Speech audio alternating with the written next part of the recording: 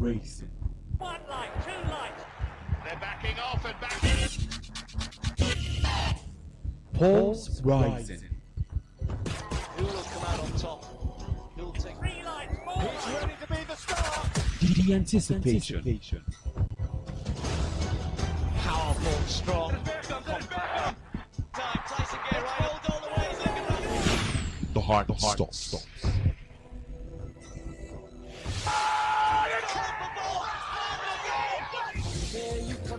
Catch the sports game on Sports Attack Mondays through Fridays 6:30 a.m. and Today's Sport Live 3 to 4 p.m. and also on the weekends 1 to 6 p.m.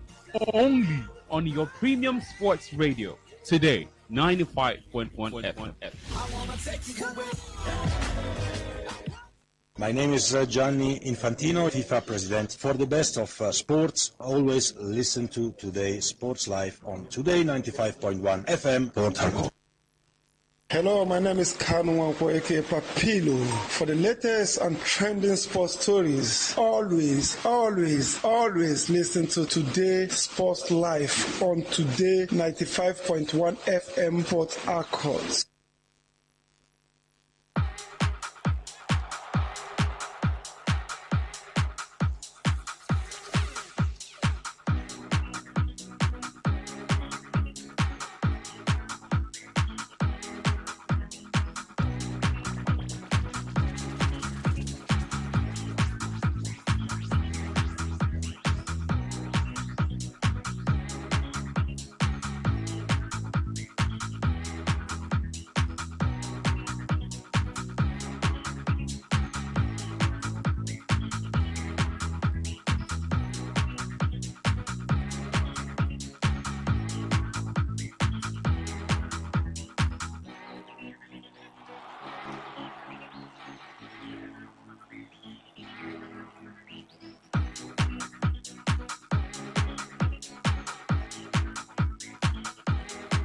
My name is Gianni Infantino, FIFA President. For the best of sports, always listen to Today Sports Live on Today 95.1 FM, Port Harcourt. Hello, my name is Kanu Wanko, aka Papilo. For the latest and trending sports stories, always listen to Today Sports Live on Today 95.1 FM, Port Harcourt.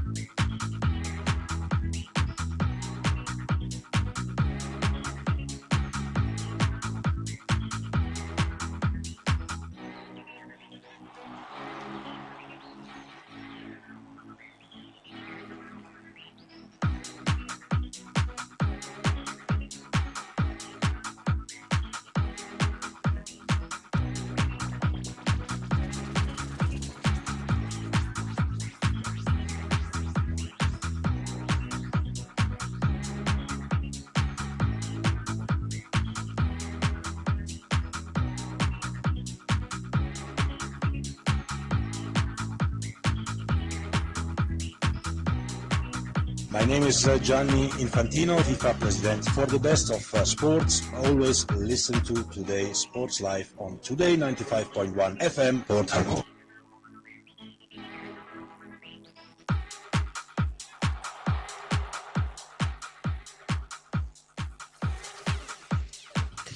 Well, good afternoon, ladies and gentlemen, and welcome to another edition of Today's Sports Live on your premium talk news and sports radio station, Today 95.1 FM. You are listening to the voice of Harry Ogugo here with you this lovely Saturday afternoon as we are getting ready to delve into another marathon edition of the show. Yes, it is a marathon edition here on Today's Sports Live.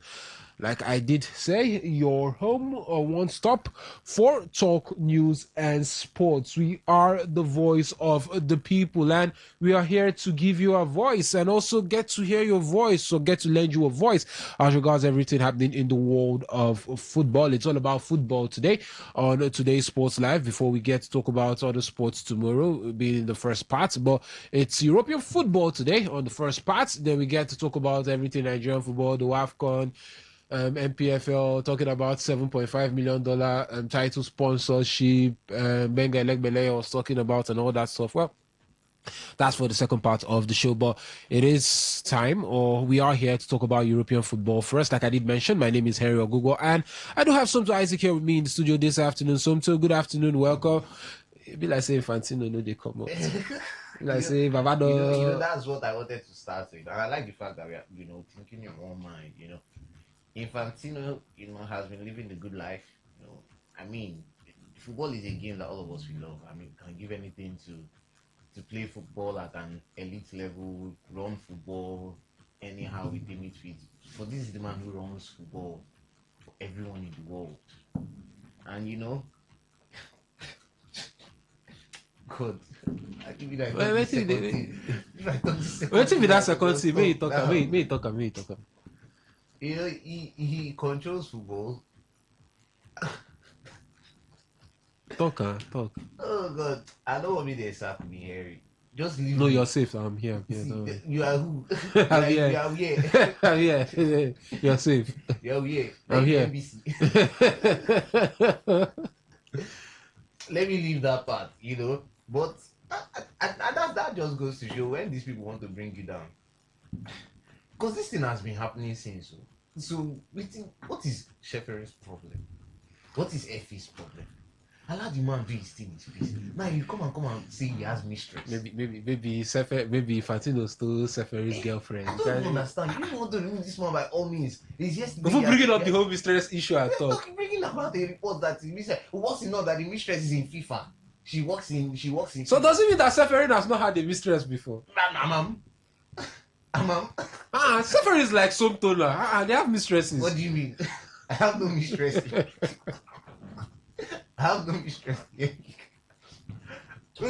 Since Infantino has helped, and I hope I saw a China's post and it was talking about how Infantino has sort of helped African teams. I mean, Asian teams increasing their slots at the World Cup. Without him, we have not seen countries like Jordan, Cape Verde at the World Cup. Even when it comes to finances and other things, that he has done. I mean, Morocco would have a World Cup in 2030. So there are some notable things that he has done for countries that are not European countries. Like I know we've not yet gone into the main point of discussion, but do we actually care if he has a mistress or not? As long as he's doing his job. I mean, I don't care. It's none of our business. But that's just and why they needed to. That's why I said that extra twist of saying she works in FIFA. She's in FIFA, and they said, okay, this mistress is not when. By the way, it's not when he was FIFA president. This was when he was UEFA Secretary General. So see, it's like it's just like I go put out so to person they work for. Okay, let's put it this way: person they work for Today FM Oil and Gas. The person they work for Today FM Oil Services. Okay, wait. Now two different companies, but just like they be subsidiaries of one company. Then two staff from the two companies. Let me get something now. I think let me verify that thing now again. Now he had that mistress when he was UEFA Secretary General, yeah. And they say The Telegraph, they're the ones that reported this.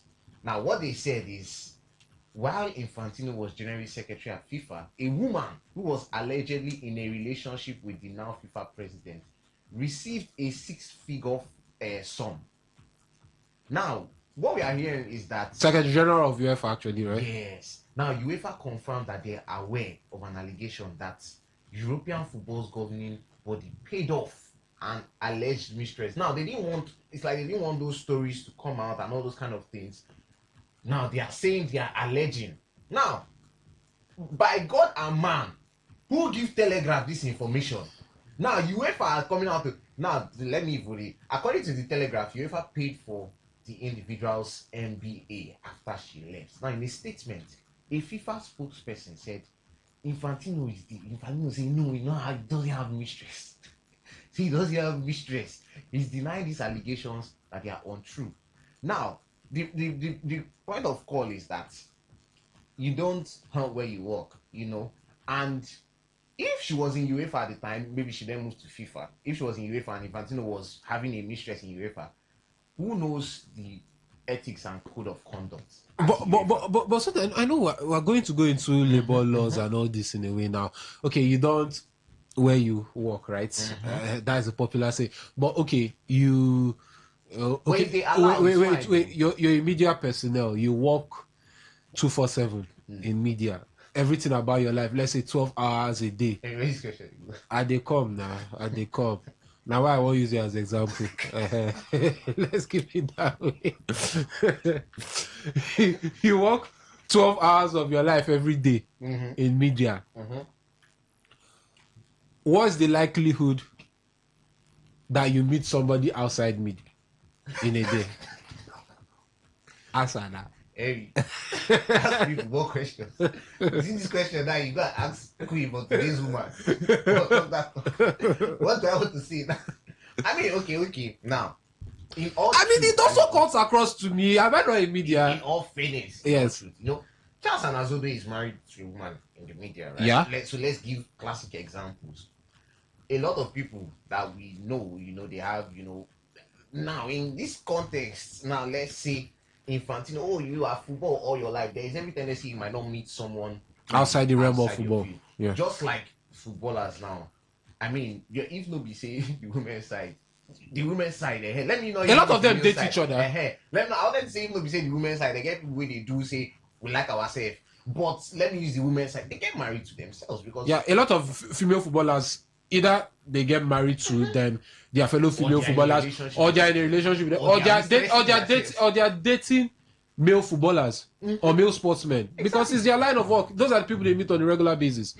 How many doctors are married to doctors? Let's even talk about celebrities too, because it's only them that sort of maybe rolls with themselves. Jesus, my oh my God, they on.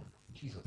It's only them. It's only them that majorly probably rolls with themselves now. So now in the instance of FIFA, Infantino and this woman, I wanted to get everything correct that I'm saying here. Now, when they talk about the departure payment, you know, because she also did a MBA course at a local business school, what FIFA is saying, right, is the payment was in line with regulations that existed for departing staff. That's in UEFA that time. So now they are saying such regulations have been tightened since 2016. Now, all UEFA employees, whatever level, then they reflect the values of high-profile organization. So now, UEFA are the ones making all of these statements that they have now. But who gave the intel to Telegraph to report this in the first place? Now, UEFA were also speaking to, because I'm also trying to get Sky Sports reports. They also told Sky Sports that an individual was paid, but is in line with the regulations of. So it's not they are paying off the woman. Oh, thank you for being with Oga. No, it's not all of it. But why do they have to bring out this report at this time? Infantino has been FIFA president since. Reports, no, there was no report of payoff. There was no even report of mistress. There was no report of mistress at UEFA. Why now? Leave the man alone now. Definitely, we are going to talk about all this politics. We can give it like an hour or two on the show. Leave him alone. We can give it like But an hour or let's leave two. him. Let's focus on the biggest club in England now. You know, and I also want to say that club has What the best is that? midfield. What is that? They are the I'll put biggest off club. your mic. No, right now. I'll put off your mic. On merit from last season. I'll put off your mic. No, Henry. Let's check it. My bro, let's check it. I don't care right? if you're correct or not. I'll put off your mic. I can get a witness. I'll put off your mic. There were now. 20 teams. I'll put off your mic. Henry. There were 20 teams in the Premier League. Who finished heads and shoulders above all the 20 teams? Tell me a name now. I don't have any name in mind. I don't have any name in mind. Thank you, my brother. I like you. Are you sure? Are you sure? Now, Are you sure? on merit, Are you sure? Is that not? Are you sure? Yes. Are you sure? Yes. Where's the proof? Where's the evidence? I will show you proof. I will show you proof now. And I'll show you proof that no other person can brag of right now. Let me show you something. Let me show you. Let me show you why this is the biggest club right now. Because can you see this, Henry? Wait, and me, this thing must come out by all means. Can you see this? I'm not seeing anything. You're not seeing it. I'm just saying Saka and Gab. I'm just saying Saka and Gab. I'm showing Henry, the Arsenal manager, and the highest paid Arsenal player holding the trophy that made them the biggest club right now. So they are the champions of England. So when I talk about the biggest club, that club now has the best midfield in Europe. Quote me anyway. Tell me how many other midfields can brag of Declan Rice, can brag of Mikel Merino, can brag of Bruno Guimaraes, can brag of Martin Odegaard, can brag of Iberi Chieze, Luis Kelly still in that midfield. Everybody's forgetting. Zubimendi is still in that midfield. So tell me how many teams can everybody don't bring PSG after the regular three. Who else? So Arsenal have confirmed the signing of Bruno Guimaraes. He's wearing the jersey number 39. He said he's going to be a warrior for the club. He's a new dawn in the Arsenal midfield. That is the best midfield in Europe. That is the best midfield in Europe. You have Declan Rice and Bruno Guimaraes who would be like road warriors for you. They will run helter-skelter for you on the field. And then you have some other clutch players. Mikel Merino is a clutch player. You have creative sparks like Martin Odegaard, Iberi Chieze. You know, you have Miles Lewis Kelly who plays like he's 27 years old. He played in the Champions League final and he gave a very good account of himself. And you also have Martin Zubimendi who came into a new league, played the most minutes for the champions of that league. So, long story short, we have a lot of hours to talk about all of this. And mistress or no mistress, Infantino must survive. Yes, I hope he survives because he has done well. So they should not, if you're not happy about some things, don't come and start pushing narratives to push him out. Don't leave all those sides. Focus on the job. Leave the narrative. A lot of narratives has been coming out since, and that's how it to start. Because how they try to flush Sepp Blatter. And why I like this thing is that once Infantino sees they don't they wash his own outside, he go start to wash other people's own. Because that's how Sepp Blatter's own happened. They were trying to wash this person off. You open this page, open this chapter, open. Once you pull a loose thread, there is a very huge likelihood that it's not just that small piece that will come out to still be very long. And it can shatter the entire cloth. Good afternoon to you here. Yeah, great to have you on the show with us this afternoon, Sumto. Well, I know we've been talking a lot. It's like we're already into the thick of the show, but we do have the feedback platforms for you to be a part of us on social media. Yes, we are YouTube live at Today95.1 FM on YouTube. We are live at Today95.1 FM. You can get to watch us on YouTube. On Facebook, we are at Today95.1 FM, at Today95.1 FM, and that is for Instagram as well. Instagram is at Today FM 951, at Today FM 951. On X, we are at Today FM 951, at Today FM 951. On Twitch, we are at Today FM 951 as well, at Today FM 951. You can listen to us audio only via our website, which is www.todayfmlive.com, www.todayfmlive.com, and you can either listen to us through the homepage or the menu list. We're also on the TuneIn and Radio Garden apps, where you can search for us at Today95.1 FM, at Today95.1 FM on the TuneIn and Radio Garden apps, and you can get to listen to us. Then the regular feedback platforms you are used to. For the SMS and WhatsApp portal, that one is 0701 933 9962 0701 933 9962. While for the phone line, the number is 0810 9510951 0810 9510951. So, ladies and gentlemen, on that note, I say take seat, fasten your seatbelts, and let's get the show on the road.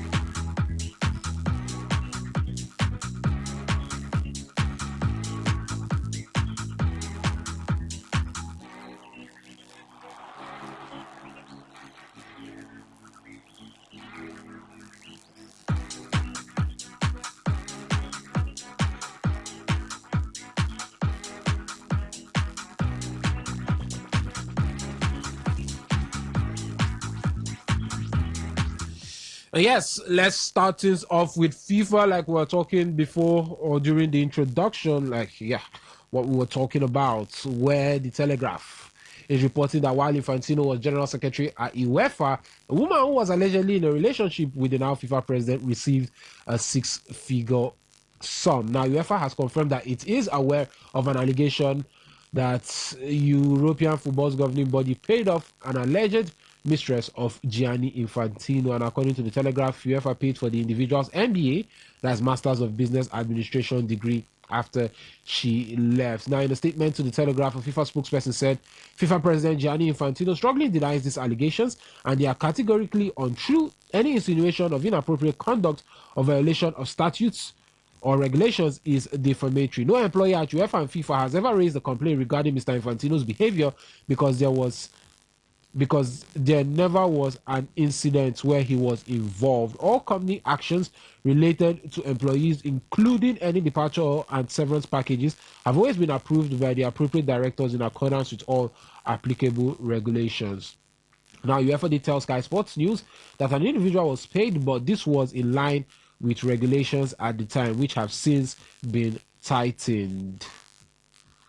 Now, let's read UEFA's statement. They did say, we are aware of the allegations and can confirm a departure payment was made to the individual in question, coupled with the payment of fees for an MBA course at a local business school. The payment was in line with the regulations that existed for departing staff at the time. Such regulations have been tightened since 2016, and the current staff regulations, which apply to all UEFA employees at whatever level, reflect those found in a modern high-profile organization.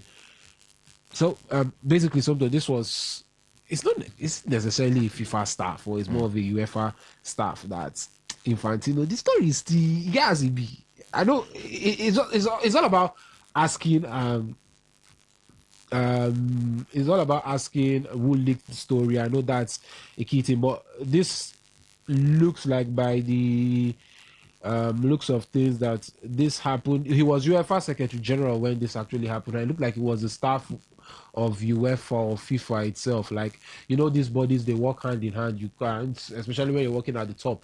Most times you find yourself in Geneva or in Zurich, or in and around the FIFA, UEFA, or thereabout, CAF headquarters in Cairo and all that stuff. But first off, I know people want Infantino out, or UEFA wants Infantino out, but I mean, does it feel like this is something that was leaked out to the press or to the public? Yes, 100%. And do you think it's as a result, or is it, or the aim, or the major aim is to push him out? Is to push him out, to try and make him look bad. Question. I mean, his ethics and morality are already being questioned with the FFE stuff, so it just like puts more damning credibility as regards his character as an individual. With the FFE drama and everything, right? He floated an idea. It was bounced off. A lot of people said, even I saw Luis Figo, a tweet he sent out. I mean, calling for his resignation, right? And a lot of there is a way that you said it here yourself last week. UEFA would love to use the European media to their advantage, and who really controls football. For instance, a man listening or maybe using his phone, scouring through the internet, which media organizations would he always want to go and get the latest football gist and all of those things? He will not look at media organizations most times in as much as Nigerian media. I'm talking about international media now. He's not going to look at maybe people from Australia or Oceania. It's most at times these European media outlets, and when their entire confederation is not on the side of this man, media is a very powerful tool. I mean, they shape the opinions and ideologies of people. I can come here and sit and tell you, or we could be discussing something, right? And Henry is not there. Maybe we are on air or where people are, and I'm saying, oh, mommy, I know see Henry na this kind of person. I can tell you for a fact, but no tell me, make una no tell I'm saying I'm talk am. But see as I go, that's how this thing works. It's clear that but UEFA are trying to come and damage control and say, we are aware of the it's not from UEFA has been operating with the highest level, blah blah blah blah blah blah blah. Go and sit down one place. Just go and sit one place, because now you're telling us in that statement too later on, they said such regulations. I want to pick out that place. Such regulations have been tightened since 2016. Such regulations have been tightened since 2016. Infantino worked from UEFA from 2000 until 2016. So in as much as they're trying to release a statement to exonerate themselves, they are still sort of knowing how they are putting these statements and how they are saying them. UEFA have bounced off Infantino's plan. In fact, the reports also came out during the week that prize money from the Club World Cup has not been paid to some teams, and UEFA teams, European teams are saying they don't know if they want to associate with the Club World Cup in 2029 if it's not paid. So that kind of reports also coming out. Real Madrid, the biggest football club in Europe, also came out during the week to release a statement. Now, even me, when I even got notification, Real Madrid officials say, don't go rush, go check. Maybe they want us to say we will not be renewing Vini Jr. I said, what is this? And the statement was in support of everything that UEFA is doing, that. But don't you think it's an institution trying to do everything it can within its power? Because I mean, not many countries have come out publicly to actually voice. UEFA as a body voice now. UEFA as a body is coming out, but you don't determine what individual federations saying. Actually vote. Africa as a bloc has come out to support Infantino. Exactly. So Infantino has about 55, 56 votes already in the kitty. You're looking at Asia. Only Jordan has publicly come out to oppose Infantino because they said they didn't receive the Arab Cup money. But they've received it now. It's an independent body, right? Yeah. Qatar came out to support Infantino. Reports have it he has the backing of his executive committee after the crisis meeting in Morocco. Morocco is backing the man. So do you think this is like a last Hail Mary or hurrah to try and just see if they can discredit Infantino for him to step down and resign? There is a feeling, UEFA, right? Europe as a whole. Where did the World Cup in 2022 hold? Qatar. They were not happy about it. Where did the World Cup in 2026 hold? The United States, Canada, Mexico. The World Cup in 2018. Are European bodies even associating themselves with the country that hosted the World Cup in 2018? No. 2014 was where? Okay, maybe Infantino was not president then. Yeah, when it was awarded. When last? That I was watching Sky. That was it Friday morning. I think that was around 4 a.m. when I was awake, and I was trying to follow up on the report of Kavisel Hoko. And I was listening to him and I said, this man. he was talking about how the FA released their statement and said they are happy with whatever is going on and they will retain their stance that they don't support the current FIFA administration and the presidency.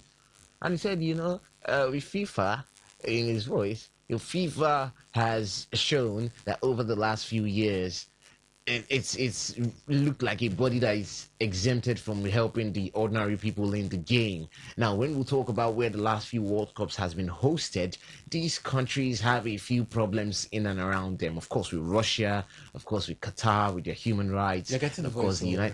I'm getting his voice. I'm using, of course, with Qatar. And then he talked about how tickets is expensive. And here is the catch. He now said, but with UEFA, the way Alexander Cheferin does all of these things, we bring the UEFA competitions to where it can be accessible. You know, look at the last Euros. Was the it not ticket prices accessible? Was are the World fair. Cup not accessible in Qatar? I'm what these people are saying. I mean, as much as the United States, FIFA doesn't have the control on your immigration laws. But I mean, the United States had to do what he had to do to protect his If borders. they are But telling me that people still Infantino visited is and went doing to watch what the World he's Cup. doing for his own pocket, have they started addressing how they spoiled the Europa League and Conference League? Have they addressed that? The fact that they've pushed the Champions League format in a totally different way. That was, in fact, when that idea of the Champions League format came, a lot of people bounced it and said, do we really want to see a league phase? Is this not extra games? Is it not extra games? On the other hand, yes, you might, but you are now saying, you are telling us that you are giving opportunities to lesser teams to make way into the Champions League. And he's doing that to the World Cup by increasing. They were seriously seriously against the increment of the World Cup from 32 these to 48. same people that are allowing us watch which Malmo against for instance Freiburg in a Europa League quarter final, when before I could see a Europa League quarter final that could have Atletico Madrid maybe up against Milan, up against Man United. You will never talk that one about Unasai. We said, okay, I mean, if this is what you're saying, you're giving opportunities. I mean, never in a million years would teams like Freiburg reach a Europa League final. But they did. They did. So if you're saying, we are giving... But this man is saying he's also giving opportunities to countries like Curacao, like Jordan, to actually come and take part in the World Cup in the best effective manner. How can you do this? It's only if there is enough money in it. This is an independent body that should have sponsors and everything. So if taking it to the United States helps the cause for it, good and fine. He's trying to also put a situation where these other countries can also have the big time feels that you guys have. But you guys are against him increasing the World Cup. Am I also against him increasing the World Cup? Yeah, sort of, because you want to see high quality games. But I mean, I am not from Uzbekistan. That's... No, just imagine the feeling of That's Uzbeks what I'm qualifying for the World Cup for the first time, or the DRC. I'm not after 52 years you're in the World Cup, or you look at a lot of. I'm not from Uzbekistan, but I can tell you that those people that can say, they can watch their country in the World Cup, Iraqis, Jordanians. It will even promote how they now start taking football in their countries. Like a mother or a father will want to see, I want my child playing in the World Cup. I mean, I watched the video stream because everyone was saying, nobody will do music. He's already training his son. They should go and be playing football. And everybody wants to have that little type of view. So he's also saying, all of these things I'm doing is in the general growth of football. Now, again, like I said, that FFE and the whole idea, I'm not an insider in FIFA. So if a lot of them are saying there is foul play here, call it out, rebuff it. That's why in countries they have a Senate sitting. They have a national, rebuff it, call it out, okay, leave it. But they felt like, they said some reports came out that said he was going to be the CEO or he was going to be the supremo of that particular organization, talking about Infantino. And what he was also proposing to the rest of the people in FIFA is that if this goes through, there is a case where a lot of us can have increased salaries. That was also another report that came out. I mean, what does the average FIFA official earn? All those kind of things. There was a case that there could be an increase in salaries. A company starts making more money. Shareholders and top executives you guys end have up being salary paid more. Increase. Yeah. So, again, I don't know what is... Cheferin and Infantino have not exactly been on the same page for the longest of times. But Infantino is very good with his party man in Africa. He was at the game. Which game? AFCON game was that again? Zambia, Malawi. He was at Zambia, Malawi. It was that game, yeah. I almost want to say Falcons and Egypt. No, it was Zambia, Malawi. So you rarely see him a lot of times for European games like that, especially if Cheferin is in that VIP box. They don't walk in the same path. Now, they have seen one loophole. And like I said, it's the shaping of the media. Now, Cheferin fought against the Super League, right? The Super League initiators, so to say, that did not really want to back out. All of a sudden, Real Madrid now is on paddy levels with UEFA. But the UEFA that wanted to threaten to expel those clubs from all their competitions because of that. And their Super League idea was better by the fact of what? We think we can make more money from whatever we are doing if we can get the biggest teams come together. Now, he's doing the same thing with the Champions League because there's no way with the Champions League format that you'd see, for instance, Barcelona ever play in a Europa League for maybe the next 20 years, because there is every likelihood, except they have a very bad season in their league. So you've already made it that the Champions League now has to be the gathering of the elites every year. Once again, there's no way. You don't. It's only maybe the Premier League, because the Premier League has tough teams. And now you've made this Europa League and Conference, it seem like it's a trophy now for Premier League teams, because them now they have the money to execute these competitions. When I mean execute, they can go out there and get players easily. Aston Villa have gotten a player from Atletico Madrid. Do you know what I mean? They've gotten a player from Atletico Madrid, Ruggeri. Yeah. They've gotten a player, Aston Villa, Atletico Madrid. Aston Villa is not a top 6 team in the Premier League. It's starter for Atletico Madrid, actually. Do you understand? Atletico Madrid is the third best team. So to show you how the weight of Premier League teams are, like they can go out, if they decide that they want to go out there and get top players, they would. And it's top players that will win these competitions. So what Infantino is trying to do is try to at least make the field not a level playing field, but at least a field where everybody gets to enjoy. Now, like I said, that whole FFE thing, if I was an insider, I would want to understand why there was a lot of repulsion from it. Maybe it now seems that there's going to be a way where European teams are not happy with how, they always want to see their Italy and their Spain every time. We all remember the Gattuso statement about Italy not qualifying. They don't want a situation where, them and Asia are having the same number of teams. So maybe it's a lot of political things that beats our eye that we cannot see, because this is football politics. But at the end of the day, if this guy is saying this is what should be achieved, you can repel it. If there's another narrative out there that now says, oh, okay, Infantino is getting so greedy to an extent where they don't like what is going on again. You conduct your internal politics, and in the election, somebody should come out for an election. Now, is anybody coming out? Nobody is even declaring interest. When all of this drama is happening, everybody's saying, oh yeah, now let's push this on. Because I'm sure they can now see Infantino's plan that if this thing goes through, this guy will chop before he come out here again, and everybody's pushing their own person. These are just some little theories that I'm having in my head. I'm just laying everything on the table. I'm not Infantino's cousin, so I don't know what is exactly going on in his head. But I'm just telling you. Now, it now takes me back to my narrative of the media. And I've tried to give it a lowdown on how we feel European associations and teams are trying to control some of the narratives being pushed out there. You use a player like Figo. Figo gets to release a statement, talking about Figo is an influential footballer.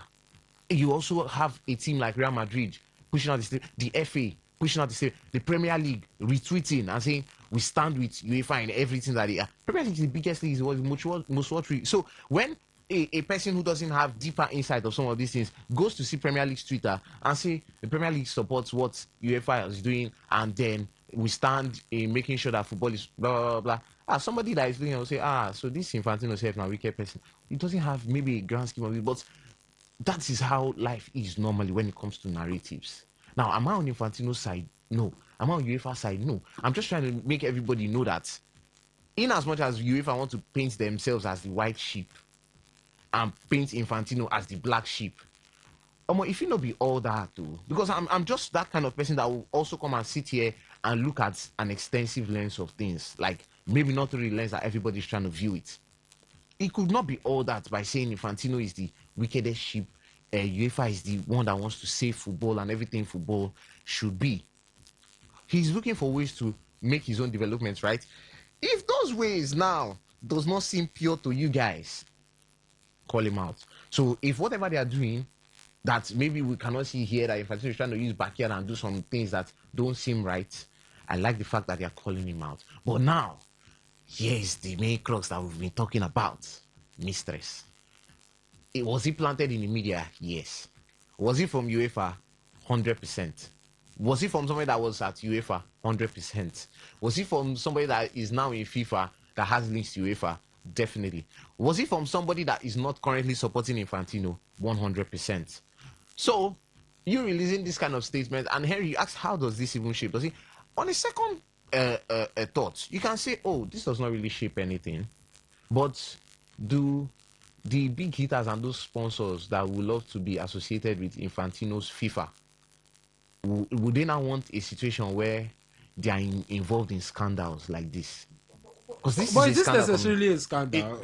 I mean, they're trying to make it a scandal, saying that there was payment. What are they trying to do now? They said the payment was made to this person from a UEFA point of view. So it's not even saying that it's Infantino. So in a way, yes, using Infantino using he's UEFA using funds UEFA funds to handle his fund personal lifestyle of his, you know, he's using football money to fund lifestyle of his woman.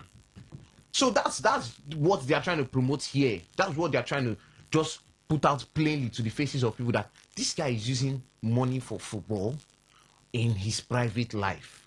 So that's the aim of doing this. Now, so with these other brands, I'll be looking at a case where Infantino is engulfed in something like this. Would they support that? Would they support him? Would they still be on board with him? Just like that, he starts having cracks in his own inner circle. It's more like bringing up more issues to or discredit him ethically and morally, because I mean a lot of questions have been brought up as regards his morality and ethics because of the FFE could be very situation. close with some of those sponsors on a personal level, right? Yeah.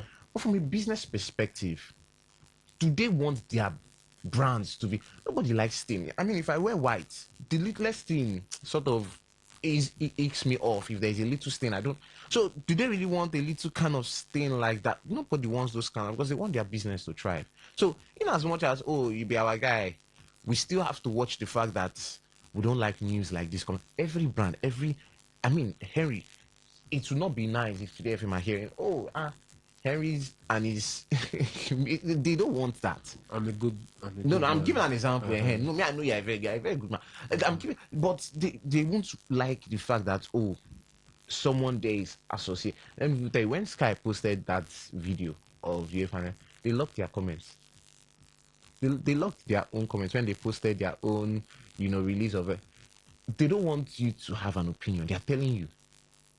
See, and like I said, I'm here to sort of not look at the lens that everybody wants to look at it. So if you don't agree with me, you're listening, it's 100% fine. Like I said, I'm not standing with anyone.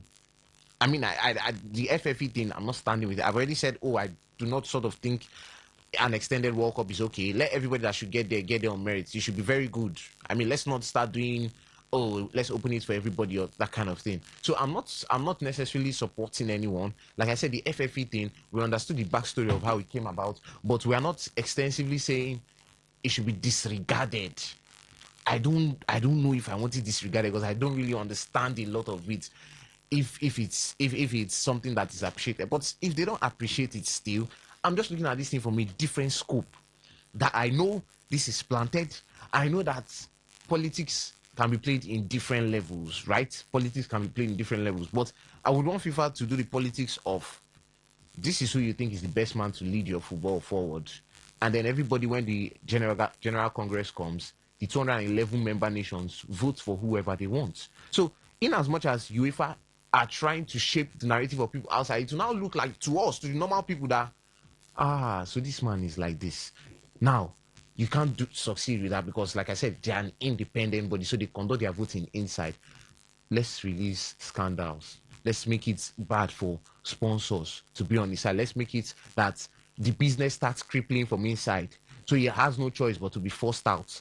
The member associations will look at it and be like, okay, obviously this is now being bad for business. You just have to step aside. Like, you just have to. Vince McMahon in WWE, he was the owner and everything, major shareholder. But when scandals started coming out, he had this one with this case with John Laurinaitis, had this case with Brock Lesnar, this rape case. He was quietly, the company was sold. WWE is not owned by him majorly again. Even if he might have shares in it and all that, it's not owned by him anymore. It's owned by TKO. So this is how businesses get crippled. This is how they force out people out of offices. So, like I said, UEFA are not supporting him. So it has gone beyond the level of, they are trying to release a statement and say, yes, we are aware of all of these things, but we are denying it. We feel like UEFA. Why didn't you support the FIFA president in that statement? Why didn't you sort of say, we understand that the FIFA president is the number one person in football and he upholds the values of every organization in there? They didn't do that. They didn't support that, because FIFA is your superior, but they didn't support that. They are just exonerating themselves from it. Chineke, me, who be this Popo Chelsea player? Okay, Pedro. Pedro. He won't go keep bed for that. Anyways, they watch the Chelsea preseason game against AC Milan. It's goalless. They've not been having a good preseason. Hey, Pedro won't go keep bed for that, you know. But anyways, UEFA are trying to now shape what others are thinking. Now introduce scandals into the mix, because I don't want to know if Infantino has a mistress.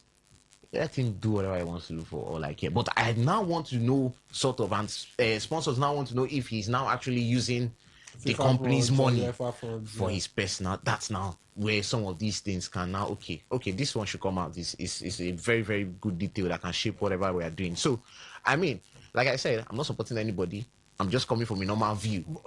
But you think now the fact that it aligns with UEFA regulations as at the time before it was reviewed in 2016. Actually now makes it look like UEFA had to eat back. That get me stressed. I don't see since his mistress kept it. I don't see that since. That get me stressed. You get me stressed. I was out of town. Good afternoon. With your mistress. That's all Lisa get me stressed too. You're not boss. Lisa mistress. Another mistress come and say, Lisa never give him child support since. So Lisa don't they pay school fees. Lisa don't they buy diapers. But we see Lisa with all mistress for sheep after World Cup. Nonchalant.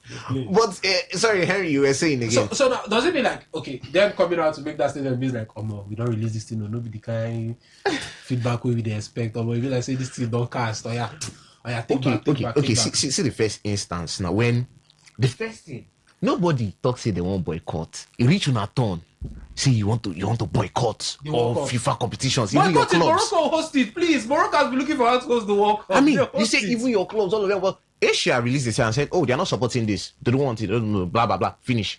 CONCACAF say, oh, we are not supporting this. We don't want Africa will go. See, you know, they will support. But let me know it's not there.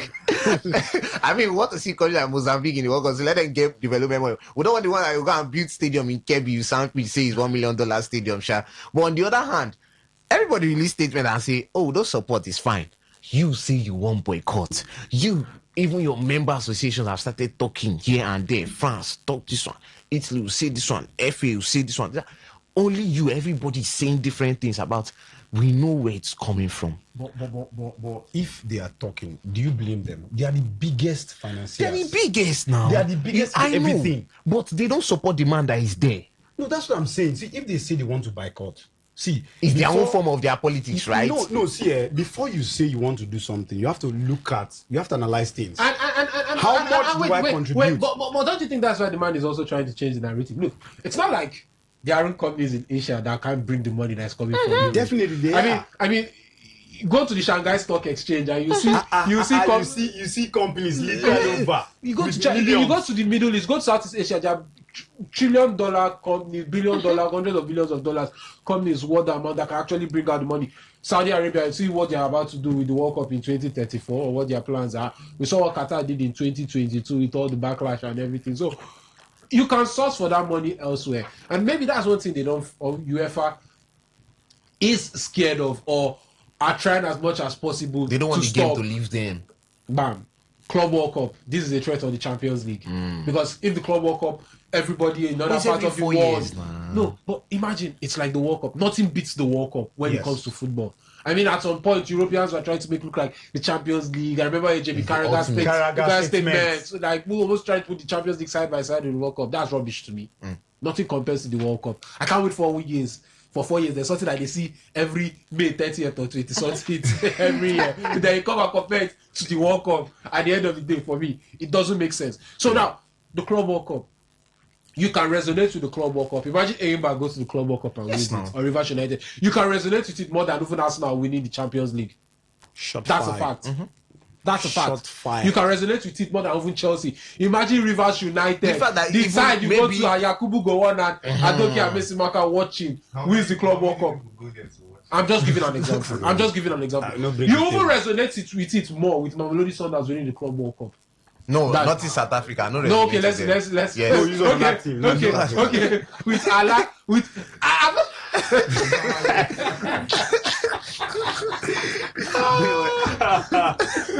Maybe Ashanti Kotoko. You resonate with it more if Ashanti Kotoko or Alakli or Zamalek actually get to win the Club World Cup than Arsenal winning the Champions League because it's African. Okay, Chelsea has scored. I was about asking why is Caicedo on set piece duties, but they just scored, so it doesn't matter. Okay, João Pedro. Xabi Alonso teams. Let's just leave it at that. So, like, you resonate with it better because it's African. It's an African team. It's an African team winning the Club World Cup than the whole world now gets interested in and shows more interest in it. So it feels like, oh, the UEFA Champions League, that was the premier club competition of the world. Not tends to and you know, a lot funny of balls around it. They have similar slots to the rest. I mean, Europe has high slots. I mean, they haven't talked about increasing it to 48 and giving them more slots. It's only two clubs per league that can make it to the Club World Cup. They're talking about changing that. Exactly. So, but then, imagine, for instance, now Barcelona not in the Club World Cup now. I would know they like this kind of alignment still on still because Barcelona cannot make it, and then you're watching Alakli in a competition. Barcelona cannot play, but it's a Club World Cup. So them too, they have their own. Switch as they see Flamengo, they beat Chelsea. You know, you understand. It was very, very enticing for me. Yeah, I have to. You can as well. So them, they are trying to do their own competitions to make it that everybody, at least, is included, and that is what it is. A game for everyone. So now their own, like you said, they don't want anything that says, oh, the most elite club competition in all of world football.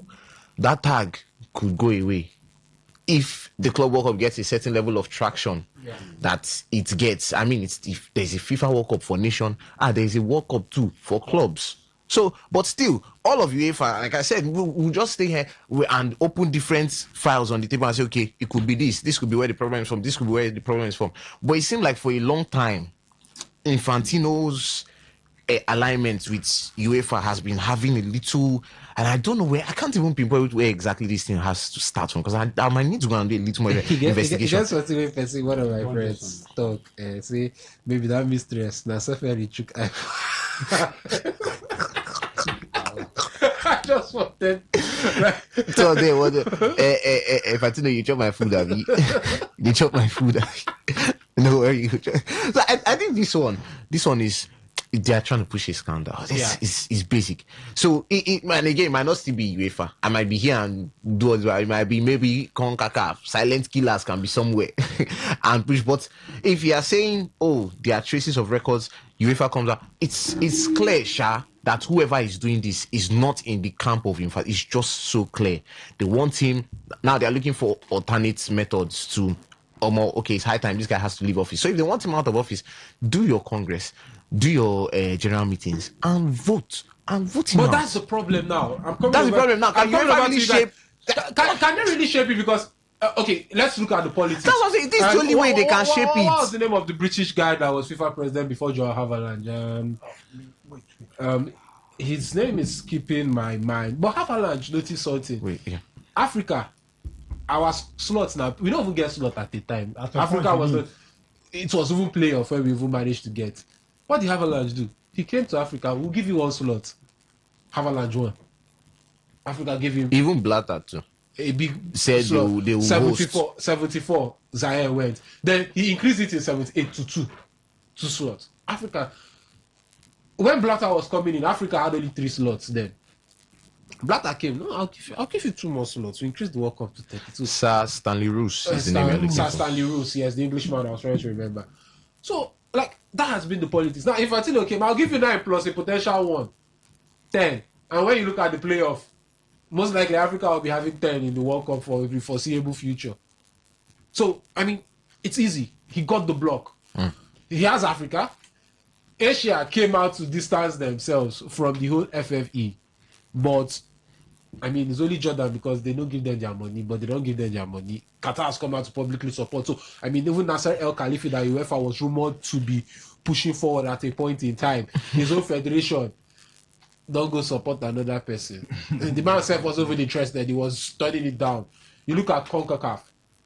CONMEBOL has come out to... Some of the presidents in CONMEBOL have come out to state their support for it. Even the president of CONMEBOL is his Argentina man. said Mexico said they are supporting the man at the end of the day. So, I mean, yes, they want him out, but you even look at the crisis meeting, the executive committee is behind him. Morocco everybody is behind him. So is it even possible? I mean, guys, is it even possible if Infantino leaves? Is it not? Is that probably now why they're not looking at this scandals? Looking at what can we bring up? What can we see? What can we use? So I mean, does UEFA, Daniel, are UEFA strong enough to actually do what they are trying to do, or to perform or carry out the coup they are trying to carry out? I think, like you said, there are some other federations and some other countries that have come out to say, okay, despite this happenings, we are still going to stick by Infantino. And if you look at, let's take away these scandals that just came up. Football generally has been doing very well. Infantino has been doing very well in the public eyes. I mean, the past 2 World Cups has been fantastic per se. We've not had any issues except these ones that just came out. So UEFA are probably the biggest footballing federation apart from FIFA. They're probably the biggest, and they have hands in places that we cannot even mention. So if they can, I think it's going to be tough. And also, if they have somebody that they could bring for, you said they were thinking to bring out Nasser Khelaifi for the FIFA job, which he declined actually. So it's going to take a whole lot. It's going to take a whole lot. But for now, I think Infantino's job is still safe, except he decides to step down by himself. So I think we all agree on that. For me, I think his job is safe, because looking at it, the man has been coming into into power from what's his name now, Sepp Blatter. Is it? Yeah, Sepp Blatter. The man has done well for football. I feel he has done well for football. So generally, for me, UEFA biggest in terms of finance, TV rights, viewership and all that. Yes, I think they have the power, but at this point in time, I think it's going to be tough. I'm going to be siding, what's his name now? I just feel that his job is safe until the man decides to say, okay, this scandal or whatever is too much for me. Let me, the way the white guys do, let me resign and all that. But I want to see Infantino as a typical African now. I want him to borrow the African. He's not resigning. His job is safe. UEFA should do what they want to do. Yeah, I think part of the reason why they're doing this is because they feel that they are the ones that, in terms of finance, they put more, they invest more into it, so they bring more to the table than other federations. So they have the right to say this and all that. So for me, I think his job is safe. He should just see. I don't know why these scandals are popping up. Maybe because they want to pull the man off, just resign. When the white guy sees scandals, say, I want to have integrity, I want to resign. Oga, borrow the mind of an African. In fact, borrow the mind of a Nigerian. Stay there. Your job is safe. We die here. So for me, his job is 100% safe. So the guys are sticking to their dispositional point that Gianni Infantino's job is safe. Do you share the same sentiment or belief? And I mean, this whole scandal up and down, is it enough that he supposedly had dealings with a lady in UEFA or FIFA at the time is enough for the man to actually step aside? The man has come out to debunk it, and yes, 0810-951-0951, 0810-951-0951. Do you feel UEFA has a case, or do you feel UEFA has the power within themselves, or the power to actually force Infantino out of his seat over there at FIFA?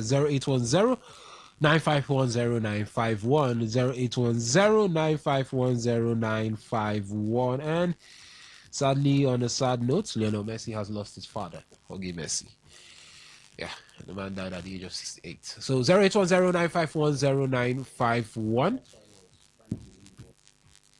His father could see him win the second time before he leaves. His father has seen him win it. But our hearts are sent out to the family of Lionel Messi, aka the GOAT, to some of you, as he did lose, or he has lost, his father, Jorge Messi. 0810-951-0951,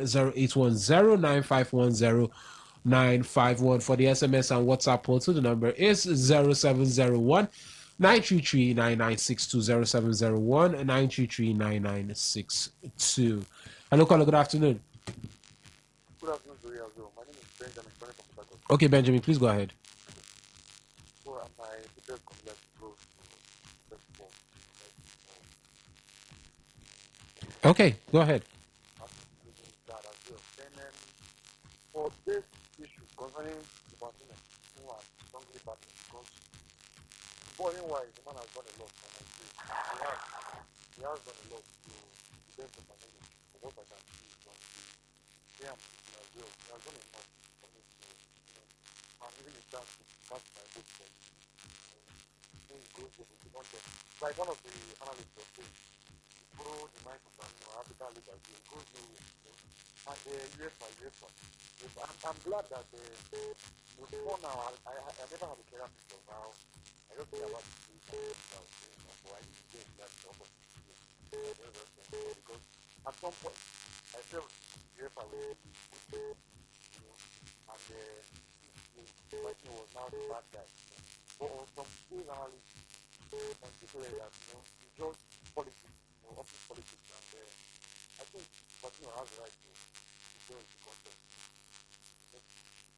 Okay, thank you so much for your thoughts, dear Benjamin. Do what, keep the calls coming in. The phone line is open. It's 0810 9510 951 0810 9510 951. And for the SMS and WhatsApp photo, the number is 0701 933 9962 0701 933 9962. We're heading over to somewhere in London to talk about a certain team that wears red. And we're going to do that soon, to keep quiet, please.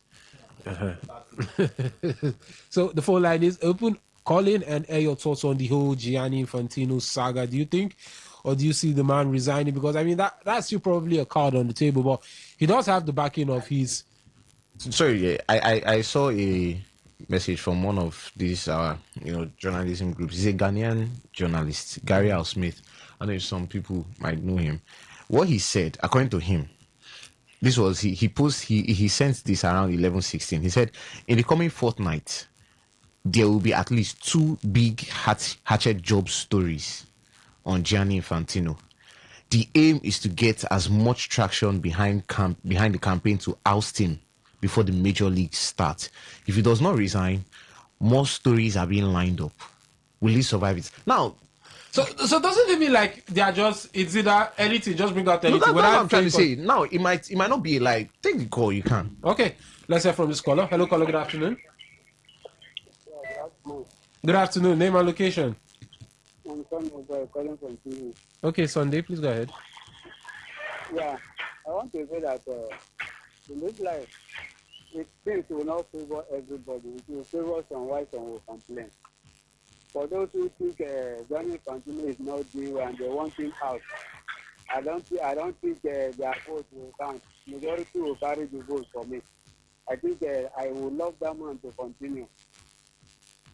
Then please, I want you to tell me the score of Chelsea's Milan game. Chelsea is leading by a goal to nothing. Joao Pedro. Chelsea is leading by 1-0. Joao Pedro scored the goal. Okay, thank you very much. Okay, thank you so much for your thoughts. Something you were saying? Yeah, so I was saying these things now might not be a lie, might not be true. Now, but the problem is, do they need to be outside? I mean, everybody has stuff they do.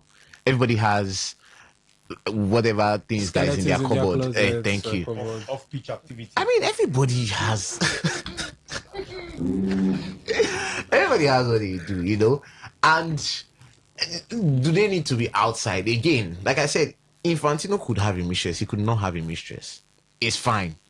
Now, where the scandal is here is the fact that the whole money thing has to be associated. Because when this kind of news comes out, there will be calls for an independent investigation and all those kind of things. And on the second hand, too, if, like Gary Al Smith says, there will be big stories around, the job of Infantino that might force him, or the plan is to oust him, get him to resign. If these stories come out, can he be able to handle the attention that comes with it? Talking about Infantino himself, because we are forgetting one thing: this guy is also human. There's every tendency he might not be able to, and external forces will obviously get him to say, "Okay, no, this is enough. This is enough. You have to just find a way to step aside." So there are all these things. Like I said, it might be a lie, it might be true, but the only way to get him very uncomfortable in that seat is to at least bring out those skeletons in the closet. So again, like I said, I'm not standing with anybody, I'm not supporting anyone, I don't have any, but we're just trying to look at it from the aspect of we actually know these things, so these things are very bound to happen. Like, they will happen. If anybody feels like, oh, this might not be politics or something to get him to leave, you're mistaken, because it seems like that is what is at play here. We're not happy with how you've gone through all these things. If you don't want to resign, we'll force you. And ways that we can force you, obviously, we're not going to drag you by your tie. We're just going to make a way that everything becomes uncomfortable for you. Everything becomes uncomfortable for the organization. And then that's what it is. But if they force him out, does it mean they will actually get their own person? Because I mean, there are other blocks. That, I mean, before could, anybody, Africa could finally look at it, and Motsepe could be looking at it and say, "This is my chance." Motsepe comes out, the whole African bloc supports him. Votes get divided. What I'm saying is that okay. The Jordanian Federation president, what is that his name again? The one that was banned at the time, Prince. Why am I forgetting his name now? I'll get the name. But the man has also come out to be in the past to run. The man that ran against Blatter, and all of a sudden they slap out with suspension. Bam, lifetime. Okay, I think. How was his name? No, it's not Jack Warner. No. Jack Warner is from is it TNT? I think this person is from the Asian Confederation. He's he's Jordanian. He's a Jordanian prince. Yes, Ali Hussein. Yes. I remember that whole scandal with him. I remember the whole scandal with him. You know, everything was going nice before his own. He was consulting. He seemed like he was going to win. Yeah, it seemed like he was on track, and that was where I was heading to. That when you said, "Oh, UEFA have their own person," before you come out, just like maybe anywhere in the world, you consult before you go for some of these elective positions. You consult those seen, those unseen. You consult the confederations, try to strike deals that, because now the whole thing with FIFA, since when Blatter got into office, it was now a form of, because if you can strike deals. Even if Infantino was not UEFA's preferred candidate, Infantino was there by chance. He struck a deal with for Africa. Starters. He struck a deal with Africa. No, consequently, he started, being in the position. But he was first of all there by chance. Yeah. Blatter out, Jerome Valke out, Platini out. Isaiah held it briefly for an interim. I mean, it was now the UEFA SecGen that was going to come in next after all of this. Okay, the top 2 FIFA guys out. Which other federation should take UEFA, your own? All of a sudden, Platini's files was open.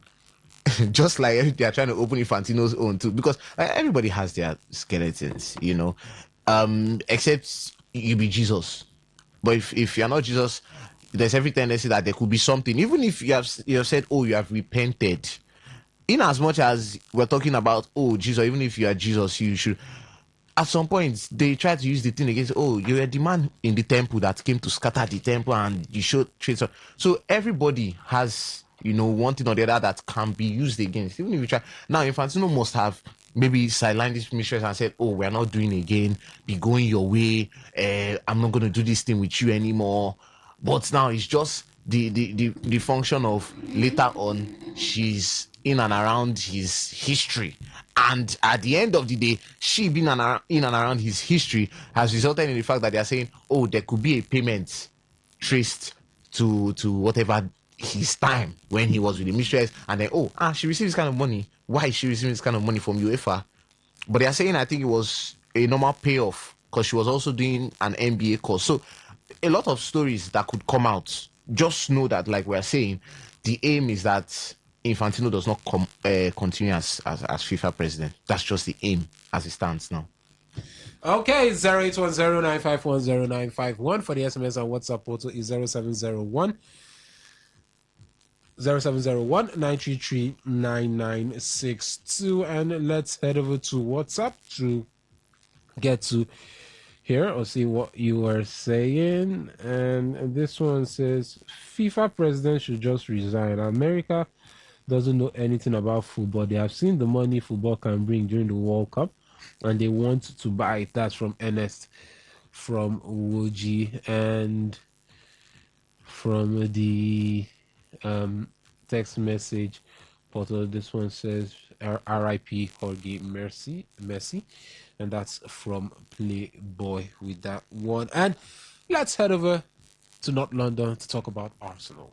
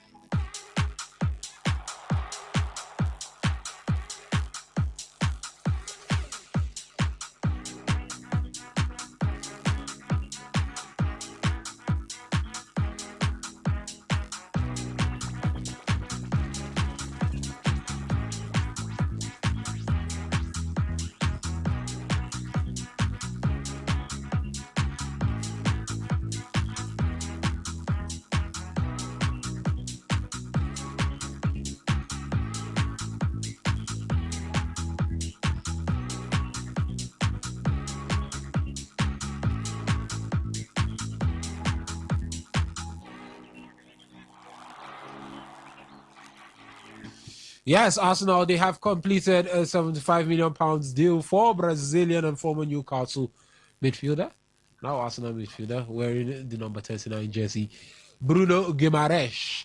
Well, the man has made the switch from Tyneside over to North London, and he'll be joining Arsenal, Mikel Arteta's side. And, I mean, I'm not starting with you, something. Daniel, let's start off with you.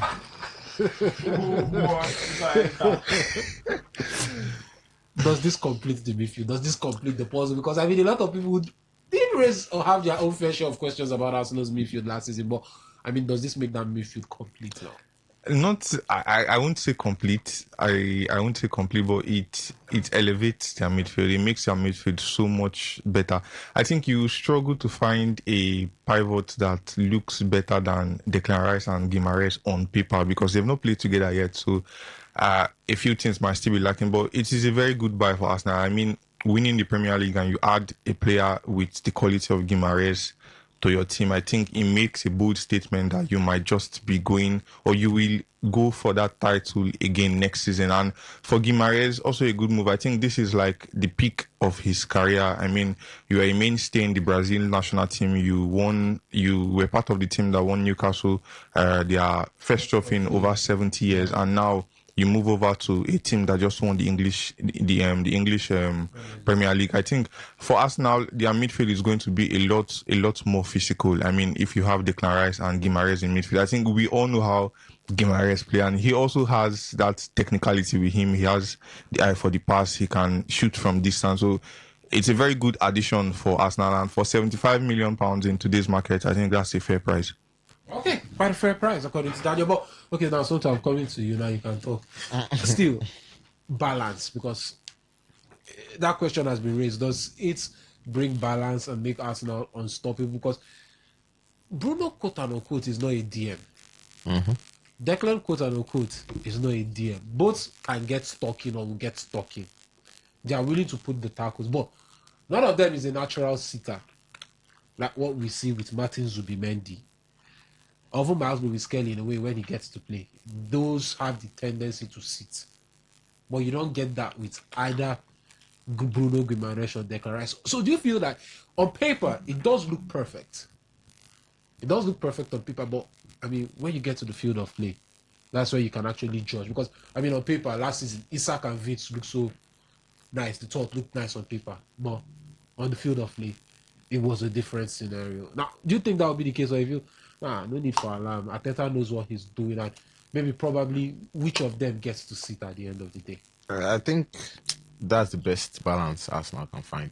I saw an Arsenal team that, after those struggles in the middle of the season, they tried to switch things up. Luis Kelly got into the team, and then there was now a little bit of complementing. Whereas in the case that when Declan can sit, Skelly should take up the roles of sort of having distributions. Okay, sorry, not distribution, but the box-to-box engine. Yeah. And in cases where Skelly can sit, and I've watched two of Arsenal's preseason games.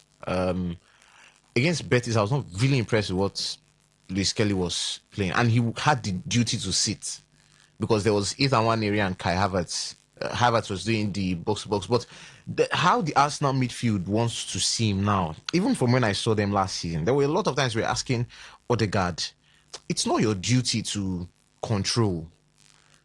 Don't control. Stop controlling. Create. That's what we want. But Odegaard found himself controlling. And it got to a point where Arteta was even asked in his press conference, Odegaard's role change, is it a function of instruction or is it a function of instinct, natural? He said it's natural. It's not an instruction from him. Okay, Odegaard, you want to be doing this, right? It seems like there was now a shortage because Zubimendi, Okay, I did say Chelsea scored themselves. I think Chelsea have scored the second goal. Okay, it's Chelsea that scored the second goal. Their fans are saying now Jackson will be back. Danny, sorry, Joao Pedro. Joao Pedro again. Wow, in the auto. Oh, it seems like an goal, but still, we'll get confirmation of that. For what they were now doing last season, at those points, seemed like for all the thing when you even said, "Oh, Zubimendi should sit," for the sitting way Zubimendi cost Arsenal how many goals for the sitting way he sit? I don't understand. The sitting way, was he not sitting alone when he gave Mbeumo that pass to go and score? Was he not sitting when he gave Richarlison the chance to score from midfield? So it seemed like Zubimendi. No, I'm not even going to try to fault Zubimendi, right? Because he came into a different league.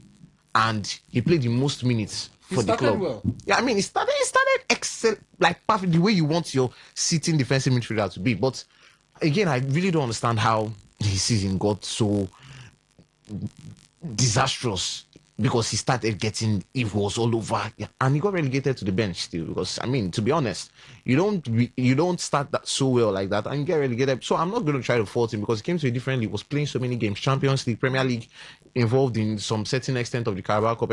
So I'm not going to fault him a lot. But it now seemed that the system Arsenal now used in the second half of the season, or the latter part of the second half of the season, was better because, like I said, I saw Luis Kelly who was playing like he's 27.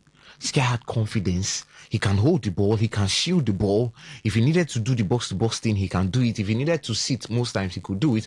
So, okay, it seems like this can work for us. Let's have a midfield where everybody is virtually, there's a variety of whatever we want. Because also, like I said, in the second half of the season, we saw times that, okay, it was not looking like, can Zubimendi handle the pressure of whatever we want? He's new to the league. We want to win the league. Can he handle the pressure and be that sitting and Declan Rice started? If you saw Arsenal's game against Man City at the Etihad, you would see glimpses of Declan Rice's game that he was now looking to dictate.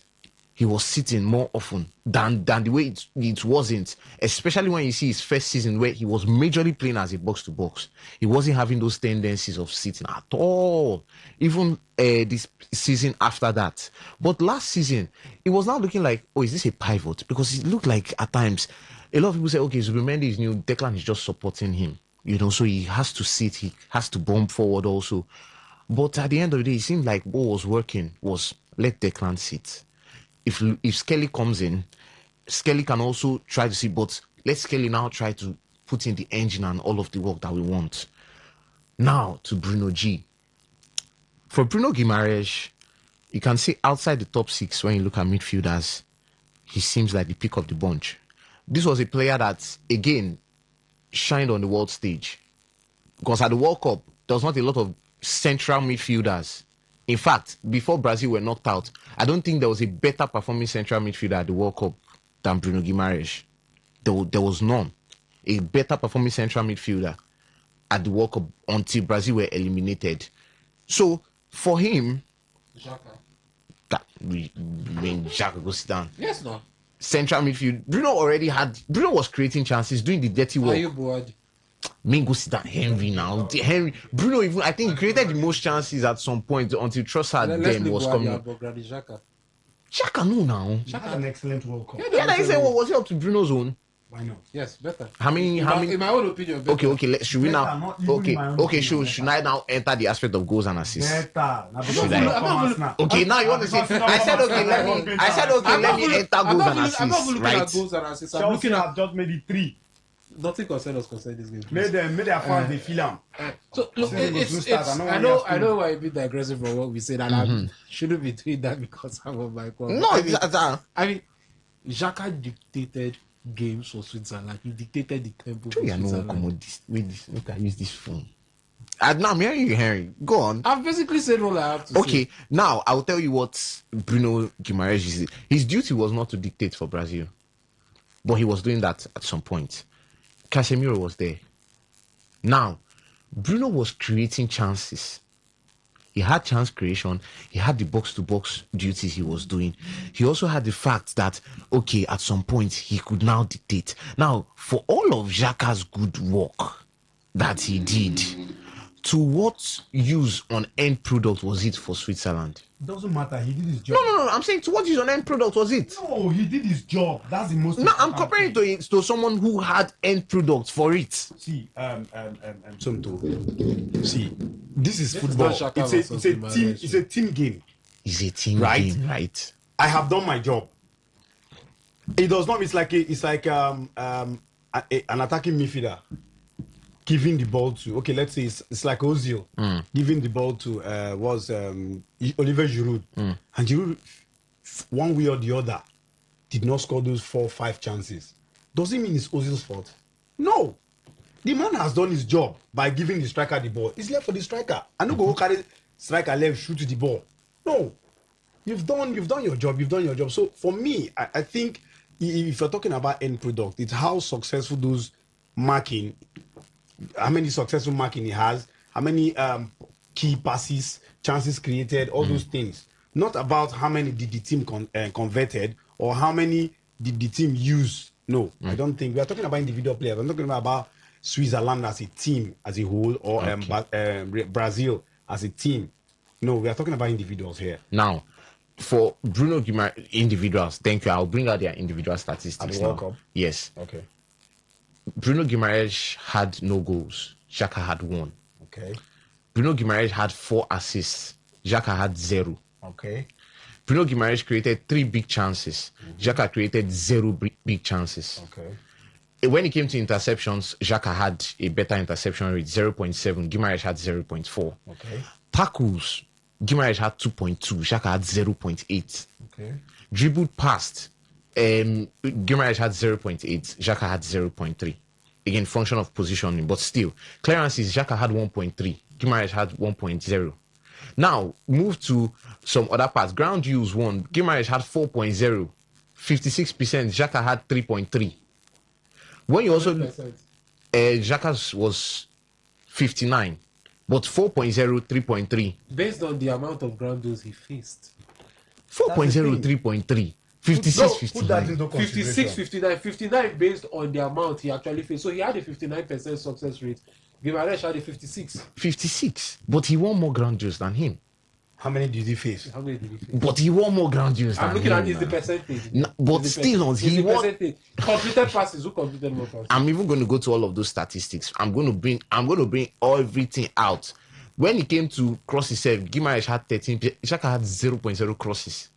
Guimaraes had 0.4. That was total opposite. So when I looked at the way Guimaraes functioned as a central midfielder at the World Cup, I'm talking about Xhaka to come and disrupt play, or that is not even his primary duty. Who, Xhaka? No, Guimaraes. His own is not to destroy.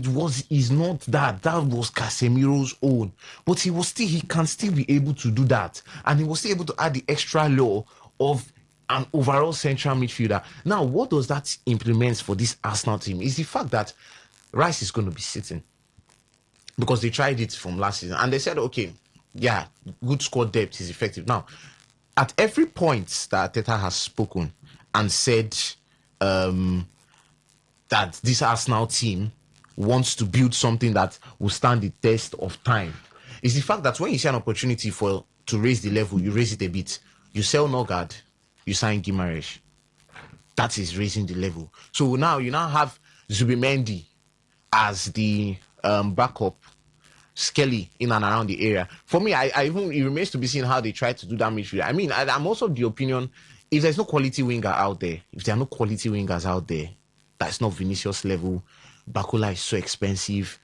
If nobody fits the bill, okay, remain with whoever you have. Put Eze on that left-hand side of the attack. Put him there. Don't kill the guy potential. Put him there on the left. Was he not doing that for Crystal Palace? Wasn't uncomfortable. But he can do it. He was uncomfortable rather. Was Phil Foden ever comfortable as a winger? But he had the traits of it. And the PFA player of the season, where did he win it from? Was he not playing from the left?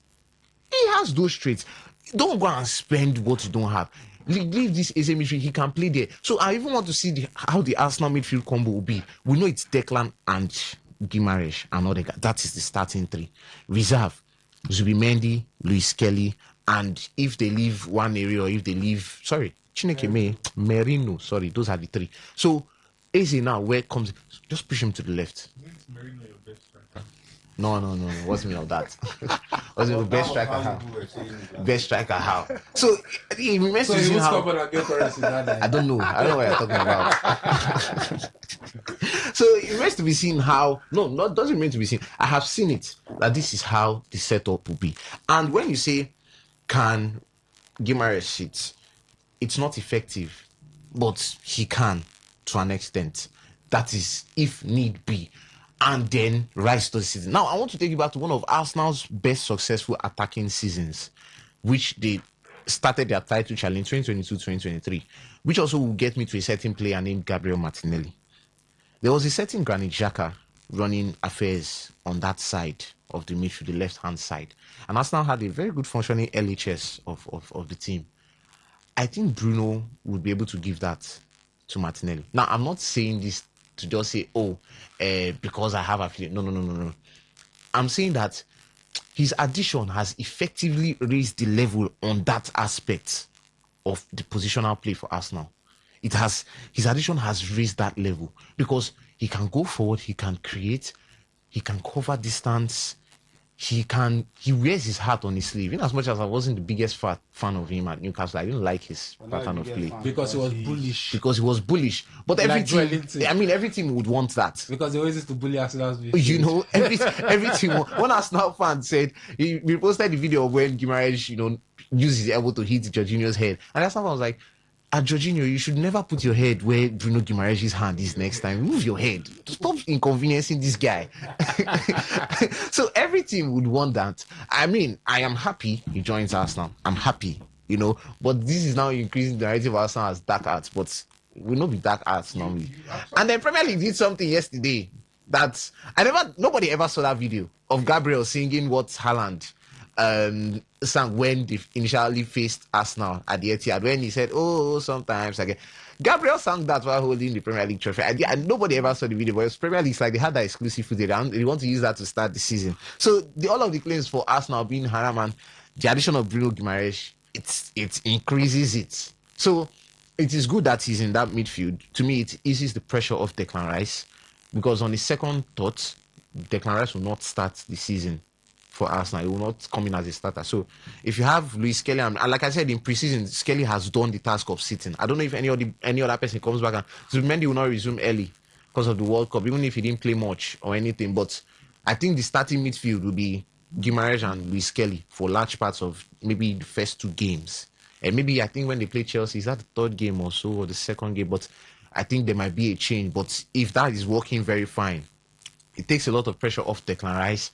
He can also at least complement the game of Declan Rice, because Declan Rice doesn't need to add so much energy at the end of it, because there's another energetic player there. Just do the little task of being that sitting DM like you did at West Ham before the game evolved. I think for Rice and Guimaraes, Rice still has the task of going forward, because Guimaraes is not a good carrier of the ball.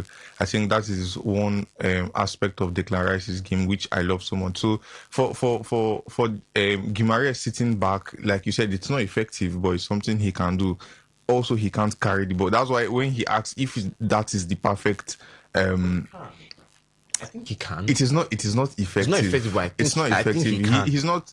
He's not as Use he's not even Vinicius' as good goal as against Morocco. He's not as good as Luis Kelly at carrying the ball forward. And again, Arsenal do not have, let's say, apart from Easy, they do not have that midfielder whose outstanding quality is creativity. They just have mechanics all over. They have mechanics and a few technical players all over the place. So I think that is another aspect of the game that might disturb. They have no problem creating. They have fantastic players. Odegaard, na your fault too. I don't know who said you be good. You were one of the people that said, okay, not you, but I saw on X there was a conversation I had on X with some people. In the World Cup for Norway, or let's say for Norway, Odegaard does not have the job of creating per se. He has the job of controlling, yes, dictating tempo, and he did that job very well. So when I see Arsenal fans say, "Oh, he's a number 10," then he comes to Norway. The Arsenal midfield is evolving, like basically now. And I was talking about that Xhaka thing, where that season it seemed like to an extent, Xhaka to an extent was providing some things going forward that maybe a lot of Arsenal fans did not see.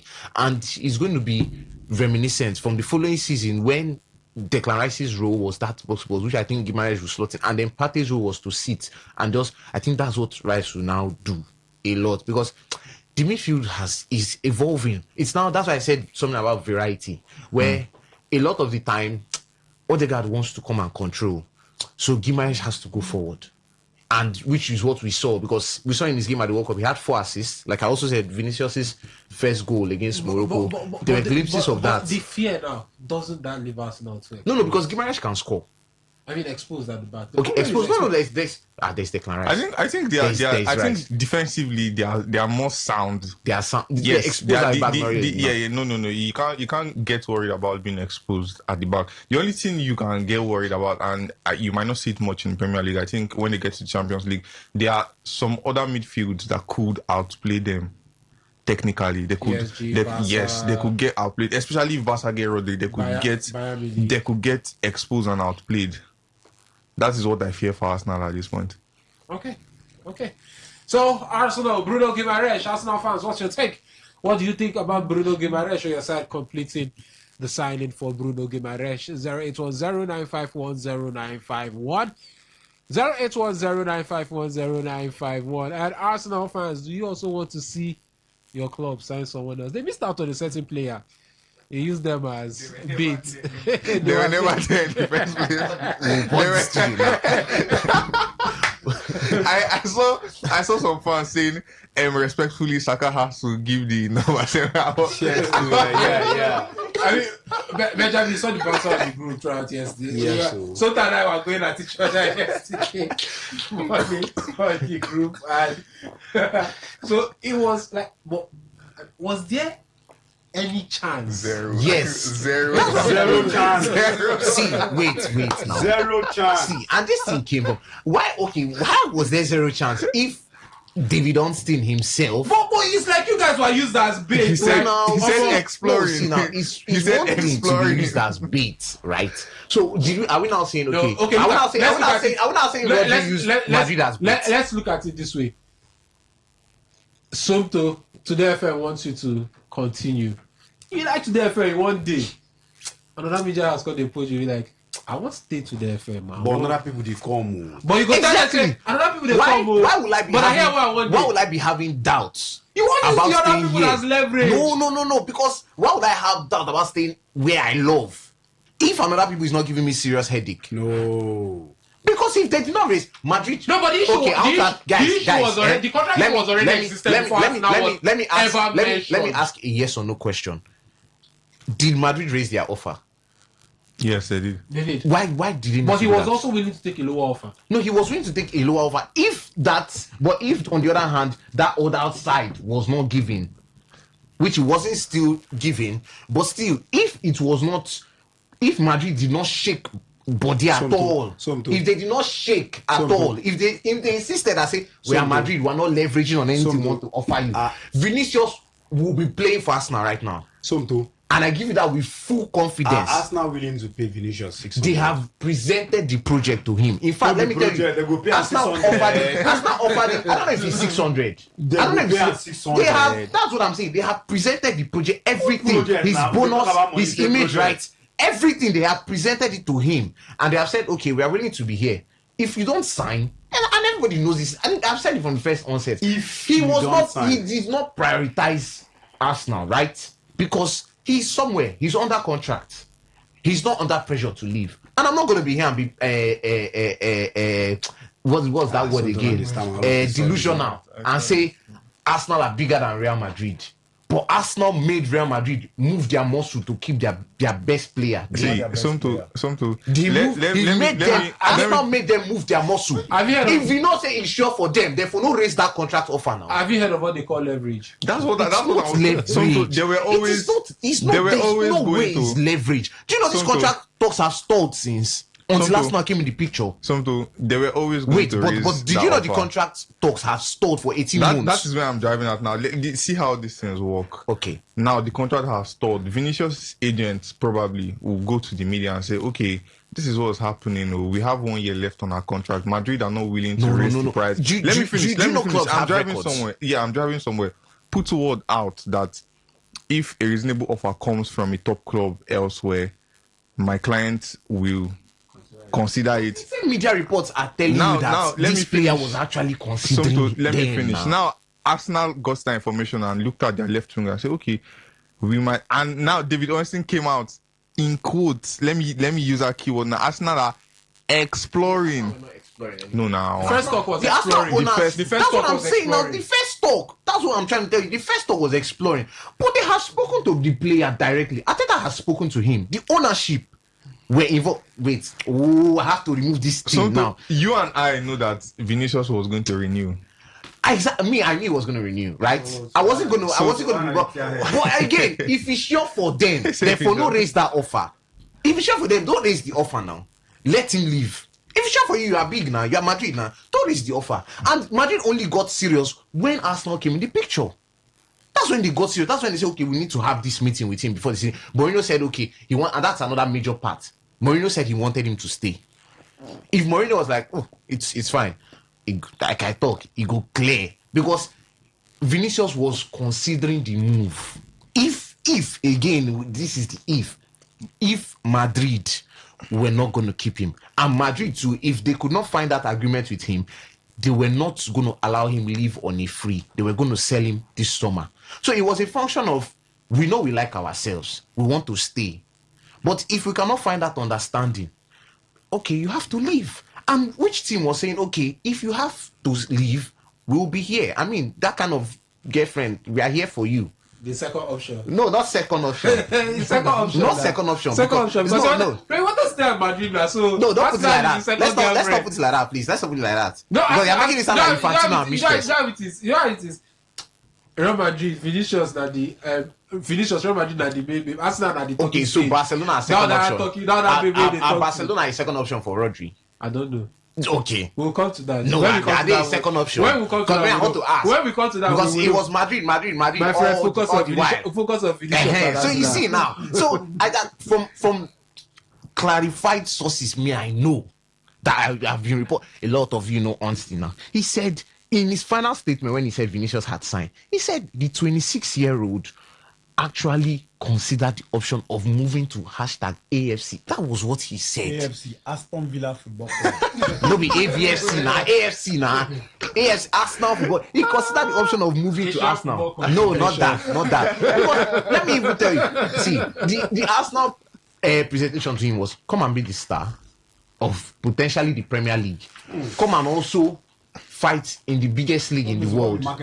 No, you understand? Come and fight in the biggest league in the world. And you also have a chance of winning the Ballon d'Or with... Yes, now, if he wins the Premier League and Champions League, is he not a very good Ballon d'Or contender for a season? Yes, now. No, yes, now, that's what I'm saying. Because their project now is that they want to keep winning the Premier League, but they want the Champions League. And they believe he's the piece in the puzzle to complete whatever they want to do in the Champions League. So, I'm telling you for a fact, Arsenal were not used.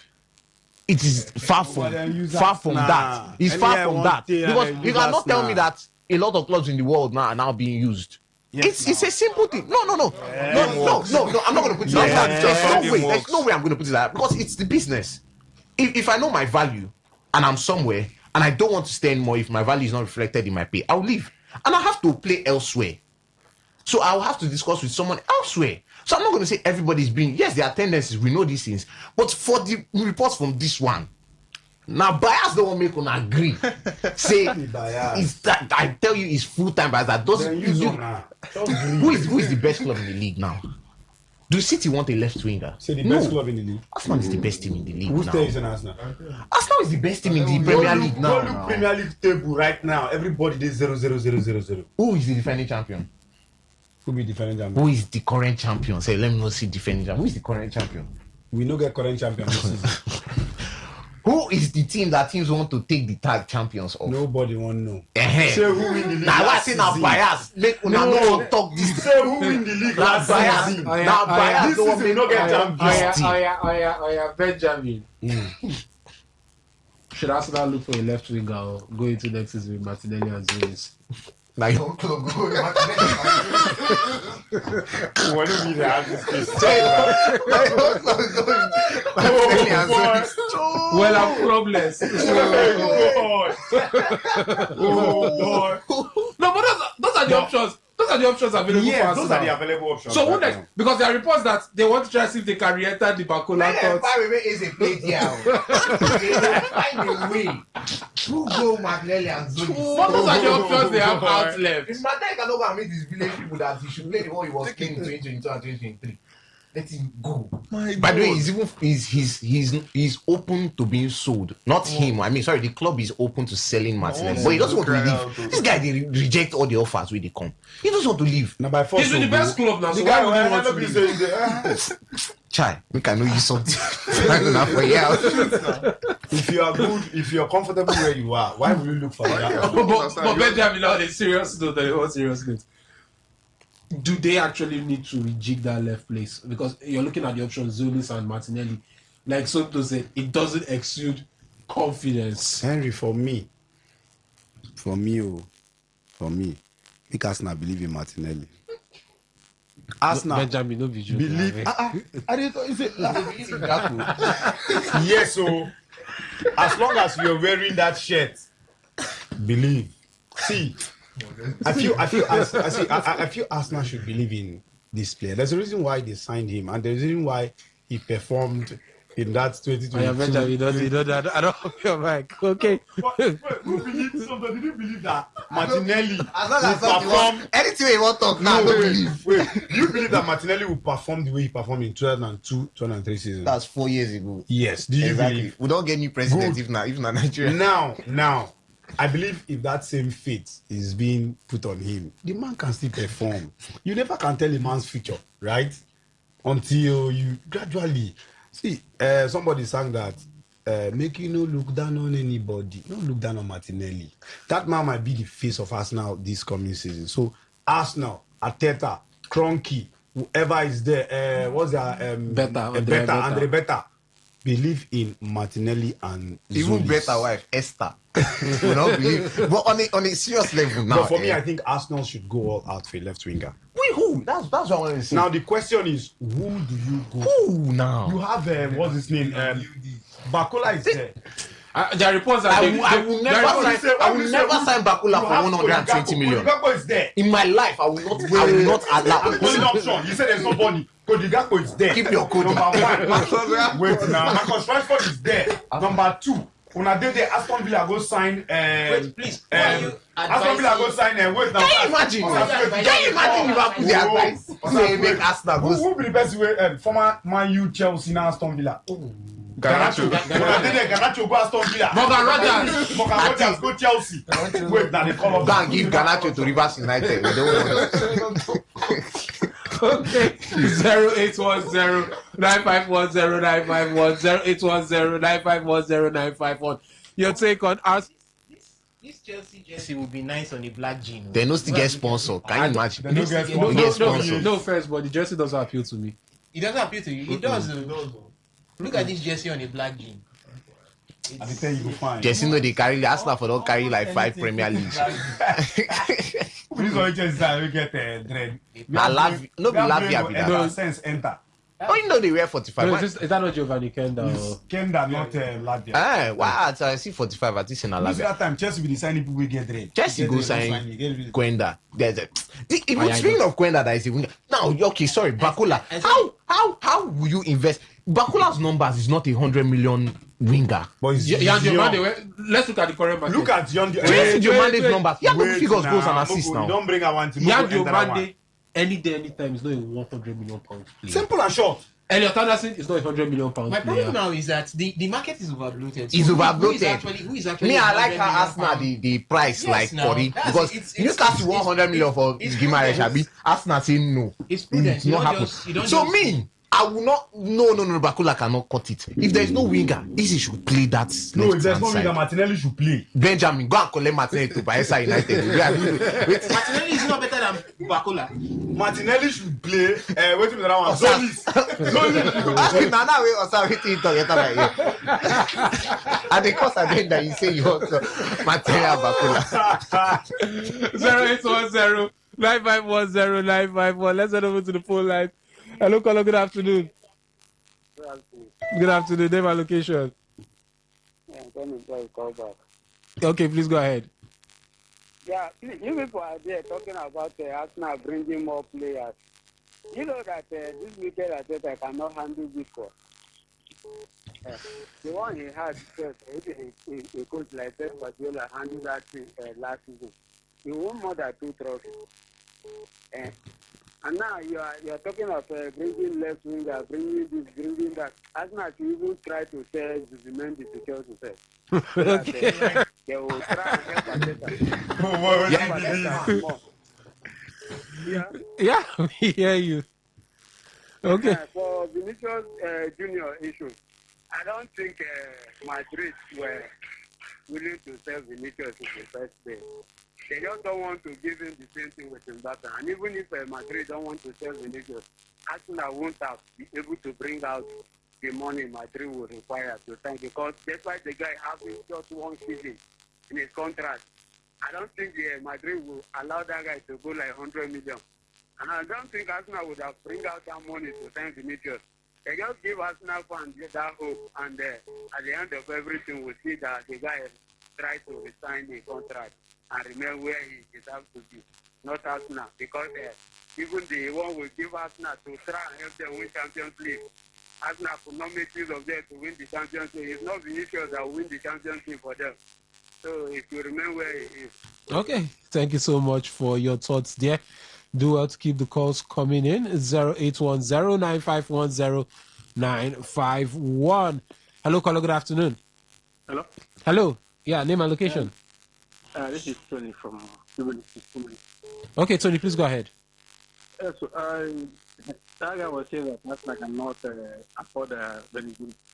They have already concluded. Had it been Madrid didn't give him another offer he liked.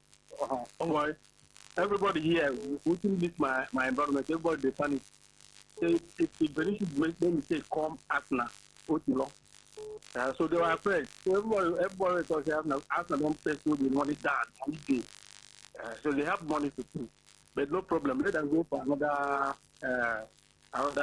effort. But they may leave Martinelli from you, I bet. Okay. May leave Martinelli from me, I bet. Okay. I declare about soccer. They want to come up. No. I bet. Okay. Thank you so much for your thoughts there, Tony. Hello, caller. Looks like we lost that call. Good afternoon, Mary. Hello, name and location, please. Hello. My name is Jason. Okay, please go ahead. Okay. Talking about Arsenal and Gumares now. Welcome Gumares to the best club in the world. Yeah, thank you. You're on point. Everything you're saying in the studio is correct. Yeah, bless you. Benjamin 1 year. I told the thing that Chelsea will they go for them. All of them for the happy. But we are going to retain the league, and we are also going to win the Champions League. And we are going to bring in between Rafaelia or Nico Williams. One of them might likely join us this season. And then when that happens, we are good to go. Go under everybody. The same way they used to Napoli. Collect money, keep next season, will buy another better winger that will give us what we want. Thank you. Okay, thank you so much for your thoughts there. The SMS and WhatsApp portal is also there as well. 0701 933 9962 0701 933 9962. Phone line still open, and wow, this is actually a long one.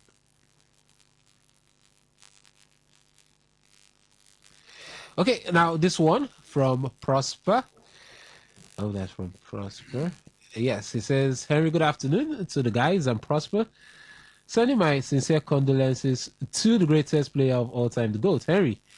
I don't know what you mean by for some people when describing Messi as the GOAT, because the stats and records show he's the GOAT. Well, Prosper, some people, Ronaldinho is their GOAT. Some people, Ronaldo de Lima is their GOAT. To some people, Cristiano Ronaldo is their GOAT. So to you, Messi is your GOAT. So that's very fine and okay, Prosper.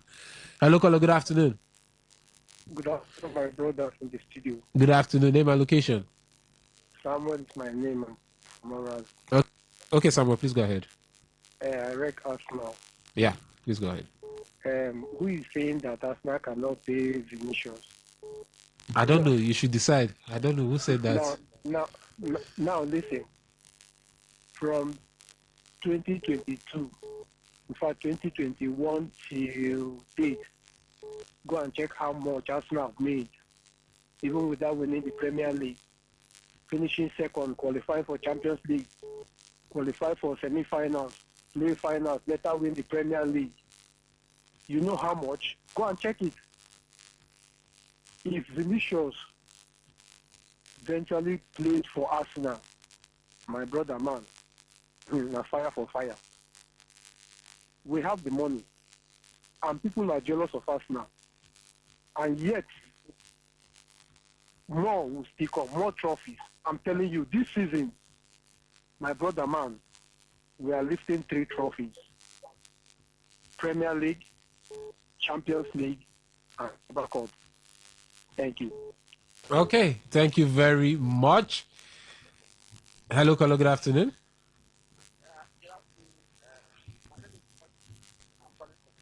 Okay, I'm lucky. You have to speak up. We're struggling to hear you.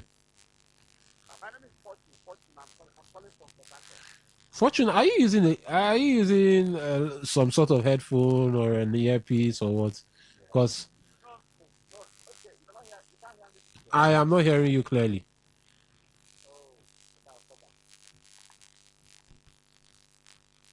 Okay, the phone line is still up and running. 0810-951-0951.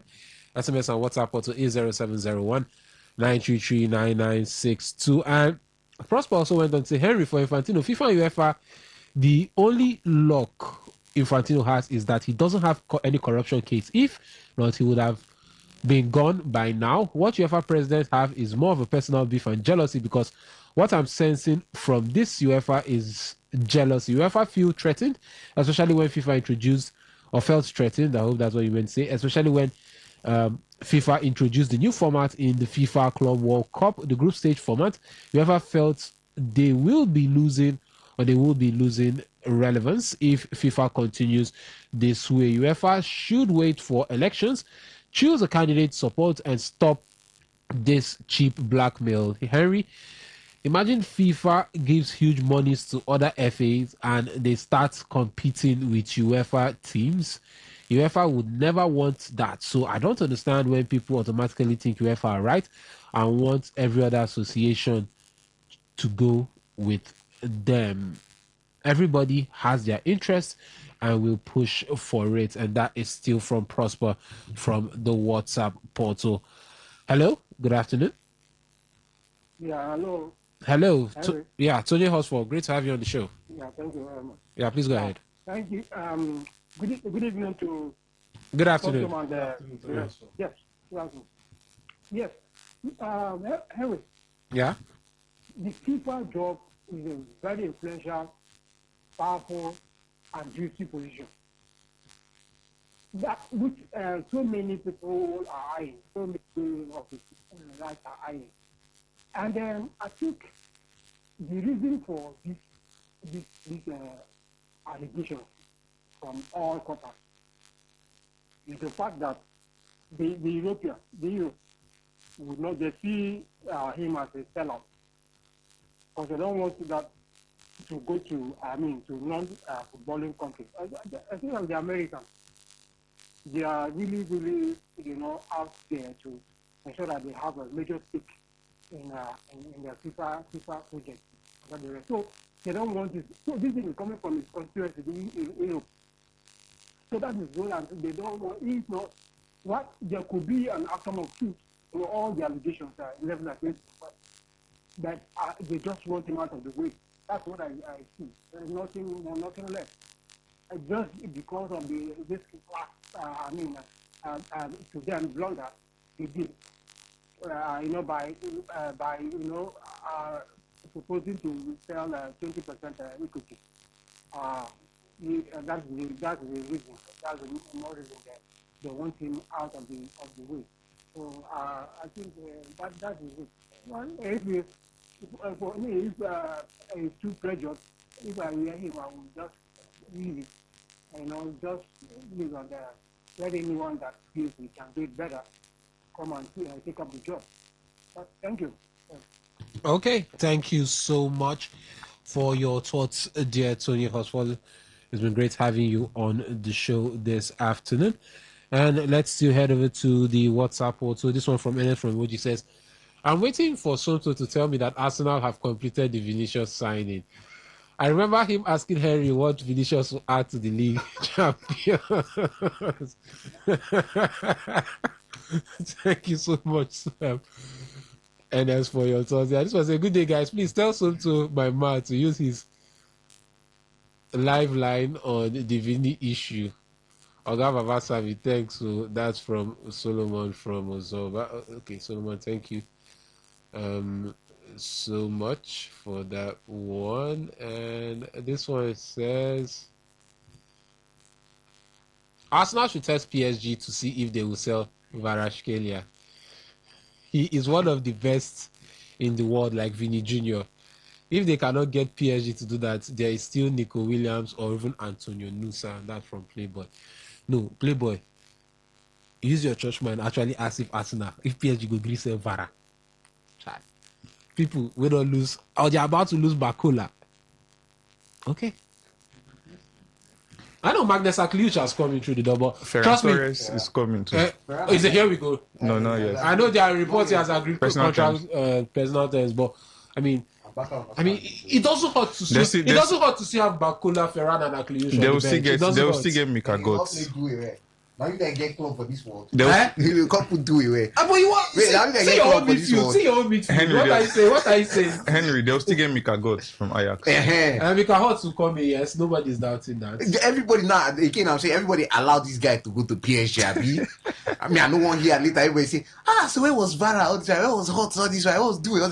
They allowed this guy to go to PSG. That's a signing I'm actually shocked none of the big clubs went for. I followed him last season in Ajax and I'm actually shocked none of the big clubs. I think he's going to somewhere like Dortmund. There's resale. PSG had the PSG. They want to even sell again. No, PSG. No, the another part was that PSG had the free run at the man. They literally had the free run at the man. We are still over to the SMS portal. So this one says, "Good afternoon to you all. I'm Iberi from Up Jesus from Port Harcourt. Let the truth be told. Arsenal are building something special. Imagine Arsenal defenders and midfielders are no-go real gunners all the way to the top, and God help us all. I hope I was able to convey your message very well, Iberi. And let's head back to the phone lines. Okay, we lost that call. Yeah, do well to keep the calls coming in. 0810-951-0951, 0810-951-0951. SMS and WhatsApp also this 0701 933-9962. Phone line is still open, and yeah, we will talk about Real Madrid and Barcelona. Those are the next things I want to talk about. But before that, let's finish off with England first before we go somewhere else. And there's a sign I saw yesterday, and I felt a lot of pain and pity for Liverpool fans. I did. I honestly did. Hello, caller. Good afternoon. Okay, let's do that. Godwin, okay, please go ahead. Winger. None for now. Vinny has signed a new contract with Real Madrid. So they are looking or assessing their options now. Okay, thank you so much for your thoughts there. And still open, the phone lines are open, but I'm not going to start with Benjamin. The same way I avoided Soto talking about Arsenal fans, I will not do that. Hello, caller, good afternoon. Hello. Hello, name and location. Yeah, my name is Mike. Okay, Mike, please go ahead. There's this question I want to ask. Go ahead. UEFA, their rules and their regulations, are they sanctioned by FIFA? No, UEFA has their own guidelines and statutes separate. Although FIFA statutes, there are central FIFA statutes that govern football generally, but UEFA has their own guidelines and statutes. Exactly. So I don't see any reason why they would.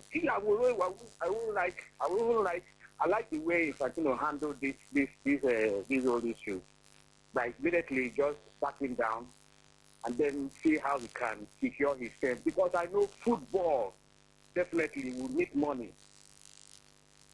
So there is no way you will search for. There is no, even if the next president will come, in future football will need money, and there will be other sources of finding money apart from sponsors from the TV rights and the rest. The rest of it, they will still seek for other avenues of making money.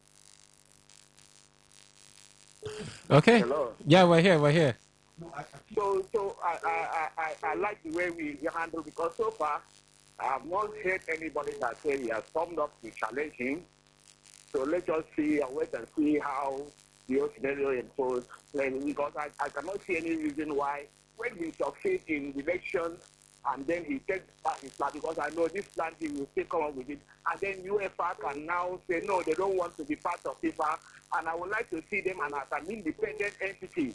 They set their own rules, they have their own referees, they sanction their own games, and that is all. And then because they cannot stay under FIFA and then be detecting for the body. So they can find a way to separate themselves and be an entity of their own. And so that is interfering with the progress of FIFA. FIFA will need money, and they are depending on FIFA to generate their own funds. FIFA was there before UEFA. Thank you. Okay, thank you so much, Mike, for your thoughts. Hello, caller, good afternoon. Yes, good afternoon. Good afternoon. Name and location. I'm Kibot. I'm not calling from Alo. Okay, football terminal, please go ahead. Yes, for Bruno Guimaraes, that's an amazing buy for Arsenal. Yes. I think during the beginning of last season, when Zubimendi's legs were not yet weary, we saw the impact that Declan Rice brought to the Arsenal team. He was advancing more often, creating chances. At that time, we were not hearing anything like set piece and all of those. It was during the mid-season when Zubimendi's leg became weary that Declan Rice had to track back more often. That was when creating chances became a bit problematic for Arsenal. Now, bringing it to Guimaraes' case, Guimaraes is more better than Zubimendi in all ramifications. So, bringing him into the Arsenal midfield, I think we will be the one to see why Declan Rice will still advance further. Because even at the Newcastle side, between himself and Tonali, I think he's the one sitting back, while Tonali does more of the advancing. So, and I think that's exactly how it will be in the Arsenal setup. So Declan Rice will be given more advanced role to go forward, and it will be like how it was during the beginning of last season, while Arsenal. Oh, terminal network. I think knocking you off there, or maybe your airtime has finished. But I mean, Arsenal, yes, Guimaraes, Vini Jr. The man signed a new contract with Real Madrid. Guimaraes came in through the door. But Daniel, a certain side that also wears red in England. But this time, I'm based in Merseyside. Oh, would I hear the rhyme? Oh! But basically, yesterday, we had a here we go from Fabrizio Romano as regards Ronaldo Araujo going to Liverpool. And I saw that deal and I laughed and I shook my head in a very funny way. And I'm just imagining what certain Liverpool fans would be saying or thinking. I went to the comment section, saw some people, like, this is a calamity waiting to happen because Araujo is rash. A decent and good defender on his day. But rash tends to get some unnecessary bookings. And you're talking about bringing in someone because of you have injury issues at your back, but you brought in another injury-prone player to try and sort out injury issues. Now, where is the rationale behind that? Is this a stopgap or more like a panic buy? Or do you feel maybe it's more of the fact that this man can play centre back and right back, so it's more like killing two birds with one stone, bringing him through the door? I think Liverpool's issues are just piling up. And like you said, when I saw the tweet yesterday, I was like, getting Joe. I was so happy because the banter era for Liverpool, I mean, it's going to last a while. If you look at Van Dijk is almost past his prime. He's still a very good defender, but he's not the how it was 5-6 years ago. And the same thing with Araujo also. I mean, there was a time, maybe 1-2 seasons, where people thought, okay, Ronald Araujo could be mentioned as the best defender in the world, and you just let it slide. No much argument. But ever since he started having some issues, injury issues, consistency issues, I mean, on the biggest stage in the Champions League, you see Barca fans crying, please do not play Araujo, because it's either he causes a penalty, he gets a red card, or he scores. Enrique one time, all those seasons ago, against PSG, and he told the PSG players, target Araujo. He's the weak link of the side. Guess what Araujo did in that game? Give away penalty and got sent off. So like you said, he's very rash. He's no longer the defender we used to know, and pairing him alongside Van Dijk might just be a recipe for failure for Liverpool. I don't know what Andoni Iraola might be trying. The transfer came out literally of nowhere. We did hear. We had heard Fikayo Tomori. We had heard Jet Spence. We had heard names, but all of a sudden, boom! Last night, like Romano described it, a bomber. So for him playing at right back, I think he's not also that solid at right back. I mean, Barca had to play Jules Koundé at right back instead of him, and Liverpool also have injury issues with their right back, Jeremy Frimpong. He also is not defensively solid. I mean, their right back, their best right back last season was Dominic Szoboszlai, who was literally their best player. So he was their best player. He was best their best right player, best midfielder, everything. So it tells you how bad this Liverpool team. I mean, if you feel the back four of Kerkez, Van Dijk, Araujo and Frimpong, I think most attackers will have a field day against you. So if you keep waiting for on his day Araujo, then you have a long. But is there a possibility they can get his day Araujo much more regularly or regularly? Do you think Iraola, because we've seen Iraola have a knack for improving players or making do with what he has. Look at his stay in Bournemouth. Okay, let's even start from Rayo. Most people did not follow him in Rayo. He qualified Rayo for Europe. Yeah. If I was be right. Finished in the top half of the table his 2 seasons in the La Liga with Rayo Vallecano, a very small club. Like, since childhood, I've known Rayo to be a club that come and go down on a regular basis. Yeah. But he finished or helped them. They finished in the top half of the table. Bournemouth almost qualified for the Champions League last season after losing the Hudson, Ilyas Zabani, and Milos Kerkez. And he was still able to do that. He turned the Hudson into what we know. It was one season. It was one season, but he helped the man become or bring out the best from the man. Even Ilyas Zabani, to the point where PSG saw that or felt they could go and get the man and sign the man. So do you think maybe there's no need to really press the panic button immediately? This is a man that knows how to get the best out of players or knows how to work with what he has. So maybe it's just about having bodies at the back, then let him do his job. We've seen instances in football where we feel, okay, this player is finished and he has a change of environment, a change of scenery, a change of leagues, and we see the player return to his former glory. We see a player return to the way we used to know him. So that might just be the case for Araujo here. I mean, even as we say he's a bad player, maybe Iraola has seen all these things and he said, okay, this guy has some qualities that I could still work with in the Premier League. He can come and he can adapt and he can help the team. So I think Iraola has taken a good look at him and said, okay, I can help this guy and he can help me also. But for the sake of the banter to go on. I just we would like For this. the sake, but it doesn't mean Yes, it will. it doesn't mean it. There's nothing certain. Obviously, there's nothing so certain. I mean, we expected Florian Wirtz to come and tear up the Premier League, and we see what he did with that. So Araujo might still come in and become a mainstay in the Liverpool team and also become one of the best defenders in the Premier League. But it's just the Premier League is 2 weeks away, so we just have to wait and find out. Okay, well, the man who will be having his medical tomorrow, it's a loan with an option to buy for 55 million euros, not an obligation, an option to buy. Benjamin, will Liverpool's unit sign another defender? They're having a crisis in the right back position. Bradley. Is there any need? Frimpong, you can manage Frimpong. Bradley will be back by January, I think. January is a long time from now. It's just 6 months now, 4 months. And or 3 months. what's his name? The good thing is Joe Gomez is back. So I don't think. Looking at the competitions, we need to. Liverpool needs to play from the start of the league. The Carabao Cup has just the first round is there. This Liverpool will weekend. join in the third round. So I just feel that for now they could make do with what they have. But my problem is going to be seeing Szoboszlai play at the right back. It's going to be the wrong thing. It's going to be, I don't think we'll see that happen again. Yes, so that's why I'm saying Liverpool needs, for me, it's not an obligation. It could be an option. You can buy, you can't buy. But if you buy, when they are fit, look at it. We've got Conor Bradley, we've got Frimpong, Joe Gomez is there as an option, and then what have you, then one other person is coming. So I think that right back position should be left. For now, they should just be there, leave it alone.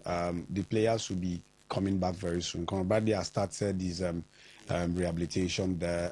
Jeremy Frimpong is fit, so you can be, for now, he's going to be the right back, unless the manager gets to look at it and say, okay, Araujo could play in the right back position for now, pending when.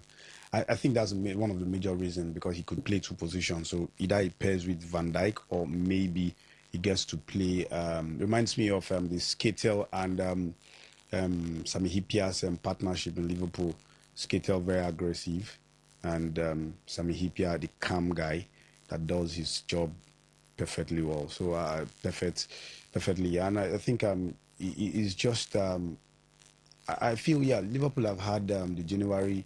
Those emergency loan didn't work out for them for a couple of seasons now, but it depends on the manager and the way he wants to use them. But for now, that right back position nobody should sign.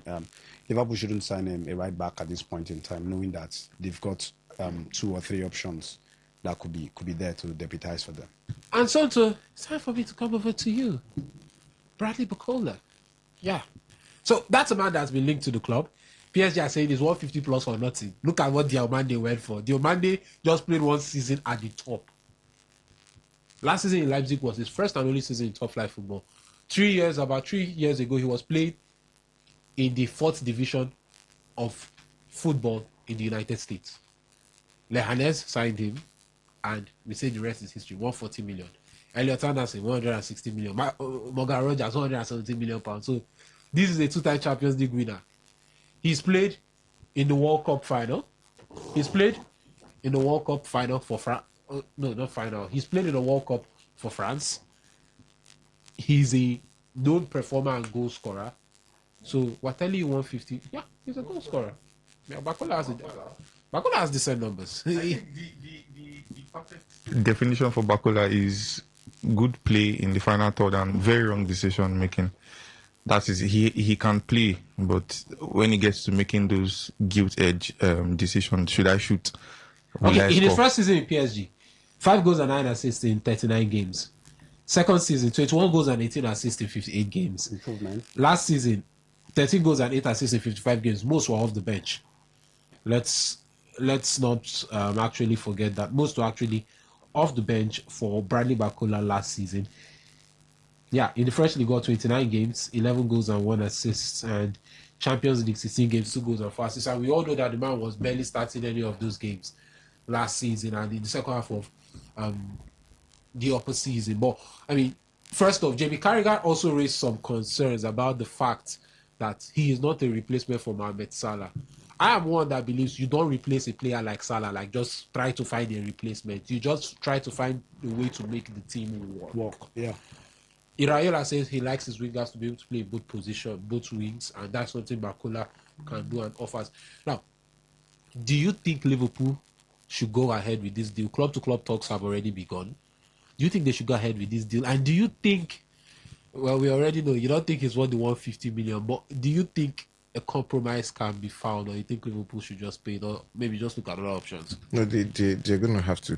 Now, the reason they're going to have to pay it is not because they need him so bad, or, not because for that amount he's needed so bad.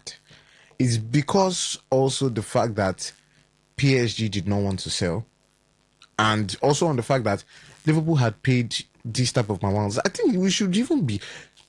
Let me not say anything here, because Liverpool signed 2 players last season above the 100 million mark. Yeah. Signed Ekitike for close to 80 million. Now they're about to sign this guy, what's his name? Bakula. Or they want to sign Bakula for over 100 million.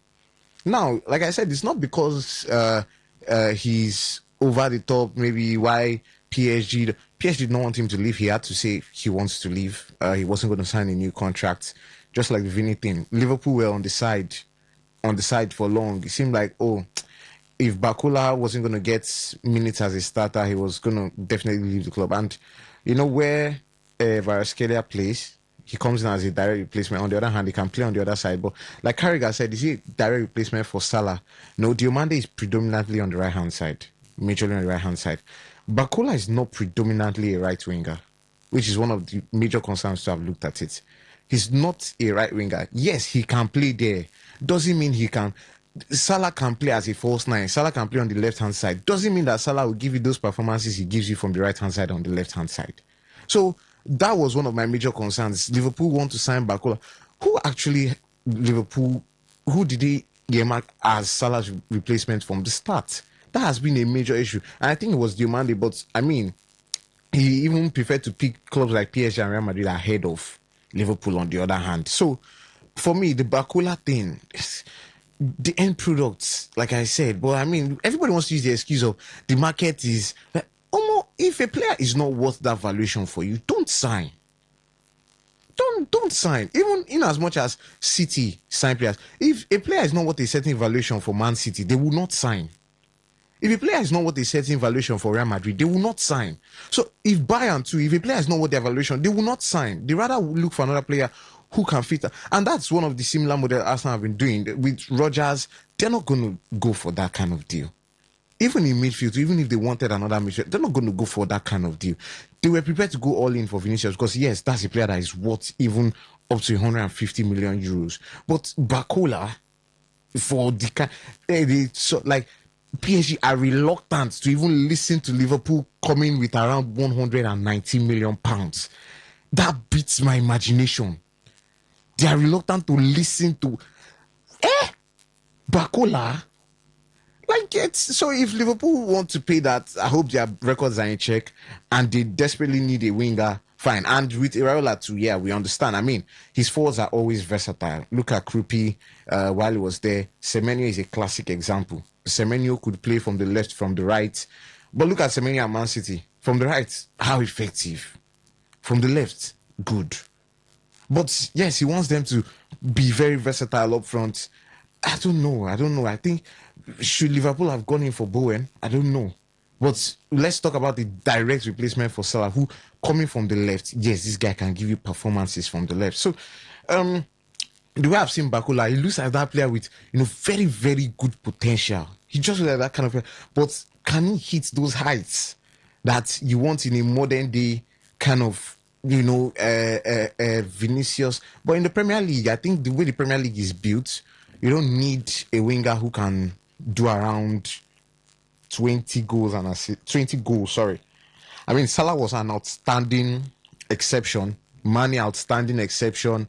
Haaland, outstanding. These are some attacking players. But the Premier League, I mean, how many Arsenal players had up to, or Arsenal wingers, forwards had up to 20 goals last season? So if he can come in, do the job that is expected, then, I mean, they can see if that would be a good value for money for it. But For me, that's not. I would never put Bakula in that value, and I'm not one who would say, if the market is like this, everybody should be moving like this. That's the way everybody wants to make it seem. That if this person can go like this person should go like this. So, the way you see the scarcity of wingers now, it seems like there's a little bit of scarcity of players going forward.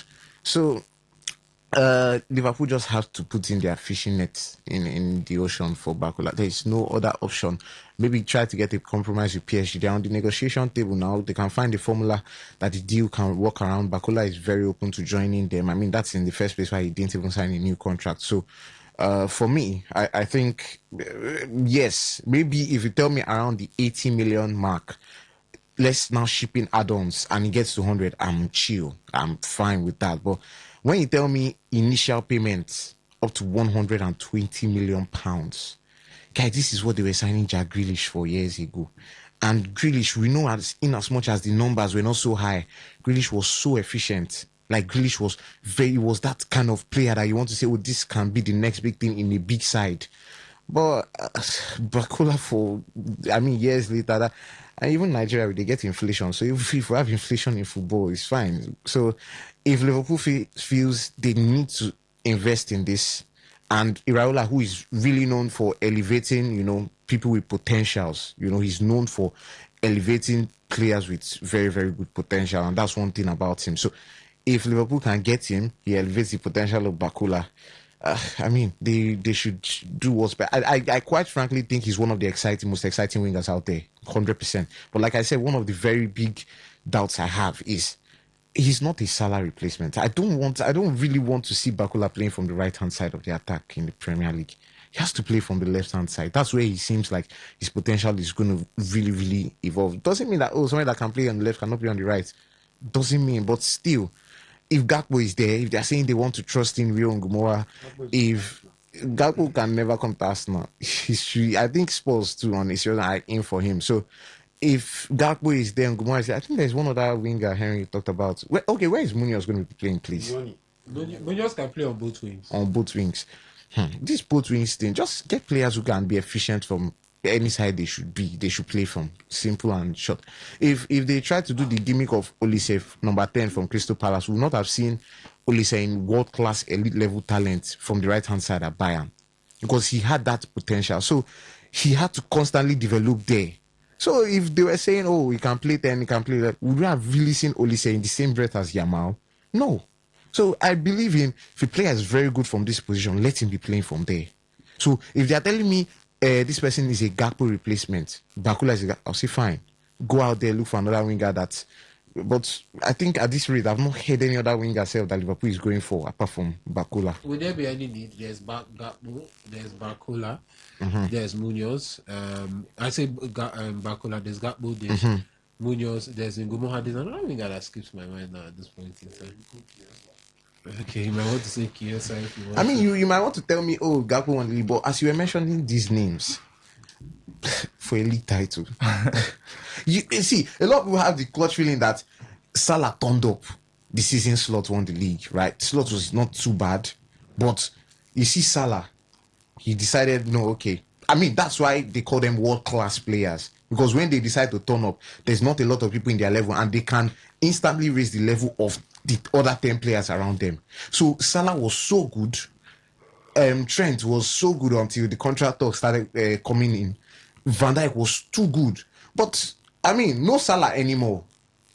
Van Dijk is way past. No Arnold anymore. See Szoboszlai that tried to do this gimmick like Salah being the best player all around. That guy, if he faints when the season starts. So, do these players really give you the level that you want? A lot of people think, oh, Arsenal had a very good goalkeeper, very good defense, very good midfielder in Declan Rice. Then they just needed the spice of, okay, we could add set pieces. And a lot of people overlook or downplay what Trossard played for Arsenal last season. He was class until some point. So there was a function of everything in a case where you don't have an exceptional world-class talent. So, to be honest, even world-class and Gabriel and Raya, good instances, and Saliba. So, at least defensive, they were so covered. But Liverpool now, these names, who really can carry Liverpool to a league title like Haaland can do with Man City? Like, thank God they are removing that demon Rodri from Man City. So who really can Liverpool bring out and say, okay, these people can carry us to? I mean, it's looking bleak, to be honest. But they A just red hot Issa can't do that. Issa Issa no fit do that one. He's good, very good striker. A red hot Isak. Oh man. I don't know. I don't like making predictions because anything can happen in football later on. But no, it's not now. I mean, when we talk of world-class elite level strikers now, you mentioned Haaland, you even mentioned Alvarez before mentioning Isak, to be honest. Alvarez Yes. had 8 goals last season. A lot of people want to put that in our faces. But really, check it. Alvarez and Isak right now. Let's check it now. If you looked at Alvarez overall all-round play, because I also like to bring that in the case where a lot of people say, oh, if I bring all-round play, a lot of people now want to bring numbers. If I now bring numbers, you now say, oh, all-round play. So let me bring everything to the table. Overall all-round play, Alvarez. You'd want to say, I'm not saying Isak's all-round play is very good there. I mean, that was seasons ago in Newcastle now. Isak was balling out, but it has dropped. And with football, you can get back to that level. There's no doubt in that. But Isak with Newcastle, he needed a function of others too to help. He needed Bruno Guimaraes to help. I wanted to say propel Newcastle to what they could achieve. There was Bruno, there was Gordon, there was a lot of complement of the others. Elite level, when you say Haaland, Benzema, the strikers.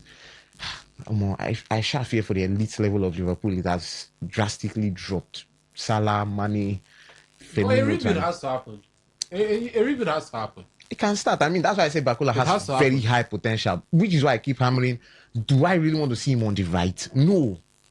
Let him play from the left. That's why I say, except you are saying he's replacing Gakpo or any, but I don't want to see Bakula on the right, to be honest. So, who plays on the right hand side for Liverpool? Munoz can play there, and Gumoha can play there. Can. Wait, this person should come in and play here.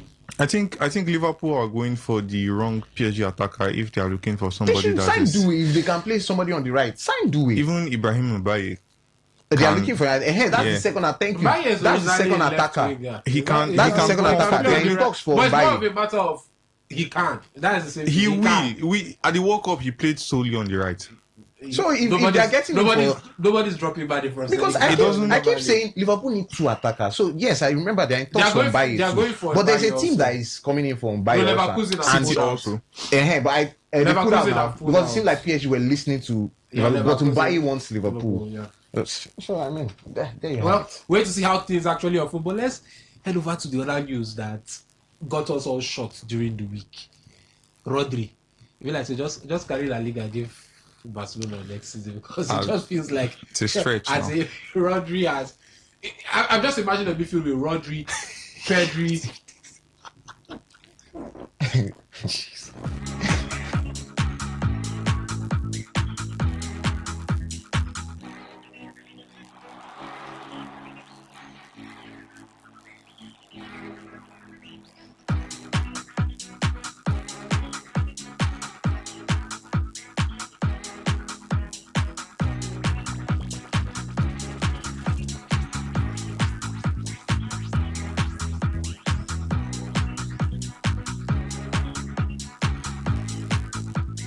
Well, we do have to go pay some bills by the bottom of the hour, but I mean, it's a report that got us all surprised in a way.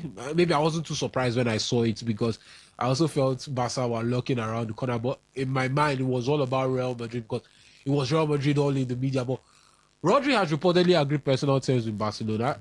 Barca has started club-to-club talks with Man City, and first bid has been rejected. Reports have it City are looking for about 80 million more. I mean, I'm just imagining what it will look like. Rodri, Pedri, Olmo. Nah, it's not something you want. It's not. See,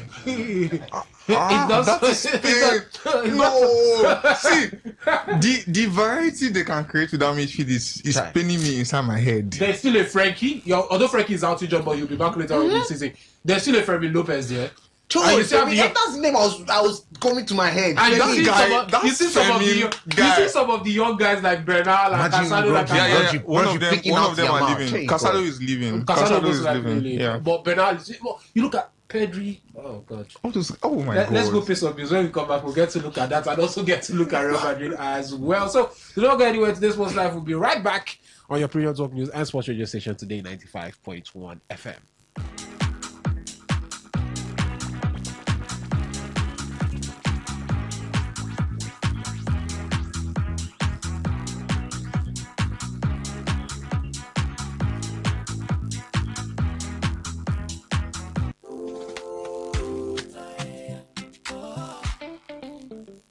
Dropping a cube, let the flavors flow. Watch every meal, steal the show. Terra, ooh, Terra. Aroma rising, filling the room. Turning dinners a joy to consume. Terra, ooh, Terra. Terra Cube or Rap Joy. Unleash taste. Go for gold. Terra Gold Cube. The amazing seasoning cube. So when you're cooking your delicious meals, don't compromise. Go for gold. Rich, consistent taste for cooking mouth-watering soups, stews, and jollof. Choose wisely. Choose Gold. Terra Gold Seasoning Cube. One cube, endless possibilities. Terra Gold. Port Harcourt, are you ready? Today, 95.1 FM, the voice of the people. This is Today 95.1 FM, Port Harcourt, voice of the people. 95.1 FM, voice of the people. And we're back.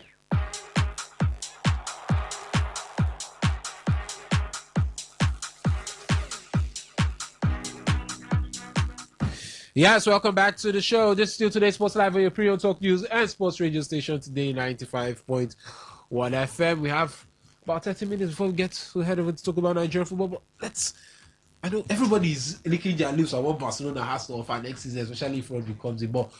Guys, it still feels like maybe Real Madrid has the perfect manager for this sort of situation in Jose Mourinho, turning his players into... There's a particular word he used in a dressing room clip when he was in Tottenham. Don't be nice. Become... Yeah. He's on the yellow card.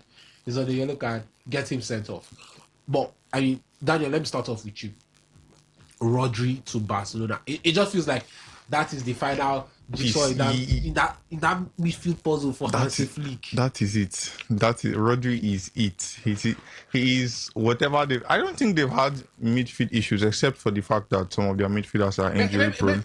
Maybe you feel the defense isn't as protected as it should be. Maybe that's why we question Gerard Martin's ability or Pau Kubase's ability. You look at Pau Kubase in the World Cup.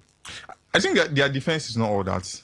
The Barca's defense isn't all that. But if you have a midfield as stable as Rodri, Pedri, and any other person, Fermin, Dani Olmo, or maybe Frankie de Jong if he gets back, I'm trying to think of the dynamics in my head and I'm literally getting a headache because that is a beautiful midfield to watch. And to think that he was initially supposed to go to Madrid, I think he discussed terms with them and he was alright with the terms before Barca came into the picture, and he said, okay, if there's Barca and there's Madrid, I actually prefer to play at Barca instead of Madrid. So him going to Barca, it is, I don't know.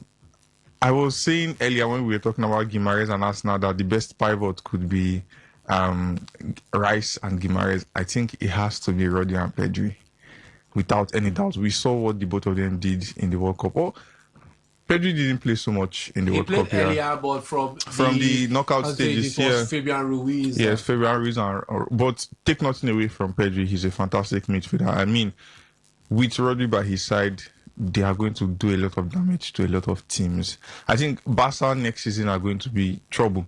The only issue I have with them is how stable their defense can be, and if they fail to replace Robert Lewandowski, I think that's going to be a very big issue for them. The striker market is depleted these days. I mean, there are not a lot of quality nines who are willing to move clubs at the moment. I mean, you could say, okay, do they have the balls to go to Turkey and tell Galatasaray we want Victor Osimhen for so? I mean, if Osimhen is added to this Barca team, that is literally a cheat code. So Barca just needs to. They need to find the striker. The Karim Adeyemi and Anthony Gordon. That's not it. I think those are few players that are Backup options. Yeah, backup options, because we know that the starters on the wing are Lamine and Rafinha.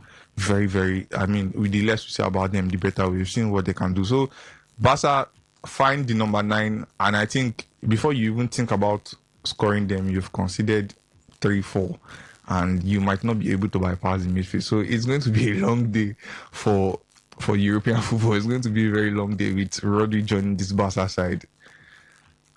Okay, but guys, I mean, sorry, Henry, I just saw something.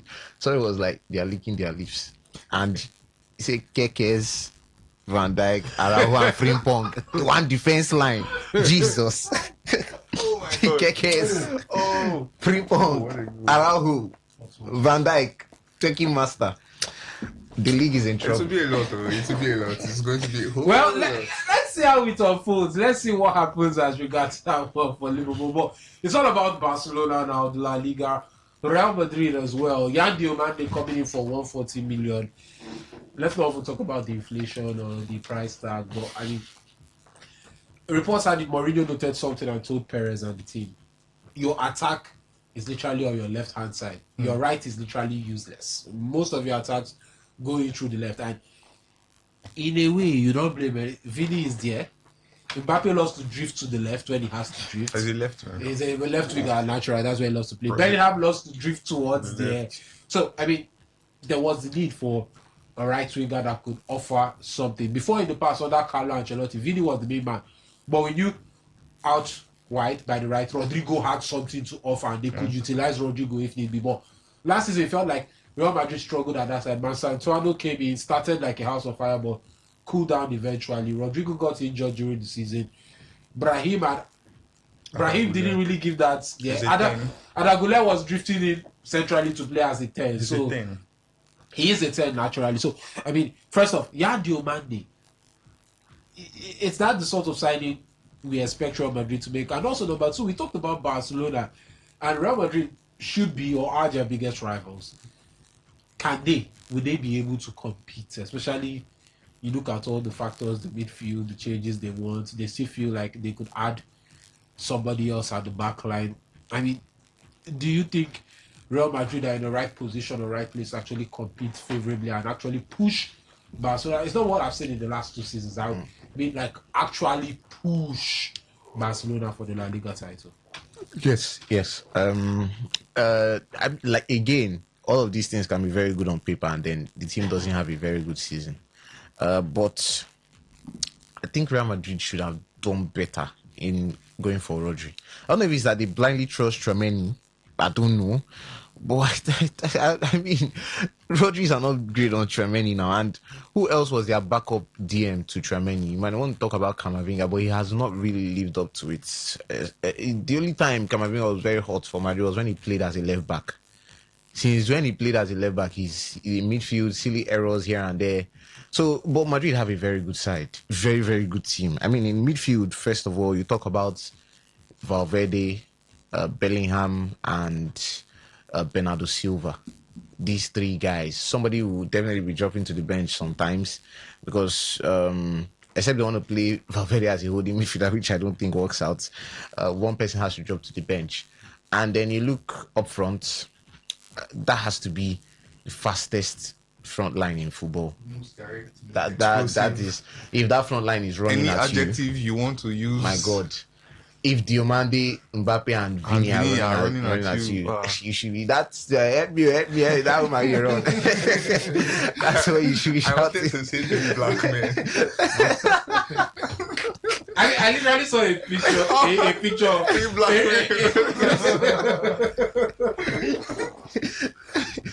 if those guys are running at you, no. So those guys, plus the compliment of the fact that Rodrigo is somewhere when he recovers from injury, Brahim Diaz is also somewhere when called upon, Adagula is also in and around the area. I mean, it seems very, very exciting for Real Madrid. And my problem is the defense. Rudiger still there, no problem. Militao, hospital merchant. Is Alaba still there, Seth? No, Alaba has left. Okay, he's gone on a free. So, okay, I mean, we can say Konate, if Raul it's the Konate Asensio, that I saw from the Liverpool last season, Hudson. there's a problem. If it's the Konate of a season prior, then it's good. I mean, Konate and Hudson seems to be the best possible combination they can have in central defense. But I think Eder Militao is still a step ahead of every central defender. The way it seems at Real Madrid, the way the ownership look at him, if he cannot keep fitness, then they will just run down his contract. But I mean, Rudiger, Konate, Housen, and Militao, and also don't forget Asensio too. Yeah. But I still think Asensio, there's a lot of question marks. Yeah. But on the left hand side of that defense, to Cucurella and Ferland Mendy. On that side, Felamendi is currently injured. Sorry, not Felamendi, Carreras. Carreras. Frank Garcia is still there. No. Okay, yeah, Betis. Frank Garcia. So I think it's Carreras and Cucurella. On another hand, Mendy now. Anyways, I think they'll sort it out. Then the right hand side, prone, so yeah. he gets to play. On the right hand side of the defense, that's where you wonder, because Dumfries and Trent. It's like a dump when you talk about this two defensively. Dumfries and Trent are two attacking wise defenders. Dumfries is not bad, but I mean, who starts? Yeah, defensively. Who starts now? I think Mourinho has a dilemma. A Mourinho that we know would definitely prefer Dumfries. No, I think Trent to play because you have a lot of runners. Trent has an edge when it comes to how the team is built. So they still have the best goalkeeper in the world, in my opinion. Thibaut Courtois is still there. So it seems like a very good team that can challenge. Finally, they've built up. Like I said, if there was Rodri, that was a completion of that puzzle. But no Rodri, they can still function now. So I on the other hand, I still think Rodri is better suited to the Barcelona style. Yeah. So Real Madrid have a team that can challenge. Finally, they also have the man who plays the role of antagonist more than any other person, the man who wants to come and disrupt. And Florentino Perez saw everything that's been happening in this Real Madrid side. Okay, we're done treating you guys like kings. Let's get somebody that should be the king himself and treat you guys like his subordinates that should be around him. So getting Mourinho he's not the Mourinho of before, but I mean, players can also make a coach now. Because Guardiola said Messi made him. Not him making Messi.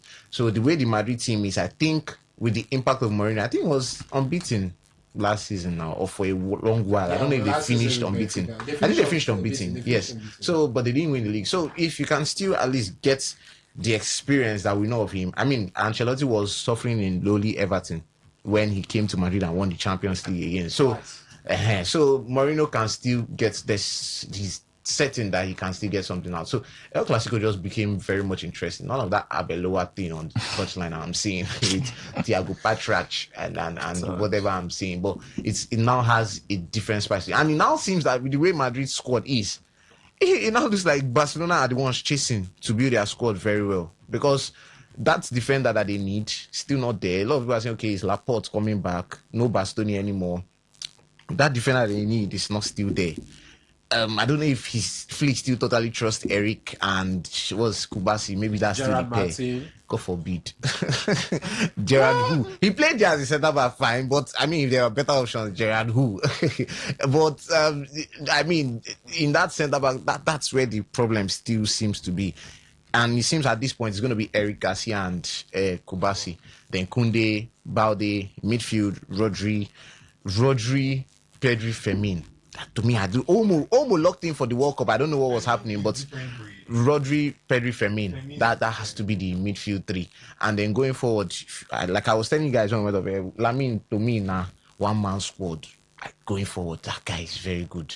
Very, very good. But you still need complement of teammates. Rafinha on the left. And if they can just try to get Alvarez over the line, then just like I feel like Madrid had a little lapse in their defensive midfield, Barca still sort of have a little lapse in their centre back, so 1-1 each. But still, I think Eric is a good cover. Tchouaméni too is a good cover. So we are set. No, we are feasting in La Liga next season. This now looks like the Madrid team that Champions League quarterfinal 2 years ago exit. I think last season too was quarterfinal exit. Yeah, against Bayern. So they've been lacking it at the top level for long, and yeah, this gets them back in good contending for everything.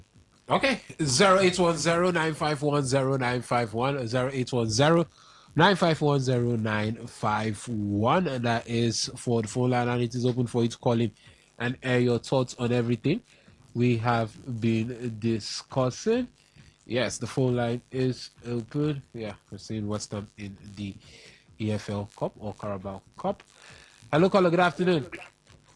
Yeah, I agree with that. Yeah. We greet you, Kabulu Barry. Great to Kabulu have you on the show. Yeah. Yeah, I really follow now from the starting, but I just joined on now when they talk about Liverpool. Okay, please go ahead. Yeah, the Liverpool carry this guy on low, around. Yeah. That's for me, it's a mistake. Oh. Yes. Why I check so? Around, they always they get cool headache when they for pitch. Not me, they always they react where they say he would always they get red card. And if you want to follow Van Dijk no be that Van Dijk 2, 3, 4 seasons ago. So this our defense and that the way they say. Me, I don't like him. Yes. And if you say he will just keep hope on any two of those way then they injury, I would say they will come back. So if for no just bother for that play. Where for they bother now win, now Salah win. But if they buy any player say he want replace Salah, make him no trial. And the Bacola way then they go for the money for me is too big. Yes, because Bacola now person now exciting player, but my own problem with him now that the final touch now the problem when me I get with him. Because when they play well, but when he don't reach when he's supposed to be pass ball, you know the pass ball. When the pass ball when he's not supposed to pass, the only problem when I get for that with that hand. With that amount of money they put for head, I know it's made them follow waiting and do last season. We never even talk about that. Then they want to carry this kind of money and say they want to go buy Bacola. Me, I know the support of that.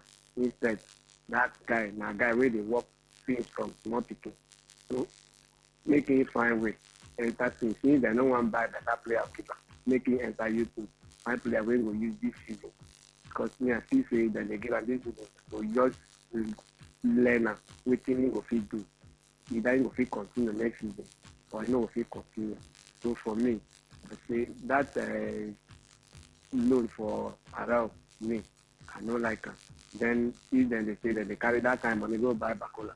Me, I don't like her. I don't tell them. Make them go start America. Then go see players where they go cost reach that money. Where go come England here. Then people will carry the rush they follow for back. Than to carry that kind of amount of money go buy Bacola. I don't like her. But for Liverpool this season, me, I don't expect any too much things from them based on waiting last season. Because this season, my new coach, I need to monitor all those players. So I don't know how you want to take it, but I still believe as a Liverpool fan, still believe we will do better this season. Then for Barcelona, buying Rodri. That one I know. I just feel like saying they just want see waiting. They just don't want carry their shoulder with Real Madrid and the team. If not, that Barcelona makes it. People will still play, even though Rodri go Madrid, we be say they will still worry for Madrid. You see, for that Barcelona team. The Barcelona team, their problem, no be that from that midfield. Their problem, striker and defense, and the problem of Barcelona. Midfield, no be problem too much like that because they get boys where they need to play, and these boys the way they go by, they just want to carry their shoulder with Madrid. And waiting I see for Barcelona. If they won't do well next season, they find we get striker. If not, they will hard them. They will play, but we will hard them next season. If they don't get striker, person will go score. Because Ferran Torres, if he did, maybe person will you open and Rafia. Okay. When they carry injury, front and back. You know who feels next season and from starting of the season end. So now all those kind of places, now them for fine players, they will play. No be midfield. We be say club they're not too dead for that they're midfield. Then for Madrid, their defense, Madrid still get problem. The defense you get problem. Well, because you get person where they carry from Liverpool. That guy, he needs somebody who will cover them. Not be him they cover person. Konate, he knows that he cover person. Now person they cover them. When he be in Liverpool, they do well now Van Dijk, they cover them. You know, even this in Konate, Now then go use them. They go challenge with Barcelona. After Madrid say then just the fact because Rodrigo, no be Rodrigo again, and the other Brazil guy, that one na hospital bed with a 90 mate. So and Konate, no be person where you go for. And this other Alonso they like Alonso also with that stubborn head we no one calm down. So Madrid, then make them work on their defense. Then make us see our next season. Thank you. Okay, thank you so much, Kabulu Barry. Hello, caller. Good afternoon. Good afternoon. Good afternoon. Name and location. Hello. This is calling from Lagos. Okay, please go ahead. People are upon you. Somebody fights them to play, and you are complaining that you don't like it. Is this your money? I beg everybody that wants to spend, whenever they spend the money, we buy anything. I'm not people complaining the money is expensive, nothing. You people's money, you contribute to the club. So I think they buy their players. Thank you. Okay, thank you so much for your thoughts. The phone line is still very much open. SMS or WhatsApp portal is here. And from the SMS portal, this one says, "Hi, sports gang, and good afternoon. For me, Vini's deal with Arsenal would have gone through if Madrid hadn't acted fast. As a Barca fan, I knew Madrid wouldn't make such a huge mistake." And that's from Fortune in Port Harcourt. Hello, caller, good afternoon. Yeah, good afternoon. Good afternoon. Name and location. Yeah, Chris from PH. Okay, Chris, please go ahead. Can I ask a question? Yeah, is you it can. A club? Yeah, is it a club that plays a player or a coach that plays a player? It's a coach.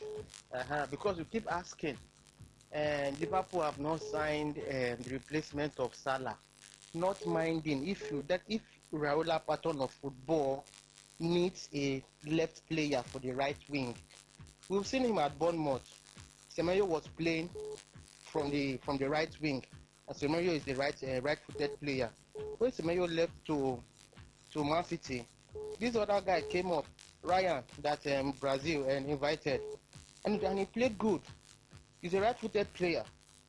So it's not every time they've not signed the replacement of Salah. Does the coach need that profiling of that replacement? Hello, Chris. Are you still there? Yeah, I'm still here. Okay. Still here. Okay, it depends. See, it's all about what the club wants. That I did bring up the Salah replacement issue, but also noted Iraola wants his wingers to be able to play on both sides. So it was more like throwing a question to the analyst here on the studio.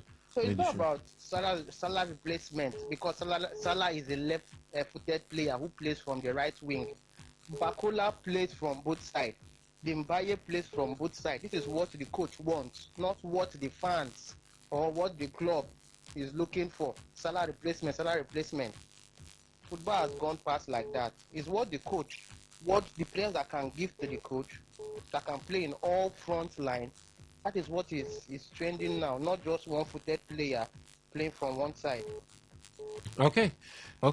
Thank you so much, Chris, for your thoughts, dear. Hello, caller. Good afternoon. Yeah, Kabulubari. Okay, Kabulubari. Yeah. The last caller we attacked me yesterday. See, I'm a Liverpool fan in 2005. Yes, and I follow them on social media, so I've contributed one or two. So you cannot tell me that I complain. Why would I not complain since I'm the fan of that club? So you should just calm down.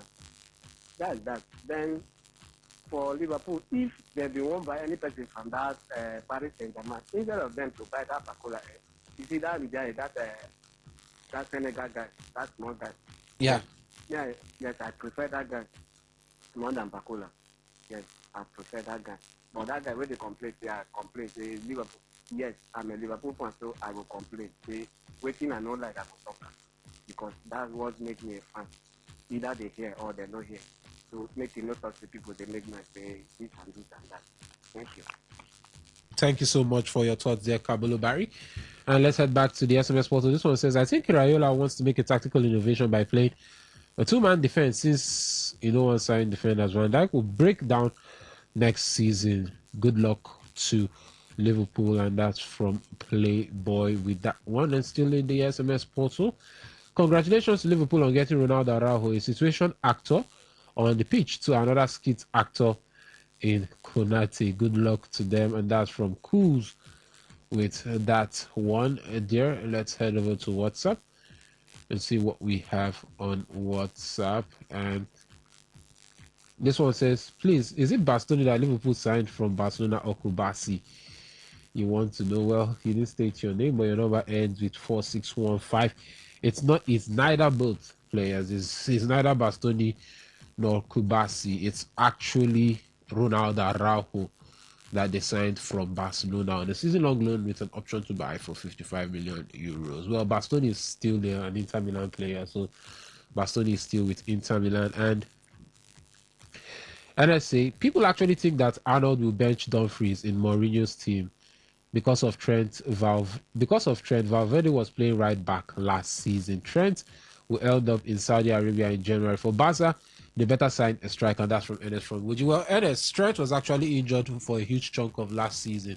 Reason why he was seeing Valverde actually play at right back. 08109510951. 08109510951 for the SMS and WhatsApp portal. The number is 0701 933 9962. 0701-933-9962. So the phone line is open, ladies and gentlemen. You can call in and air your thoughts. We are getting ready to head over to talk some things on Nigerian football. The Falcons will be playing Cameroon tomorrow by 6 p.m. The Flight Eagles will be taking on Burkina Faso tomorrow by 7 p.m. for a place in the Under-20 African Cup of Nations. We'll be looking at some other Nigerian stories and the things making the rounds in the world of Nigerian football. We did that with Osas, Uvie, and the rest of the crew. But the phone line is open. SMS and WhatsApp portal is there for you to share and air your thoughts. And while we are waiting for you to air your thoughts, let's run through, or we will be running through some of the latest transfer stories making the rounds in the world of football.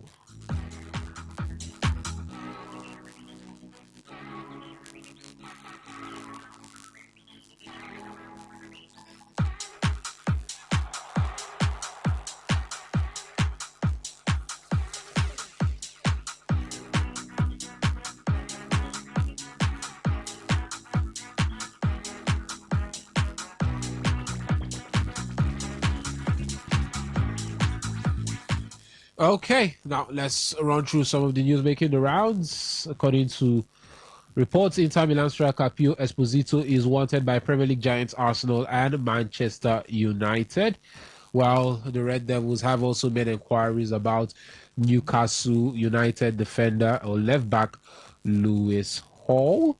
We also have Gabriel Jesus actually being linked with an exit from Arsenal. Napoli are reported to be interested in the man. As things do stand, Manchester City are in the final phase of discussions over a deal to sign Ayub Buadi from Lille, according to reports from Foot Mercato, with Barcelona also trying to trash out a deal for Rodri. Well, that one is very clear. We've mentioned it. Aston Villa are closing in on a deal for Matteo Ruggeri from Atletico Madrid. Lucas Digne had left the club earlier to Paris Saint-Germain, so that will serve as his replacement. While Marseille's Emil Højbjerg is an option for Newcastle United to bolster their midfield after losing Bruno Guimaraes to Arsenal. Yes, the man has gone to Arsenal. And yeah, some other little ones. Coventry have signed Ghanaian midfielder and international Caleb Renki from the Danish club Nordsjælland. While Ferran Torres has told Barcelona he wants to join Paris Saint-Germain, and the man has agreed personal terms with Paris Saint-Germain. Liverpool are set to sign Ronald Araujo as well as their onslaught for Bradley Bakula. Well, Rafael Leao is not entertaining a move to Saudi Arabia this summer despite two huge offers from the division to leave AC Milan. And also Borussia Dortmund are pushing side El Mala from Cologne with two offers recently turned down for the 19-year-old. Real Madrid are considering a deal to sign Manuel Locatelli from Juventus with the 28-year-old viewed as an ideal replacement or signing for the midfield, while Romelu Lukaku is considering a move to AS Monaco and made links with the French club. Also, Inter Milan have joined the race to sign Moussa Diaby from Al Ittihad, while former club Bayer Leverkusen are looking at a return for the 27-year-old. And Manchester City are considering a transfer for 98 Barcelona midfielder Tommy Marquez amid negotiations over a deal for Rodri.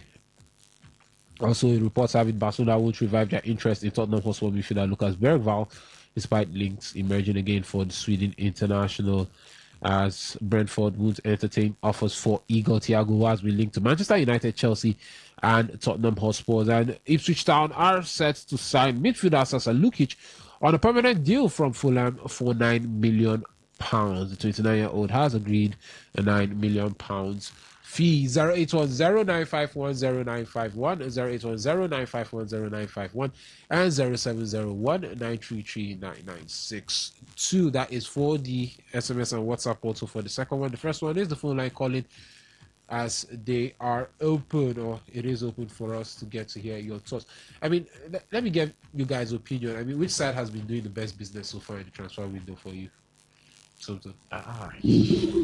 That's pretty difficult. I think Madrid, with the quality of players that they've signed, I would say Madrid. I mean, Bernardo Silva, 10 addition anytime, any day.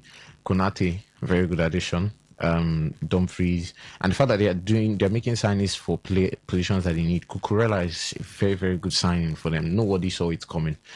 So I think Madrid are making some good signings, and props to Bayern and Arsenal.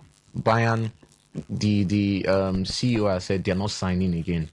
They're only signing what they need because they don't want to scatter whatever they have.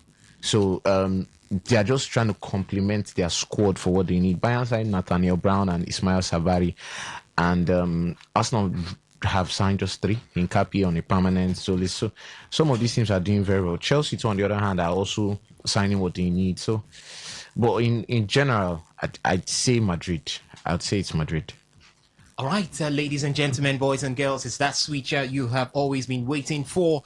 We've talked a lot about the transfers right there from the global stage. The English Premier League about to get on to business from the 21st of August. The same with the Nigerian Premier Football League. Hey, listen, in Nigeria, we're keeping up to speed.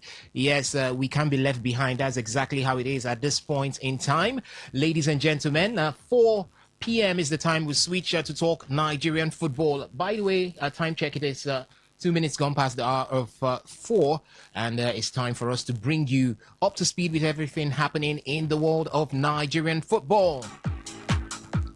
And as we do so, let me let you know that my name is Osase Hiwin. I'll be the man behind this console to direct proceedings from now up until 6 p.m. We've been here from 1 p.m. and it's been an amazing run in the world of sport, and we'll be here till 6 p.m. where the news updates will be coming your way. I've got the guys still with me right here in the studio. Ovia Wallace is here. There is Daniel also here, as well as Sumto right here with me in the studio, and together we definitely will be giving you what you expect coming from Nigerian football. But first off, I'd like us to unwind a bit because you know, when we talk sports, sometimes music is one thing that we can't do without. It tends to ease the stress. So as we get to switch, ladies and gentlemen, sit back, relax, and let's enjoy the show together.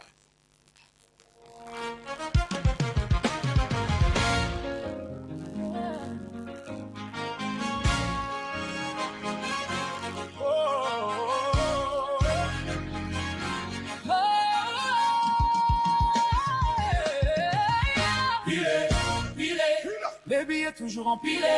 En boîte, je ne fais plus la mala, mais rajoute du champagne au renard. Bébé, bébé, où t'es, bébé, où t'es? Ce soir, je suis pas la bobina, je ne suis pas le mec à Mila. Ah, où sont passés ceux qui nous disaient de faire la queue? Oh, oh, oh. Où sont passés ceux qui nous disaient de faire la queue? Empilé, Michael Jackson a pilé. Elle m'a dit l'un de tes cœurs, il est là, Michael Jackson a pilé. Obligé de revenir pour tous les allumés.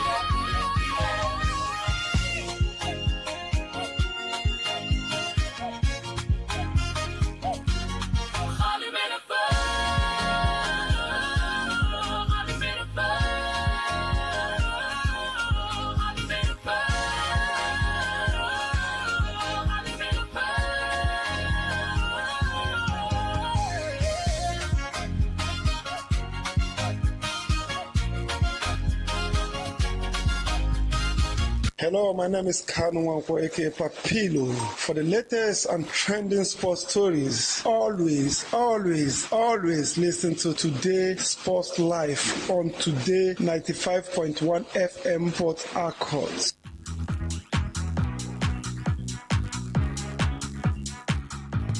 All right, welcome to the Niger side of things where we get to talk Nigerian football. Do remember that you can be part of the conversation at any point in time. The SMS and the WhatsApp portal is there for your taking. It is 0701 933 9962. 0701 933 9962. For the phone line, you can take it down and call later on when we throw open the phone line. It is 0810 951 0951.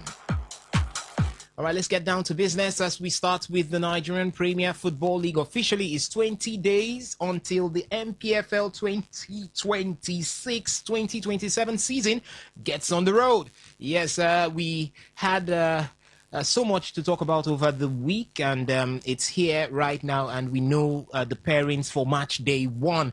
That was courtesy of the annual general meeting that was held on Friday. As it stands right now, a lot of water has already gone under the bridge, and we cannot turn back. We only can move forward. That's what the MPFL board is talking at this point. So the Nigerian Premier Football League held its annual general meeting on Friday, August the 7th, 2026 at the Professor Theophilus Ogulesi Event Hall in Ibadan, Oyo State. And as a result of that, so many talking points, so many issues were deliberated over, and finally we have a blueprint on how the season will look like. Yes, that's exactly how it happened over there in Ibadan, Oyo State. And to add to it, so many stakeholders had a lot to say concerning that. But before we get to what the stakeholders said, let me just bring you up to speed with what to expect from match day 1. The fixtures are here. Rivers United will be home to Plateau United. So the Pride of Rivers State will start off from the Adoki Amesimaka Stadium up against Plateau United, and it promises to be a cracker of an encounter right there here in the Nigerian Premier Football League. We also have Shooting Stars welcome Inter Lagos, one of the new boys who have stepped into the Nigerian Premier Football League for the 2026-2027 season. We also have Ikorodu City welcome Ranchers Bees, another new boy, or call that new boys that have stepped into the league right now. We also have Rangers International up against Castina United. We'll have Duma United take on Sporting Lagos. It's going to be Bendel Insurance up against Warri Wolves. Rangers we'll have Abia Warriors that take on Kun Khalifat. Then we'll have Niger Tornadoes take on Eyimba Football Club, and Kwara United will be up against Kanu Pillars. So that's how match day 1 will look like right here in the Nigerian Premier Football League. Again, Ikorodu City up against Ranchers Bees. Abia Warriors will take on Kun Khalifat. Barao FC will take on Nasarawa United. Bendel Insurance will take on Warri Wolves. Rangers would entertain Castina United. Rivers United will take on Plateau United. Kwara United will take on Kanu Pillars. Niger Tornadoes will be up against Eyimba, and we'll have Doma United take on Sporting Lagos. So that's exactly how it's going to be at this point. So a lot happening within the Nigerian Premier Football League scene, Ovie Wallace. We are seeing transfers, players moving here and there. It's been for weeks now, and we're getting to the point where we call it a wrap with the transfers, and we get down to the major business or the main course, which is the hostilities from the various centers in the Nigerian Premier Football League. But this one caught my fancy while preparing for this show. Shooting Stars, they are at it again. Yeah. They unveiled or announced the signing of Issa Yusuf, Aule John Mack, and as well as Olakunye Akala and Abdulaziz Dalhatu in a proper Ibadan fashion. When I say a proper Ibadan fashion, I watched the video of your Wallace. It was done in a restaurant over a table of amala. Imagine that. Just try to imagine it. You unveil 4 players over a table of amala. I don't know. I've seen lots of player unveils during transfers in the Nigerian Premier Football League, but this one, this is the highest. I thought I saw it all when Kanu Pillars unveiled, what's his name? A certain player that was signed with the whole raffia tie and die stuff. But this one, over a table of amala, you needed to see these 4 players gulping down amala, and it was beautiful. But what do you make of it? Something nice, right? Well, I have to say, Shooting Stars are actually raising the bar when it comes to media, when it comes to putting themselves out there. And yeah, we are all ready for what they're going to bring this season. You want to come out.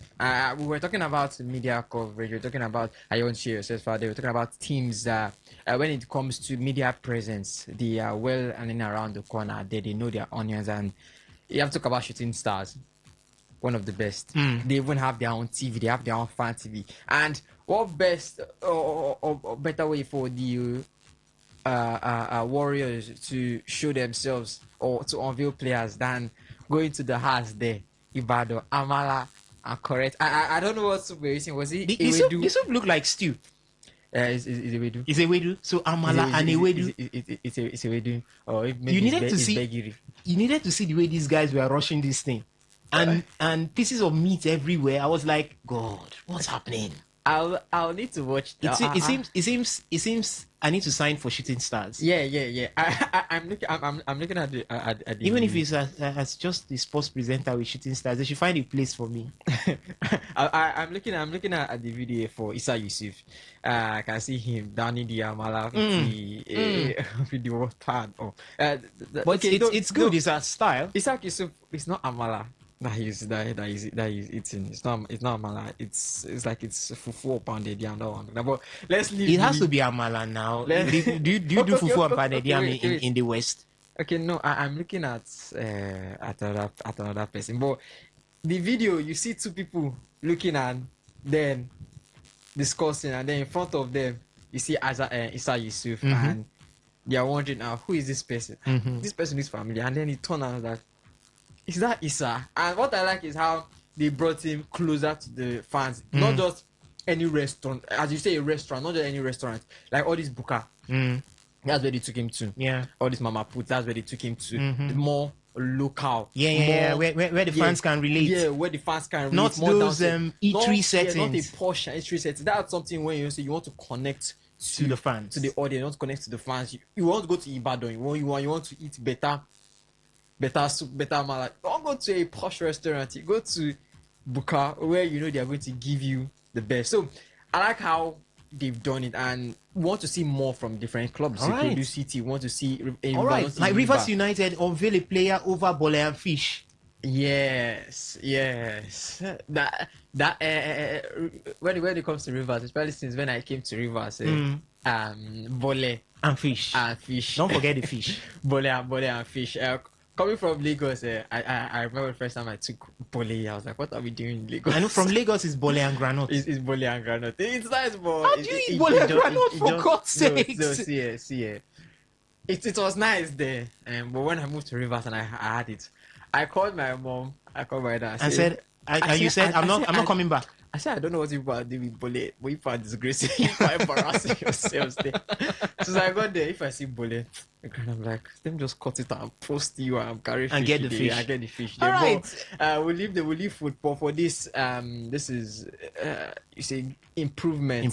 When it comes to media coverage. And I cannot expect anything less. Yeah, I cannot expect anything less from other clubs. All right. Ladies and gentlemen, what we are talking about is how Shooting Stars unveiled about 4 players that were signed: Yusuf, Issa, Aulu, John Mark, Olakunle Akala, and Abdulaziz Dalhatu, right there in the proper Ibadan fashion. That's over Amala and Iwedu. Yes, in a particular restaurant, not an eatery setting. That's local restaurant where you can relate with the fans. What a big one! What a nice way to get yourself on the mark when it has to do with separating yourself for greatness. We expect other MPFL teams to do the same. How would you want to see Rivers United also do the unveil of some of the players that they've signed? Would you love to see that Bole and Fish setting right here in Rivers State? You can share your thoughts with us. Sometimes we just take these things easy and try to maybe get the stress away. It's the weekend, definitely. So how would you want to see it? On a lighter note, you can let us know. You can share your thoughts with us and express how you feel with what the MPFL sides are doing with certain unveiling that you've seen for quite some time. But we're still talking about the build-up to the start of the 2026-2027 season. The Nigerian Premier Football League has now officially terminated its broadcasting rights agreement with Propel Sports Africa. If you remember the Propel Sports, the one that came in and we started seeing a bit of the MPFL on would I say streaming platforms as well as on television for some time. One camera angle and we are seeing the game. Yes, right now the MPFL board have now terminated the broadcasting rights agreement with Propel Sports Africa. So we look forward to another one because we want to see our league on television. We want to see our league being streamed live. We want to see our leagues very close to the fans. For those who cannot make it to the stadium, we want to see them reach out to these club sides as well as the players as well. So this was confirmed by the MPFL chairman, Honorable Benga Elegbele. Yes, he stated that the decision was taken in the best interest of the league and its stakeholders ahead of the 2026-2027 season. So Benga Elegbele has spoken clearly. He also stated that the MPFL expressed appreciations to Propel Sports for its partnership and pledged to work towards securing a new broadcasting arrangement that will improve visibility, production quality, and revenue for the clubs. So Benga Elegbele says MPFL will unveil the new title sponsors before the 2026-2027 season kickstarts. Remember, we talked about these new sponsors, title sponsors that we have in the MPFL, amounting to a whopping $7.5 million in 3 years. And over the week, we calculated here how it's going to be possible for the NPFL board to push out monies to the various clubs so that they will be able to pay for the players' new minimum wage, if I want to call it that way, the 2 million naira per month payment that the NPFL board has put on the MPFL sides to pay. But Benga Elegbeleye still talked about that particular one there. He says that we have gradually, meaning the MPFL board, have gradually improved on the salary and welfare of MPFL players, and it will be inappropriate to compel the clubs to pay wages they may not be able to sustain at this point. That's Benga Elegbeleye right there, stating clearly that it's not by force. Before, we have always deliberated here that, is the MPFL board trying to force these teams into paying players these huge sums when they are not making anything from the league? But now this is Benga Elegbeleye right here on Today's Sports Live talking about the MPFL board not compelling the clubs to pay that 2 million naira minimum wage, but they are putting it to the clubs. They are insisting that the clubs try to get to that point where they pay 2 million naira to players as minimum wage. Let me start with the 2 million naira salary.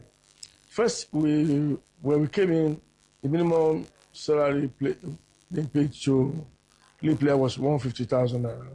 So we've now told the club this is unacceptable. That what the players are getting their take-home pay it's not just enough to take them home. So we now move to 500,000. By the end of last season, we had a meeting. That this 500,000, we are moving to 800,000. Maybe another one season more, move to 1 million. Or 2 seasons more, 1.5. But it has to be gradual. Understand? Because there's no way we ask them to be paying 2 million at a go. The capacity to do that will not be there. We, as a league board, again need to move around, generate more money. We're just like a budding league. We're just coming up because there was no sponsor at all before. But now we're now getting interest from partners who are now beginning as 1 or 2 supports. Now again, we are going to have a title sponsor. So the more we have, the more support we give the club. The more we told them that they too should go on revenue drive, generate more money as a club. Then we'll keep increasing the salary of players. All right, so that was Benga Elegbeleye there as he talked about the MPFL board not compelling the teams to pay this salary. But what he's saying is that, and what the board is saying, that everybody must work towards a better welfare for the players. He took us through how it all started from 150,000 to 500,000 to 300,000, 500,000, 800,000.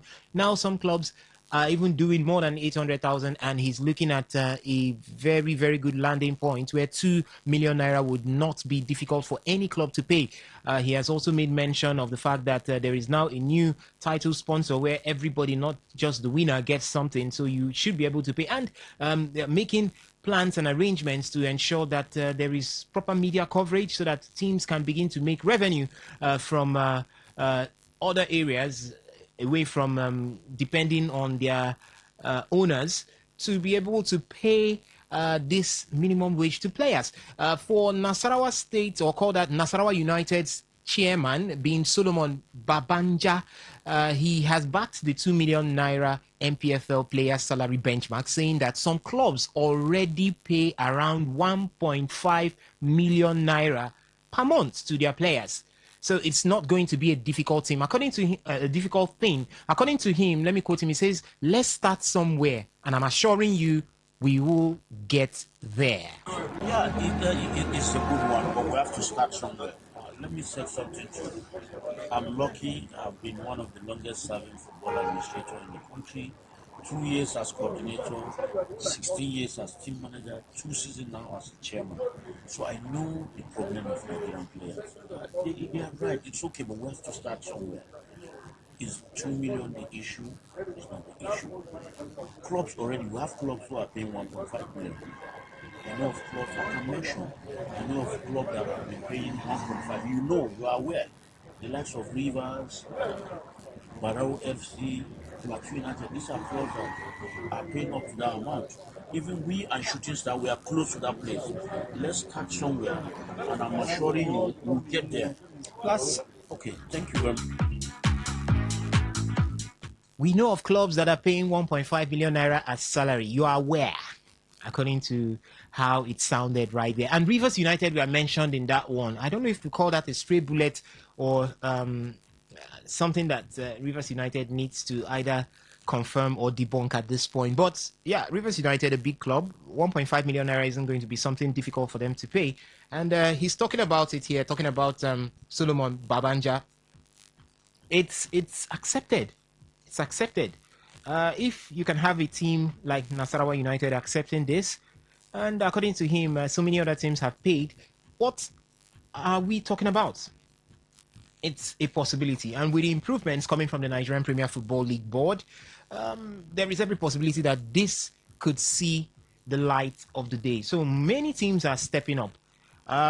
We also had over the week a report that there is a major change in the offing after MPFL side Kun Khalifat FC's owners had to seek for buyers to take their place in the top division. Now, it was blown out of proportion right there. It was something that the Owerri Base, the decision makers or the owners of the Owerri Base club were looking for investors, new investors. But all of a sudden, the news broke out that Kun Khalifat wants to sell. The owners of Kun Khalifat wants to sell the club. By the way, the club Kun Khalifat have now dismissed that report of the club being for sale, describing the report as false. The focus remains on preparations for the new MPFL season. Now, Mrs. Rita Amefula, the president of Kun Khalifat FC, has addressed ongoing discussions around the club's MPFL status. From the club's latest video, statements have come through on the future of the club. And this is Mrs. Rita Amefule right here talking about Kun Khalifat, if it's going to be sold, and what the way forward is. Good day, everyone. I'm Mrs. Rita Amefula, the president of Kun Khalifat Football Club, Owerri, Imo State. I'm here to debunk a rumor that's been spreading on the social media space of late, stating that the club is up for sale. No, Kun Khalifat FC is not up for sale. We only went into strategic partnership with notable brands.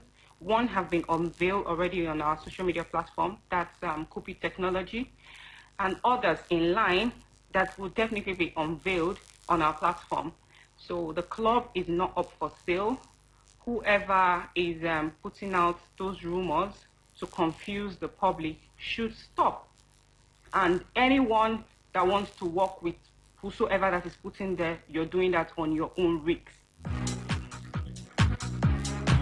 All right, that was Mrs. Rita Amir Fuller, right there, president of Kun Khalifat FC, stating that the club is not for sale. I was quite surprised when I heard this of your Wallace, because we know last season Kun Khalifat were also in the mud for so many things. At one point, they said they could not continue with the league due to financial constraints. At some point, it looked like the club was going to go bankrupt. The club was looking for a buyout. The club was looking for. At one point, they had the MPFL board punish them for not attending to a game, which they complained that financial issues was what was responsible for that particular one. But it would have been a terrible one to hear that Kun Khalifat were in it again, because last season everybody was saying, since you cannot keep up with the Nigerian Premier Football League, just go down to the Nigerian National League. But they said no. They stuck there. They made sure that they remained in the MPFL at the expense of the likes of Remo Stars and Wikitorix. But here they are again, and you could say Kun Khalifat are here to stay. Rita Amiefula talking about new investors, because what they wanted was new investors into the league. But with all of this, do you think Kun Khalifat have now gotten that bounce and could now be regarded as a strong stay in the Nigerian Premier Football League? Well, they're still here. I wouldn't say strong stay, because to stay in the MPFL, you have to play your way staying in the MPFL. Last season they were able to just scrape by and survive in the Nigeria Premier Football League. New investors is good, I know, but you can have on investors, but you might have the right tactics, you might not have the right strategy, you might not have the right game plan, and you might still go down. On the financial aspect of things, that's also another one. That's also another way to stay up. Good that they are trying as much as possible to secure investors, secure players, as Rita has already said. They've already gotten one investor, they've unveiled them. They're going to look for more investors to just try and keep the team afloat when it comes to those financial restraints. And you have to look at the 2 million mark that they're setting for the wages of the players. I mean, last season, Kun Khalifa threatened to leave the team. Leave the Nigeria Premier Football League due to financial constraints. Yeah, and you said this 2 million mark. Yes, it's good for the league, and I like how Elegbele has come out to say right now they are not trying to make it mandatory, but it's set up that every team should get there, because Rome wasn't built in a day, brick by brick by brick. It takes work to get to that threshold, to that 2 million naira. It takes hard work. So you can already see they're already working on the media. They've already Propel Sports has left. They're looking for a new media outlets that will be unveiled soon. They already have the deal, almost 7 million for the span of 3 or 5 years. So it takes time. The teams as well too, they already set up a workshop to teach them how to improve themselves when it comes to putting yourselves out there in the media, when it comes to gaining from social media, when it comes to not just gaining from the league, also outsourcing. They've already trained them there, which I think normally every team should already know that, because you are an organization, you're a business. Yeah, you can't just be thriving on one source of income. But that's in the past now. We're looking forward now. For Kun Khalifat now, how they stay in the league next season should be how they set things right when it comes to their players, because as I said, they survived last season. So this season is to do their best and try and stay on top of the table, or just stay in the mid table. So last season they finished 12th. If they want to stay or finish above that, get into the top 10, get into the midfield, they're going to have to invest more. They are doing that. The 2.5 million. Why did I say 2.5 million? The 2 million naira. The 2 million naira. Maybe that 2 million is even too small. Say, but normally we know it's too small. But as I say, step by step, we won't start flying first. We have to first walk, and before walking, we have to first crawl. For the 2 million naira, I like as Elegbele said, it's not mandatory, but I think as we say, timeline should be set. Okay. Yeah, I have the feeling that when it first came out, it was all the rage that no, I'm not going to let any team enter into the NPFL. If they cannot meet this standard, we don't care. Go to the NNL. We don't care. Do this, do that. So it felt like they stood their ground. We're going to see, especially with the league approaching, what was going to happen. Were they going to allow, even if it was 5 teams that met that standard, especially when it came to the wages, when it came to the when it comes to the websites, when it comes to the media coverage, when it comes to sponsors, were they Right. going to stand their ground, the NPFL board? Were they going to stand their ground and say, no, this is the new framework we are setting. If you can't meet up with this framework, you can leave. Okay. We want the teams that can meet up with this framework to stay in the league. I was expecting to see that stance, but they've kind of losing the rope or losing the string. It's a little lax now, and I fear that some teams might want to outshoot and say, okay, now that we are giving time, let's see how we can still exploit that, because everyone wants to exploit a loophole in this rule now. Alright. Because now I think the NPFL board have already put a loophole in that rule. So if they still want to still keep the strings tight on these teams, I think there should be a timeline set when it comes to the wages. Okay. As we had that former player talk, it's gradually 100,000, 150,000, 500,000, 1 million, 2 million. We're still going to move from that 2 million to that stage. Everyone knows that the NPFL is improving. You too need to be improving your standard. Need to find a way to keep up with these standards. And I feel that many of these teams can actually pay these wages.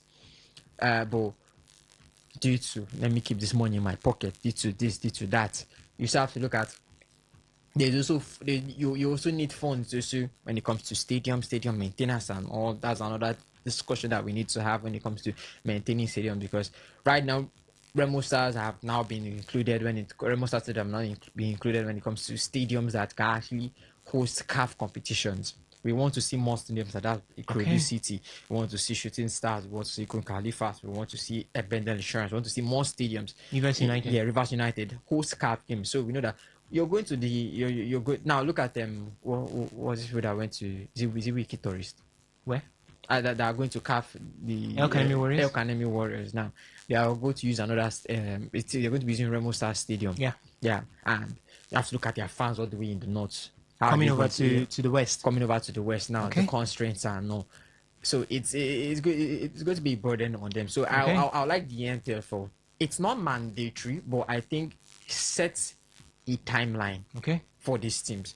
Okay, this should be achieved in a year. This should be achieved in 1.5 years for you to get up to this point. This should be achieved maybe by the end of the league of this league season. That yes, your books are in check. The players, when it comes to meeting up with this, are in check. It's going to take time, but I think when you look at it, it's achievable. It's very much achievable. We want to say it's important. You cannot say it's possible. I won't even say it's difficult. I just say it is very much achievable, very much possible for the clubs in the NPFL. All right, still talking about the NPFL. We're talking about Rivers United this time because that's where our parent club, the club that we have right here in the city. Good news it is, as Rivers United have now gotten new bosses ahead of the 2026-2027 NPFL season. I'm just looking at those bosses right here. Yes, it's clean. When I mean clean, it's sharp. So we'll have our boys not go through rickety bosses any longer. They won't go through the stress. This is new and it's a good one for the season. I know somebody will be saying, "Why don't you fly these guys?" I read it on your but as they yes, I read it on your from your expression, the expression on your face. Why not fly these guys? Are you not big enough to fly these guys? The Rivers State government is big enough to fly these guys. We're not talking first class economy. But the truth is, as we all say, Rome wasn't built in a day. We start somewhere, and this is something worth applauding at this point. At least they've got the bosses that are this new, would not have hitches, no accident. I know last season we had the accident scare with Rivers United, so this could actually help maybe bring some sort of... To me, I think it just brings comfortability right now. But a journey is always still going to be a journey. The road in Nigeria is still going to be the road in Nigeria. Rivers United might have the good, nice bosses are not, but when it comes to insecurity, now this one is not just a Rivers United problem, it's the Nigeria problem now. So what are they doing to stop that?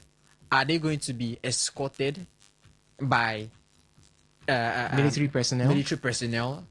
Are they going to be how they on the journey as well? So are they going to take breaks? Are they going to stop? Because you're going for a match, you can't stop. They have a match against Economy. They're going to about to go out to No, go you and definitely to stop play. now. Are you going to go straight up from here to Yeah, exactly. Maiduguri? Exactly. They're not good. They're not going to do that. So how are they going to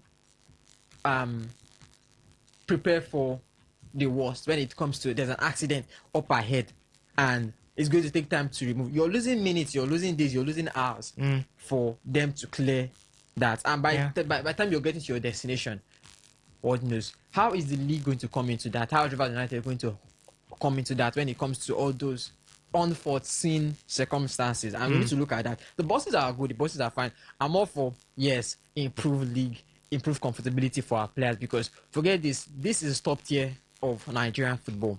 They need to be living like top tier players. They need to be treated like top tier players. And we've already seen with the league improvements in the wages, although it's not me. My mind, I always like going for the best. I always like thinking of the best, and I feel like we can still do more. There is nothing wrong with you getting a private jet for Rivers United. Are you not a stakeholder? See. I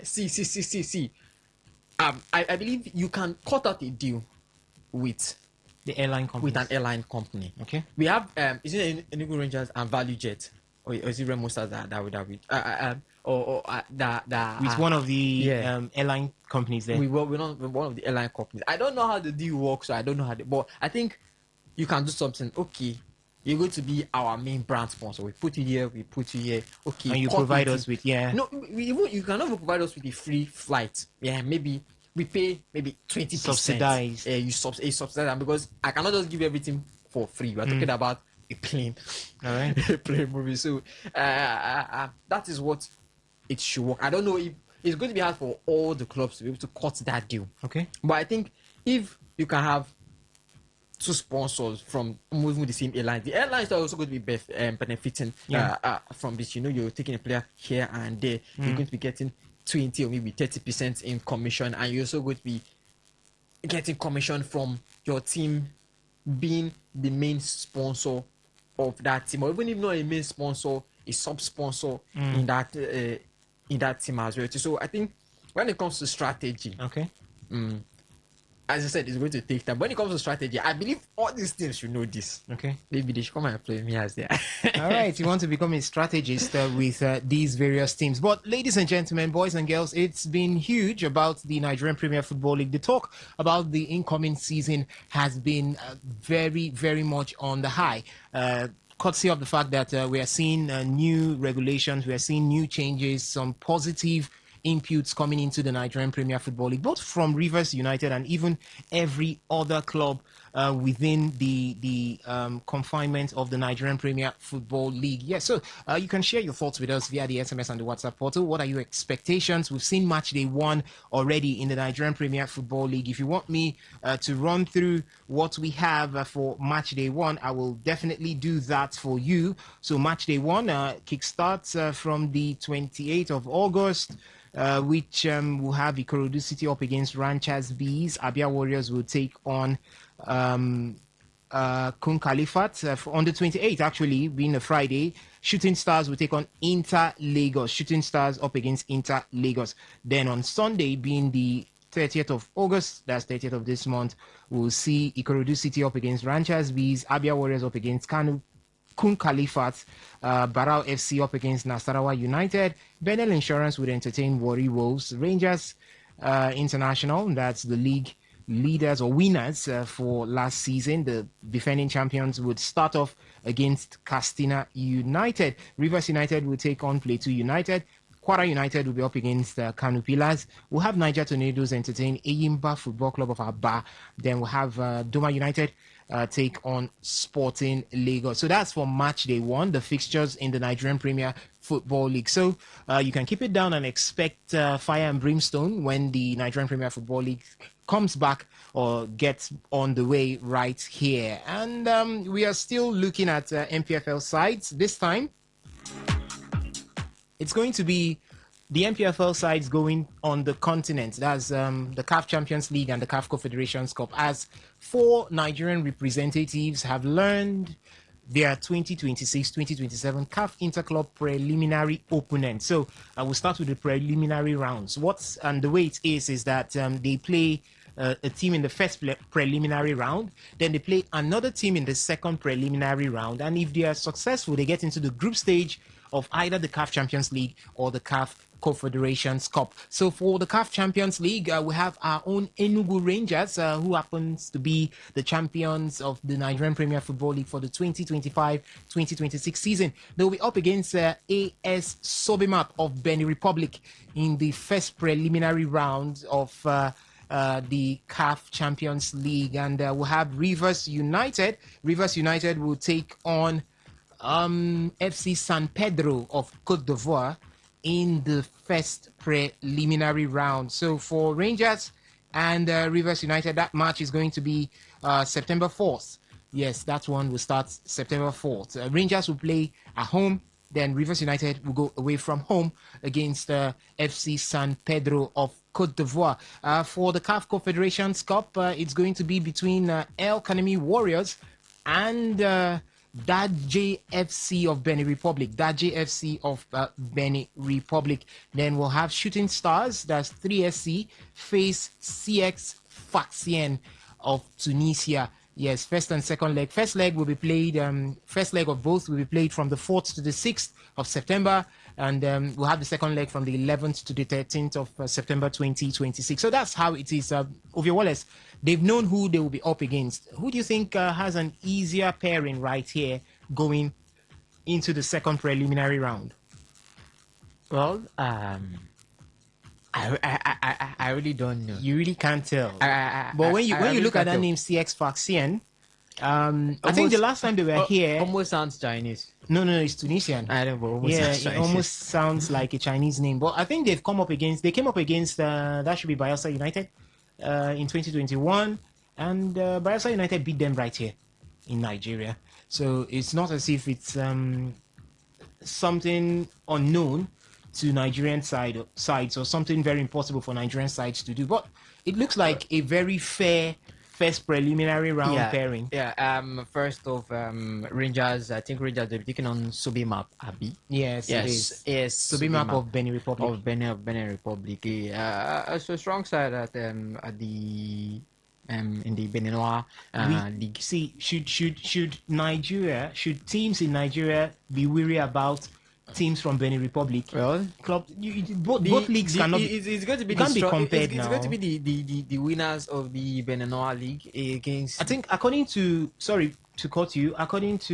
Opta Supercomputer or the Opta guys, there is no African team here with a league highly in ranking to Nigeria apart from Tunisia, CS Faxien. Yeah. So we are ahead of Benin Republic, we're ahead of Cote d'Ivoire.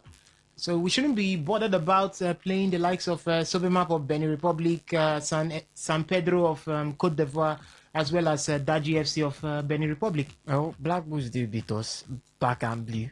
And we are leagues above them. I think we've already said it when that Opta or whatever Opta did, they need to revise it because we don't know in which way Opta actually judge that. Because when it comes to relevance on the continental stage, Nigeria has really lacked that depth in the past, in the last decade. Okay, they will say we've lacked that depth when it comes to CAF competitions on the continent. So when I see us making it to the league, making it to the continent, I just want to see the best, how far we can go to see that improvement. Last time we only had Rivers United make it as far as the group stage. Okay. As far as the group stage. Now, Remo Stars, who are our champions then, in training, got relegated. Now, Enugu Rangers, they're going to be taking on the champions of the Beninois League in FC Sobimap. AS Sobimap. AS Sobimap.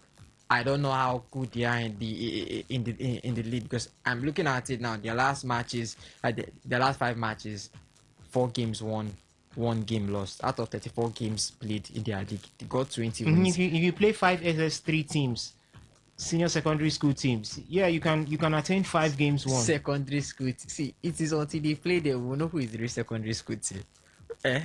Because I think football has come a long way for African teams. Okay. They are beginning to understand how it is, and it's not just in the national teams. It's not just for the Super Eagles, it's not just for the Super Falcons, it's not just about the AFCON, the WAFCON. You're seeing African teams improving. I think it's also falling onto the clubs, the local teams, if you want to see it, top tier football in each of these in each of these countries. The Cote d'Ivoire League, the Beninois League, the Tunisian League, the Egyptian League.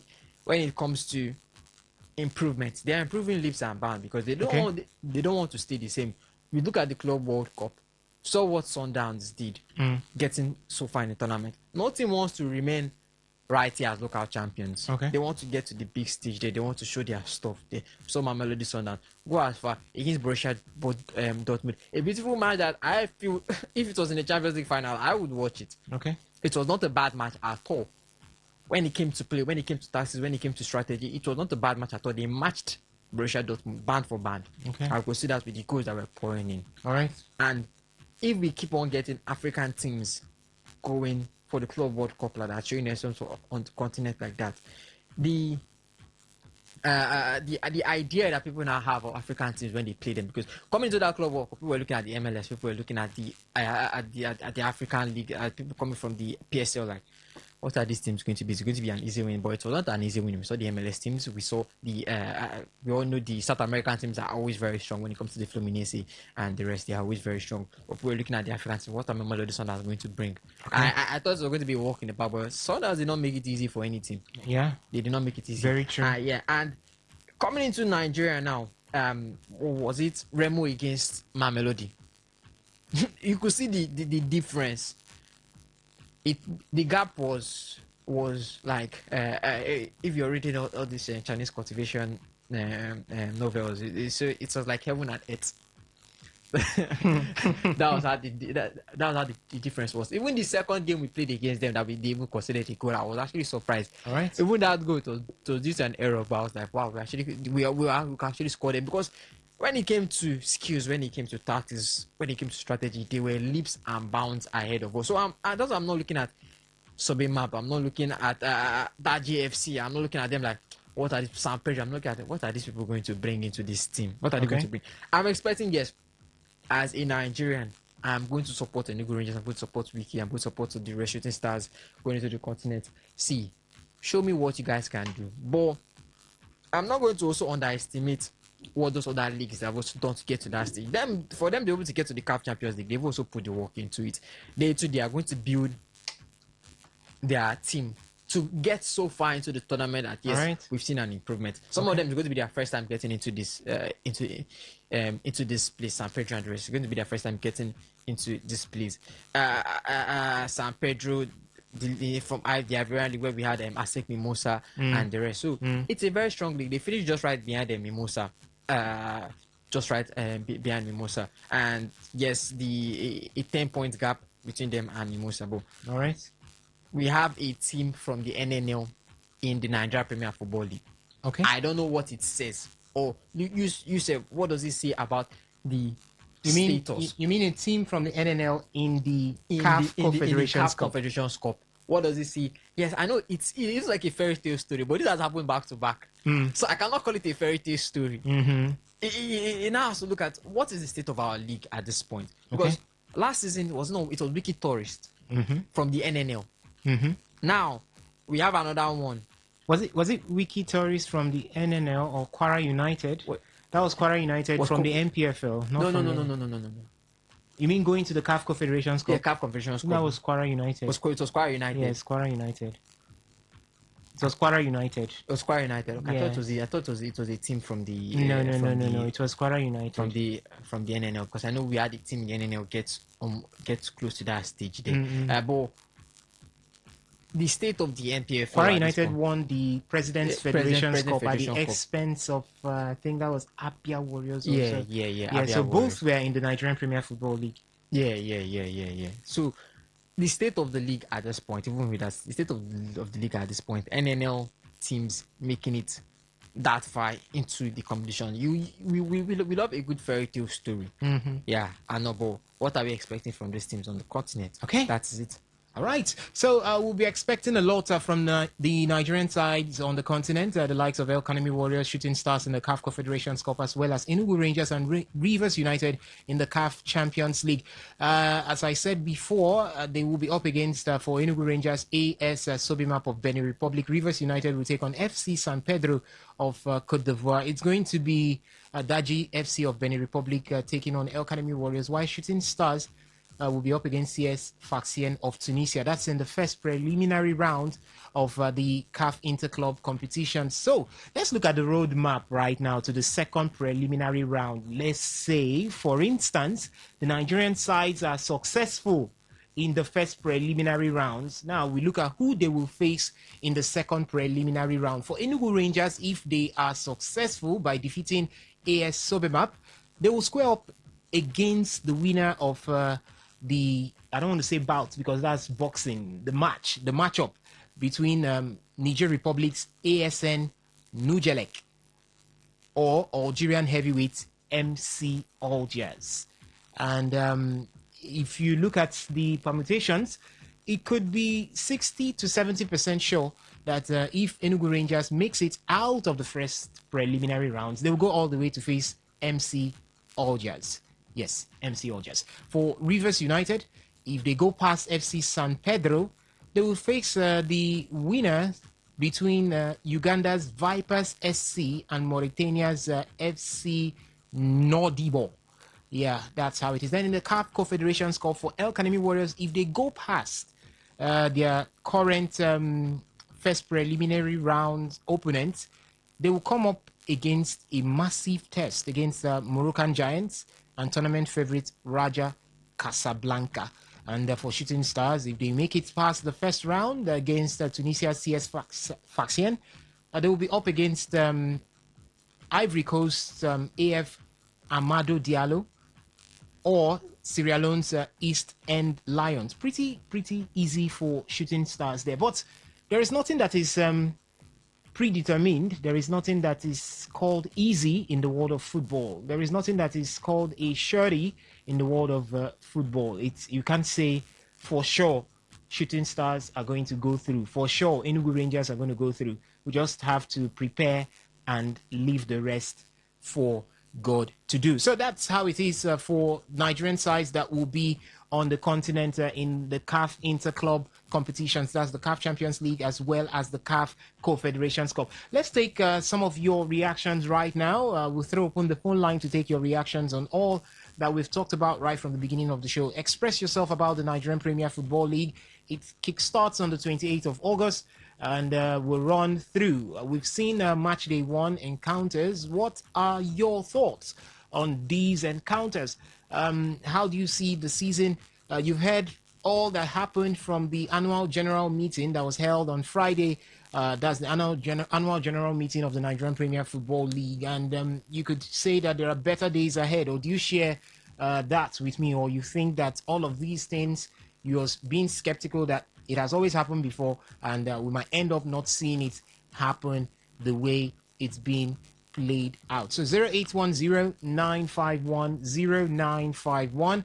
That's the number to call to talk to us right here in the studio. You can air your thoughts on the Nigerian Premier Football League as we have the phone line open right now. Good evening to you. Welcome to today's Sports Live. Yeah, good evening, also. Welcome, Tony Houseful. Thank you very much. Mm. The season has begun, right? Mm. The season has begun. I didn't get that. Come again, please. I mean, the season has begun. No, it hasn't. Yeah. It will begin on the 28th of August. Okay, 28th of August. Yes. Yes. With the arrangement and everything, I think we can see better days ahead. Like the players that we are hosted by, I think it's even most that he said that we are hosted to a kind of that's what mattering like a kind of host they gave them That's for giving them Shooting what- Stars. Yes, the unveiling of 4 new players there. Okay, yes. I mean, they're giving them amala. Yeah, yeah. You know, It was done. It was done over the table, over some tables of amala and ewedu. Yes. And I mean, that is a very good thing. And then we should replicate that in Rivers. Rivers, State. you would I love to, think, you would love to see Bole and Fish used to yes, unveil Rivers United players. Ball fish, and yes, that's two for our players, darling players, you know, Mm. key players. It is a very good thing. All right. I think with the Remo Stars Stadium, you know, being included as a cup, we have a cup will host their competition on the rest. It is good. Some other stadiums. So other stadiums will take A cue from it. Mm. Yes, I mean, and the Rivers, especially on the Kia Messimaka Stadium. I mean, that stadium should be. The stadium is nice, but it needs some touch. Okay. You know, renovations. You know, Mm. or probably they do some kind of refurbishing. All right. That is what it needs. I mean, it has the capacity of taking one of the highest physical capacity All right. in Africa Mm. and West Africa.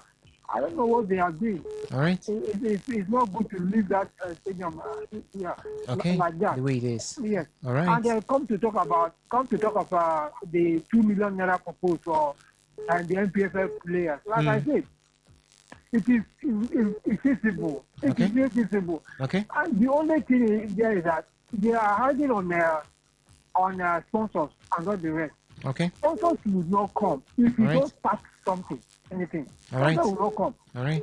How will sponsors come when matches are hosted and you see hooligans, stars, Mm. you know, beating up players, beating up referees and not the rest. How do you expect sponsors to get return for their money? Mm. So they should take care of security. Is the problem? If they take care of security and put the state there in order, you know, sponsors to attract sponsors to come. Okay. And that 2 million, like the one of the administrators said that there are some teams. There are some clubs, NPFL clubs that they are paying up to 1.5 million naira. He made mention of the Rivers United. Yes, he did. Yes, and 2 million naira, like I said, it is not. These people are people that bring glory domestically and internationally to us. They give us joy, you know. And they should be treated, you know, fairly. All right. It's not much. That amount is not much to pay. Okay. All right. They should do something. Okay. You know, for the players to be happy to give us their best. All right. Thank you very much. All right. Thank you so much, Tony Hotspur, for your thoughts there. A very good evening to you. Welcome to today's Sports Live. Yes, Kabulubari, I call back. Welcome, Kabulubari. Yes, I don't hear waiting that Kabi this guy talk. The person where they run our food and Premier League. Okay. Bring your lebele. Honorable, bring your lebele. Yes, I don't hear. All right. Then about the money, the 2 million. Me, I know sure say if to say our football they go well, that 2 million they have to pay. Like I always say, if this club then see the way they say state government they manage all these clubs, see that 2 million, it will be hard to pay. Only with make it not go be hard to pay. If Okay. private club, private people now they run this our club. That 2 million.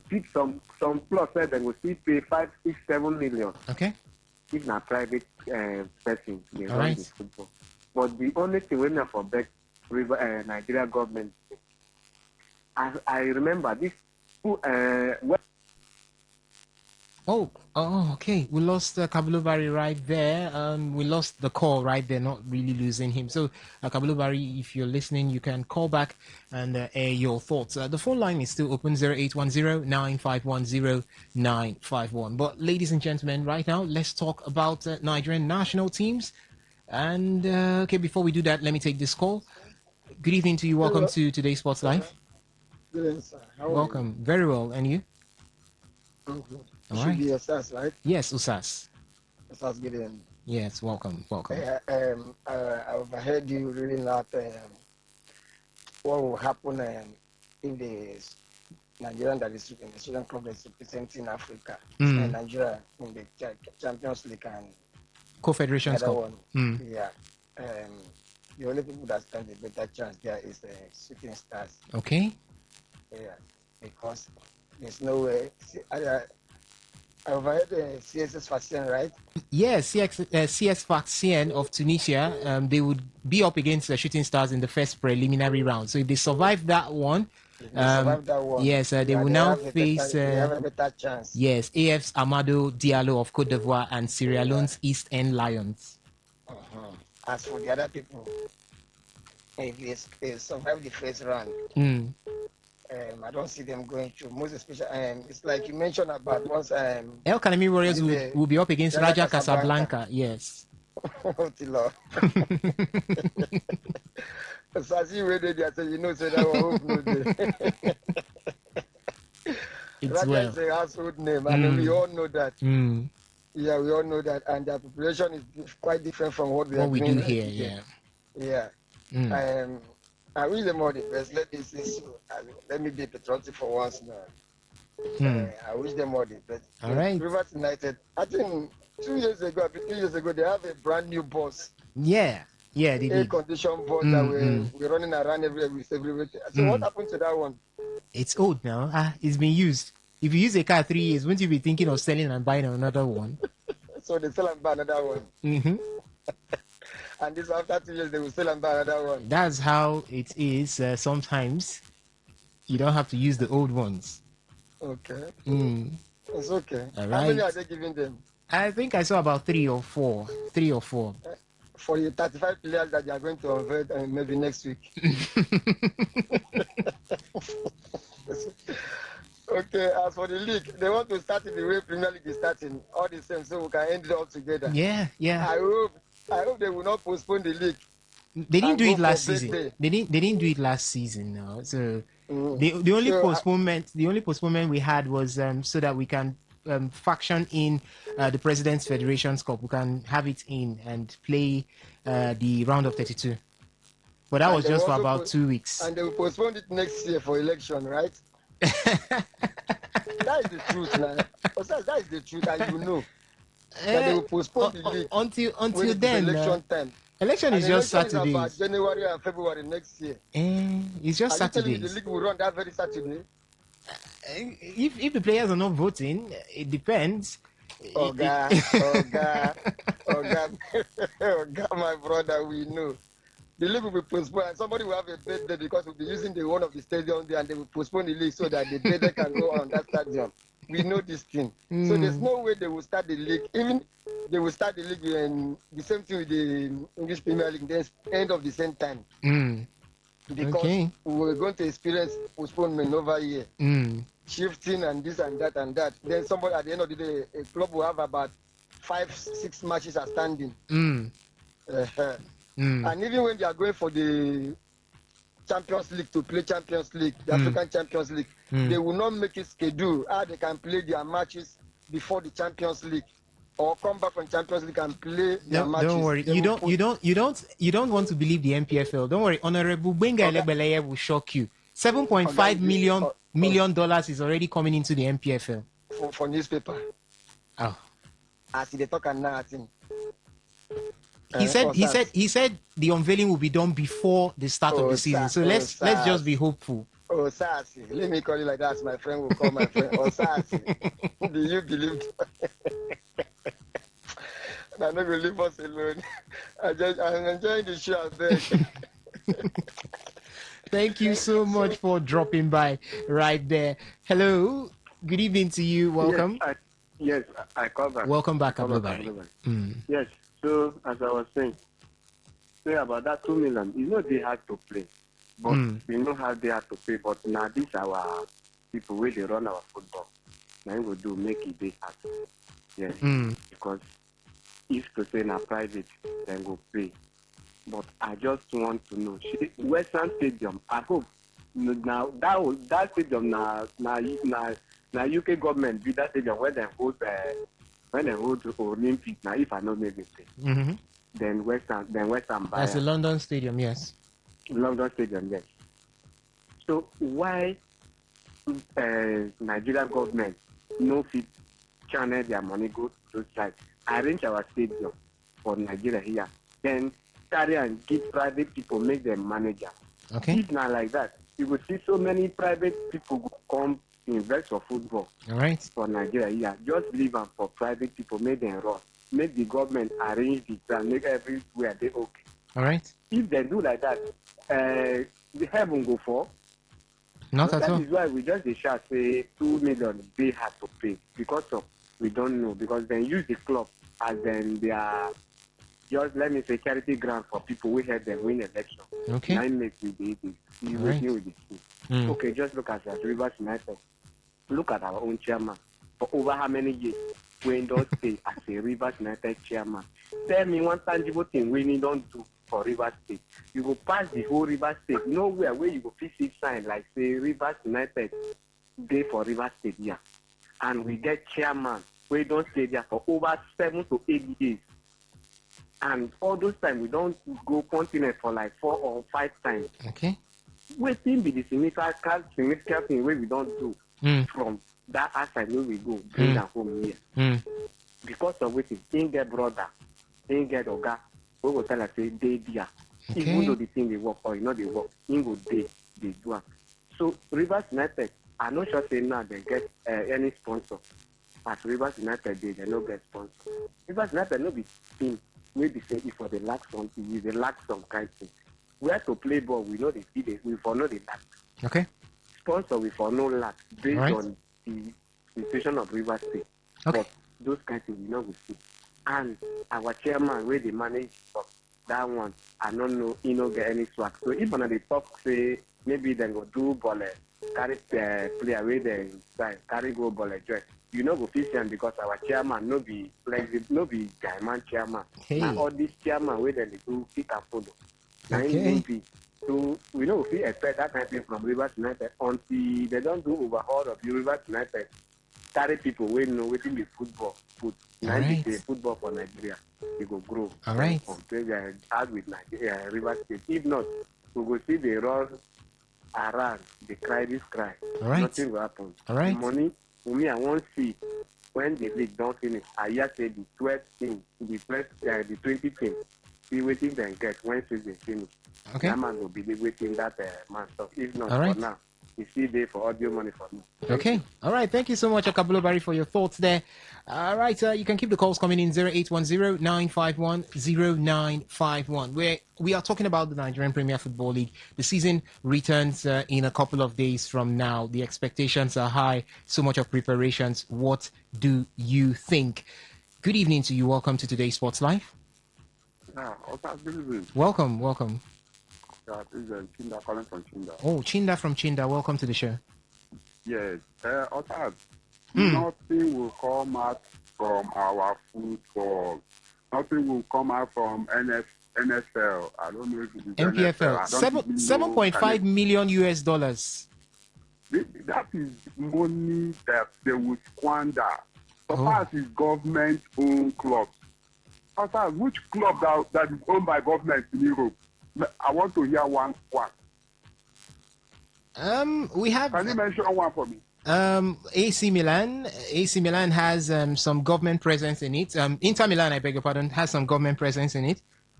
Who is the chairman? The chairman of Hello? AC Milan. Yes, I said who is the chairman? Berlusconi was the chairman back then, but He's he's a private businessman. Yeah. See, there is no club. Club cannot be run by government. There won't be any income. Even look at any government thing in Africa, any government institution in Africa cannot work. Let's just be watching our football, hearing our football, because we cannot go there and watch it. But if you hand those institutions to private people, my brother Osas, I tell you, you will see we will be going there to watch ball. Number one, security will be there. Most of us, we cannot go to the stadium because of security. Somebody ahead of you that is sitting up will urinate in a Ragoli's bottle. Pour the other people below. I tell you. I tell you. The person sitting, the boy sitting up, will urinate in the plastic Coke bottle that they use. They will spread it on every other person. Or can you go to that stadium the next day? Not at all. You cannot. After the match, you come down. Oh, you can't go now. They go bracket on the far side. Or what is hold there? You no pay ticket and give us our own. Or can you go the next day? Not at all. Not at you all. Cannot now. But if it is a private business, look, let's just shift a little bit. Look at the refinery. The government tell this our refinery. See whether it no go work. It go work till this world ends. As to private people, schools, everything in Europe, in America, even in the Southern America. Watch, they sold everything to the private people. Government only supervises them. Things are working very well. Go to China. Look at even the football in Asia. Hello? Yeah, I can hear you. Go on. I said football in Asia. Look at what is happening. The government, those billionaires, what they are doing now is giving the clubs money. Come on, man, take. Go buy. I think they bought Ronaldo. That money are government money. Come on, man, go buy. Not government running those clubs, but they are giving the private men. Take. Make the league attractive. Because if it is owned by government, you know how government is, public team. Nobody confine nobody. Nothing. Don't wait. Look at Bayaka. Ain't just for stadium there, and I ain't disband them for stadium. Everybody go from there. Don't even come to near the sports council. Then they pack their things out, all their fights. Pack them outside. They collected it from the road. They pack go their house. Because it is government thing. If you are eating from there, you don't know that thing is a business. If it is your private business, will you run it like that or fast? Not at all. Go to I don't want to mention the radio station. They carry food to their studio, keep it on top of the studio there. One of these government radio stations. They keep food there, be eating and be talking to us. Can that thing happen in your station? It cannot. So private, give it to the private people. Government remove hands, supervise them. All right. That is how the whole Europe, everybody that wants to come up, that is how it runs. Even you personally, all your children, anything you want to hand over, say, I don't tire for this my investment. You will look those your children. You not go give the one where you like pass. You go give the one where they capable pass. Now you go give us say, come and sit on this my seat. Am I lying? Not at all. You're right. Okay, thank you. All right. When I see the talk, I like on a strength. Thank People you should so be much. talking so that they will change. Thank you so much. We'll do the beats we can. Thank you for being there. It's still 08109510951. We used to have some clubs, including AC Milan and Inter Milan, owned by the government. But presently, that has changed. Most of these clubs have now left the ownership of government. For AC Milan, they are owned by the Redbird Capital Partners. For Inter Milan, owned by the Oak Tree Capital Management. So we've got private owners here and there.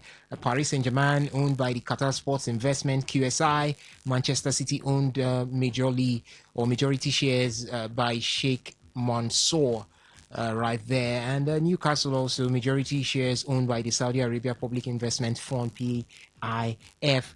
So it's a point right there. Sell off these things to private investors, then you be as a regulator, you'll see much of improvement in the Nigerian Premier Football League. But let's leave talking the Nigerian Premier Football League and talk about our national teams. We'll start off with the Super Eagles.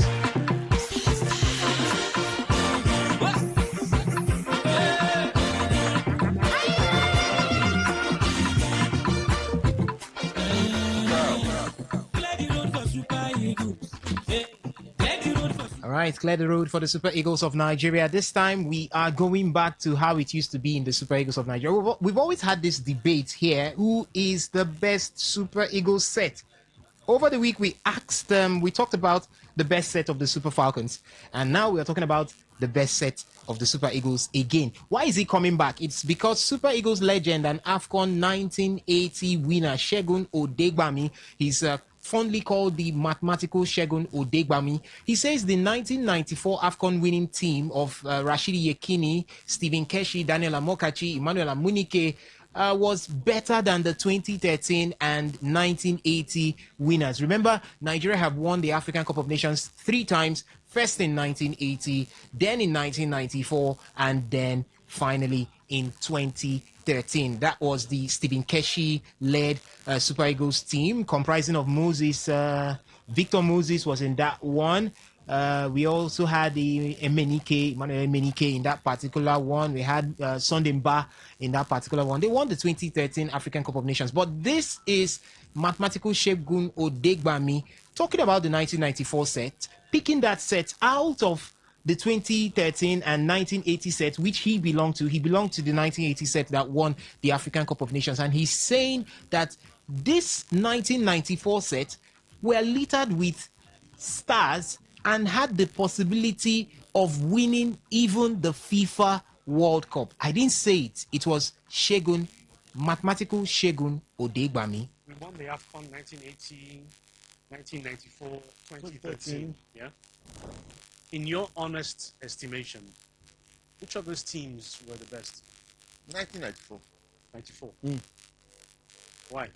That was a team that could have won anything because we had truly exceptionally gifted players. Even more than the 1980 squad. And yes, well, the difference was that the 1994 players had now been exposed to European to football. a little of European football to complement their natural ability and natural inclination to playing truly Nigerian football.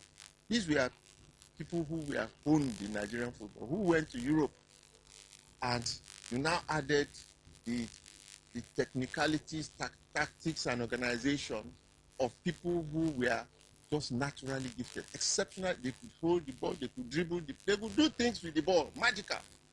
So you had that combination in the players of 1994. We were raw. We didn't have the exposure, the essential exposure that they had in Europe.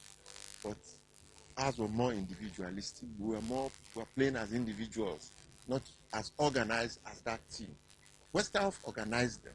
He recognized people's strengths and he put them in the right positions, and they became a team. And they could have gone anywhere. They could have won the World Cup. All right, so that was mathematical Segun Odegbami there talking about which team was the best amongst the 3 sets that have won the African Cup of Nations for Nigeria. Talking about the 1980 Super Eagles, the 1994 Super Eagles, and the 2013 Super Eagles. And he overlooked his 1980 squad and he said it's 1994. You heard him there as he says that 1994 squad was good enough to win anything, including the FIFA World Cup. I don't know. I wasn't really. Yeah, I watched the 1994 squad of Wallace. I don't know why I'm telling you this. I don't know if you watched it, but I watched the 1994 squad, obviously. But I don't know if I could say I watched it as a mature football loving individual, or let me say, as a growing child who loves football. I watched that squad. Talking about the squad, you had goalkeepers Wilfred Agbonabare. Oh, I don't know if I pronounced that name well. We also have Aloysius Agu. I've heard about him. I heard about him even after his time with the Super Eagles. Peter Rufai is one that I saw. Yes, I saw him. I saw him very, very well. Talking about our own Peter Rufai in that 1994 squad. For the defenders, Austin Eguavoin, I saw him play and I'm still seeing him right now doing his technical duties as well as coaching duties. Benedict, or call that Benedict Iroha. I remember Benedict Iroha in the US. Did I say US? In the 1994 AFCON, Tunisia 1994, in the semi-finals. I think that was the semi-finals against Ivory Coast. There was one pass he gave. I don't think we've had any left back that has done it as good as Benedict Iroha. A beautiful left-sided defender in Benedict Iroha there. You know Stephen Keshi, obviously. He was the captain of that side, the big boss himself. Uche Okechukwu, a stronghold in the central defense for Nigeria. Chidi Nwanu was also there. Emeka Ezeogu was there. Michael Emenalo. Okay. Michael Emelalo was also there. Uche Okafor was there also. We had Thompson Oliha in the midfield. Augustine JJ Okocha, he was pretty young in that 1994 squad, but I still remember what he did in Tunisia 1994 African Cup of Nations. Sunday Olise, yeah, part of that squad also. Mutu Adepoju, the headmaster, was there. Finidi George, our own Rivers United coach right now, was in that squad. I remember what they did in the US 1994 World Cup against the likes of where I saw Finidi George very well. I think was in that goal he scored against Greece. That should be Greece, where he did there was a celebration he did crawling on the floor. I saw him in that particular one. I watched those games, but I really can't tell if it was with the eyes of a grown man in the world of sports. There was also Rashidi Yekini, lethal weapon up front. Emmanuel Amunike from the left-hand side, 11. I know he plays 11 from the left wing. He does. Samson Siasia from that midfield also. And the supporting striker in 8, Daniel Amokachi, Victor Ikpeba, and Ifan Ekuku. These are players that brought glory to Nigeria from that 1994 set. Ovie Wallace, I don't know. I'm not going to ask you. I don't know. I can't really ask you, but let me use just say it by yourself. Did you see this 1994 set? No, but I think when you look at the names, I think you can you can draw a map. You can know who is a prolific player from his name. Well, Rashidi Yekini is still a goal scorer when it comes to Nigeria, the top most goal scorers for Nigeria. Samson Siasia, we all know what he's achieved, and we also know what he's achieved also as a coach as well too. Daniel Omokachi, Finidi George. I think when it comes, yes, their coaching might be ways off, but when it comes to their play, you have to look at Finidi George all the way in Ajax. The man, when it came to one of the best wingers in the world, he was there in Finidi George, Daniel Amokachi as well, to JJ Okucha as well, to Emmanuel Amuniki, That squad Sunday rose up to number 5 on the ranking. Yes, in the ranking. That was the first time Nigeria ever made it to the World Cup. So I understand where Shegun is coming from. When it comes to individual talents, I think this might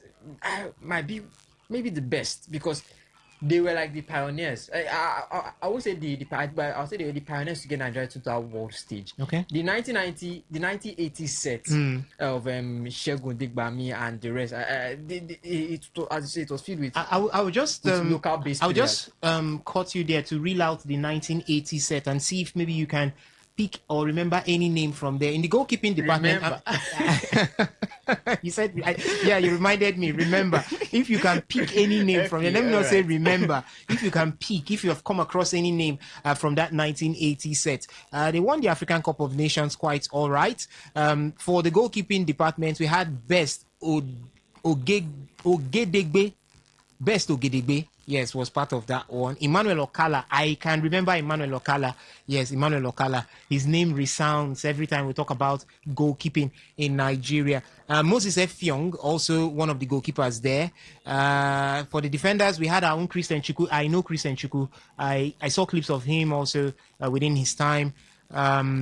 He was the captain of that side. David Adiele, Oke Isima, Tunde Bamidele, Godwin Odie. We also had Silvanus Okpala in that one, John Orlando in that one. Then in the midfield, there was Mudashiru Lawal, We also had Aloysius Atuegbu, Henry Mosu. I heard is one person that JJ Okocha took from or took to.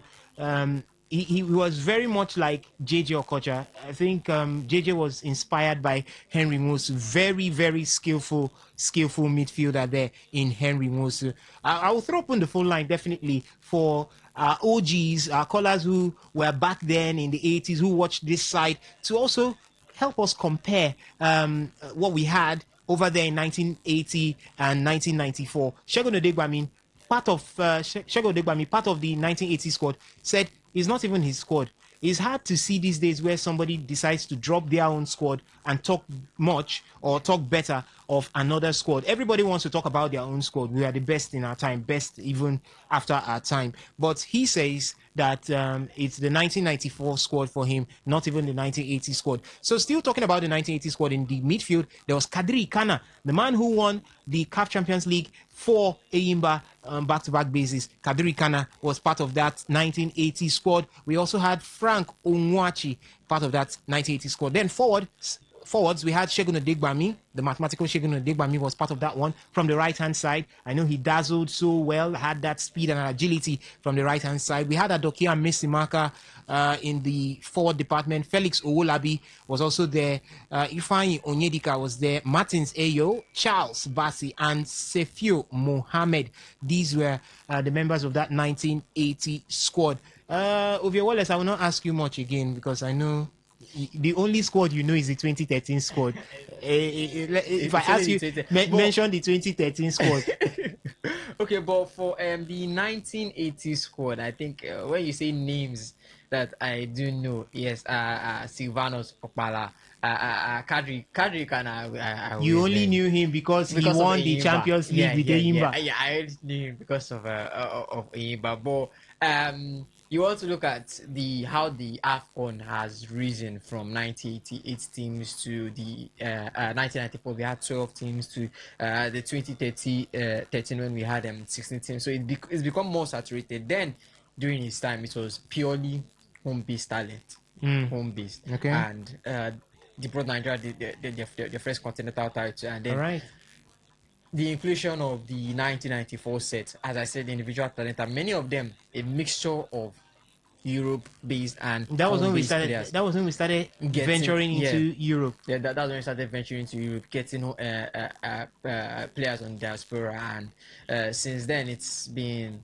more of those players. We've not had a strong team like the 1980 set when it comes to home-based players, or we've not had a very good blend like the 1994 set. So I think 1980 were even all home-based players. No, the 1980 were all home-based. I'm talking about 1994. I think that was the best blend when we had the Europe and we had the home-based players. And now, before we're going to get that blend, it's going to take time because now it's as if we've already shifted entirely to the European-based players. But I think I'll leave it for you leave it for the callers, right? The OGs. All right. Before we get to the OGs from the phone line, let me just reel out the players from the 2013 set. I know that they were not brought close at all to this one, but we still had some good players in 2013. You made mention of the fact that it was more teams in 2013 in the African Cup of Nations compared to what we had in 1980 and 1994. Vincent Inyama was the number one goalkeeper for Nigeria in that 2013 set. There was also Austin Ejide and Chigozie Agbim in that one. Defenders, we had Captain Joseph Yobo, Ederson Echejile. We also had Efe Ambrose and Azubike Egwekwe, as well as the likes of Godfrey Ogbogbuna, Juwon Oshaniwon, and Kenneth Omere. In the midfield, Obiora Nwankwo, John Mikelobi, Ruben Gabriel, Fego Ogude, Ogenyo Onazi, Sunday Mba, Nosa Igiebo. Then up front, the forwards, we had Ahmed Musa, we had Brown Ideye, we had Emmanuel Emenike, Victor Moses, Ikechukwu Uche, and Ejike Ozwonye.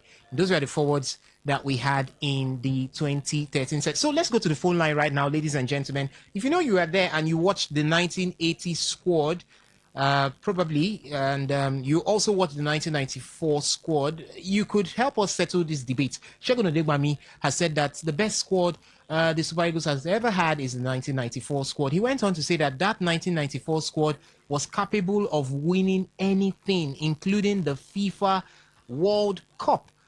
I wasn't there. This is coming from somebody that played in the 1980 era. He won the African Cup of Nations with the 1980 The Morocco that we are squad. seeing now is what the Super Eagles then were doing. What are you saying? Is Somebody, what the so Super people that Eagles you did then not were watch, doing. you are not saying the Morocco. Please, I'll off your mic. Let's go to the phone line. Keep quiet. Hello. Yes. Welcome. Good Welcome. evening. Yes. Good evening. Kabolobari. Welcome, Kablo Barry. Yes. For me, the next week, I didn't watch. I Mm. only hear most of those names. Okay. And then he come to say one of our players from River Area, where they reduced the name after us. Okay. Yes. Then the even 94, I know watch them, but those players who been there inside those teams, Mm. I know see them do well. But Okay. for me, now 2013, when I feel talk about. Okay, so for based you, on wetin na- 2013 is the best for you. For me, 2013 is the best for me because that's the one Okay.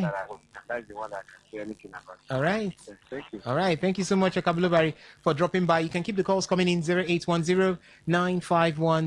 0810-951-0951. Yeah, we're talking about the Super Eagles of Nigeria right now. The mathematical Shegun Odigbami has stated that the 1994 squad, which that squad that won the African Cup of Nations and went to the US 1994 World Cup, is the best squad that the Super Eagles has ever produced. They were capable of winning anything. Hello, good evening to you. Welcome to the show. Yeah, Osas. Welcome, Tony Hospital. Yes, Osas. Mm. I love is it Odegbami, right? Yes, Shegun Odigbami. So, yes, mathematical Odegbami. Mm. That one is frank and it's modest. Mm. These are the kind of people we need in the Football administration. Yes, I love him because yes, but I can't. There's a thin line separating the 1994 set and the 1980 set. I didn't watch the 1980 set. Okay. Yes, I didn't watch, but Better Golden Bay. I was told that look, Better Golden Bay. Yeah, I was small anyway, very small. Okay. Better Golden Bay. They said if once the ball, I mean, no matter how much of the shot you got, we get there and it tells you just calm down. That means even the teammates' confidence. Okay. It's so good. It's so good between the six. Okay. Very, very good. Very good. And the key Mesimaka, whose name after our stadium here. Yes. Very, very good. Okay. Yeah. And you talk about Henry Wosu. Henry Wosu was picked from secondary school when he was just 17. Okay. Yes, he was picked from secondary school because he was so good and yes, what do this Okocha yes took after him. Yes, Okay. He was Okocha was inspired by him. Okay. Yes, very, very, very, very good when it comes to the midfield. All Very, right. very skillful. Mm. Yes, that 1994. Well, I think is the best. Okay. Yes, that's what I would say because he's a man that has seen it all. All right. Yes, he said the right thing. 1994 said, and that said, give us that rating, the highest rating ever. Okay. Yes, you got yes. All and right. the second best entertainment team In the world. when the JP Okita was there. Mm. I'm a brilliant, dribbling. It doesn't, his opponent. Okay. And that kind of thing. Yes, I think it's not far from the truth. Okay. That, the 1994 set All right. is the Is best, the best for yes, you. among the All right. Thank you. Thank you so much, Tony Hospital, for your thoughts there. Good evening to you. Welcome to the show. Yeah, this is Mr. Anthony calling from Waterline. Mr. Anthony from Waterlines. Let's have your thoughts. Welcome. Yeah, that the people I want to say is 1994. I watched the USA 1994. Hmm. Did you watch the 1980 set? Did you watch the No, 1980? I did not Okay. watch the 80s. Okay. But that 1994 through 1996, they did well. They Okay. did well. Okay. So, Okocha, Uchokuku, Daniel Omokachi, Itocho Romu, and all the rest. Okay. That's the best team Nigeria ever had. All right. All right. Thank you so much. All right. All right. Thank you for dropping by there. Good evening to you. Welcome to today's Sports Live. Yeah, good evening. Welcome. I'm Pastor Jim, calling from Port Harcourt. Welcome, Pastor. Yes, I watch 80s. I watch 90s. Okay. I'm also watching 2000s and other ones. Wow. True. 1994, they were exceptional. Hmm. To the extent that they were even expected to win the World Cup. Hmm. Because even Pele said it. But I think that 94 was just a little mistake that took them out. Yes. They were very excellent to the extent that the whole world, they were number 5. Hmm. And they were number 1 in the whole Africa. So any team that will face Super Eagles then, as at that time, they will just see themselves that they will not win. Hmm. So they were very exceptional. We had good players. Okay. Good players. Diego was true. He knows what he's saying. And how I wish that somebody like him will come into football administration in Nigeria. This NFF, things will be okay. Okay. Because even Adoke and Mr. Maka, his type, they're supposed to go there ahead of football. If people like them should be there, things will be okay. I don't know what these ones are doing these days. All right. But 1994, they were exceptional. Thank you. Thank you so much for dropping by right there with your thoughts. Good evening to you. Welcome to today's Sports Live. Good evening. Welcome. Yes, I watch 80, 94, and the last one. 2013. Yeah, the one of 80. We were the mercy of NEPA then. Okay. Watch. And it was all through black and white TV. Oh, okay. I think it was Nigeria final. And Nigeria won 3-0. But they had 2 foreigners in that team. I mean, professional. Okay. Tunje Banjo and one other one. Oh, okay. There were 2, yes. Okay. And the coach was, I think, Osoglera from Brazil. That team was good. The only thing that differentiated the other one is that there was no exposure from them, like the 94 squad. Okay. Otherwise, they were also good. All right. So the 1994 team, actually, they were not that too much exposed. Okay. But West Ham did something exceptional. We used to take them to play the Cup Papenda in Holland. When the one is documented West Ham delivered, he said when he stood there to Papenda for the very first time, he said they lacked the basics of football, the fundamentals of football. And he had to draft in West Ham to build them up. Okay. So they did very, very well. They were littered with fine players. You know, and one good thing about them is that it was difficult for anything to play them. I think it was one mistake that they made that it was against Italy. That one of these Italian guys. Yeah. I think that was Roberto Baggio and Augustine Guavorin. That penalty, that tackle that led to a penalty. Else, I don't think it's Guavorin, it's Olise actually. Okay, Olise. That tackled him and they got that penalty and we were removed. But the team was good. All right. They were very, very good. In terms of players, even the 80 they have players, but they didn't have that exposure like this other one. All right. And that's why you look at them now today. Most of them today, that's 94 squad. They are still relevant in different areas. Yeah. All right. Thank you so much for dropping by right there with your thoughts. 0810-951-0951. That's the number to call to talk to us right here in the studio. You can let us know what you feel or about what Segun Odegbami stated right there. The 1980 squad and the 1994 squad. He has picked the 1994 squad. Good evening to you. Welcome to today's Sports Live. Good evening to Delta. Yeah. Name, location? Yeah. I'm calling from Rudman. All right. Welcome. Rudman John. Go on. I read to 1994 What? as the best one ever Nigeria had. And you know what? They play with one mind. Did you watch the 1980 squad? Did you watch the 1980 squad? 94. No, did you watch 1980? No. Oh, okay. The mid 94 is the best. Okay. Because all of them, they play with one mind. They cooperate. No discrimination, no this, no that. Okay. So I read in 1994. All right. Thank you so much for dropping by there. Good evening to you. Welcome to today's Sports Live. All right. We lost that call there. You can keep the calls coming in 0810-951-0951. That's the number to call to talk to us right here in the studio. Which squad for you is the best Super Eagles squad? 3 squads have won the African Cup of Nations, the 1980, 1994, and 2013 squad. And for mathematical Shegun Digbami, he says the 1994 squad is the best squad that the Super Eagles has ever had. He says that squad had what it takes to win any competition.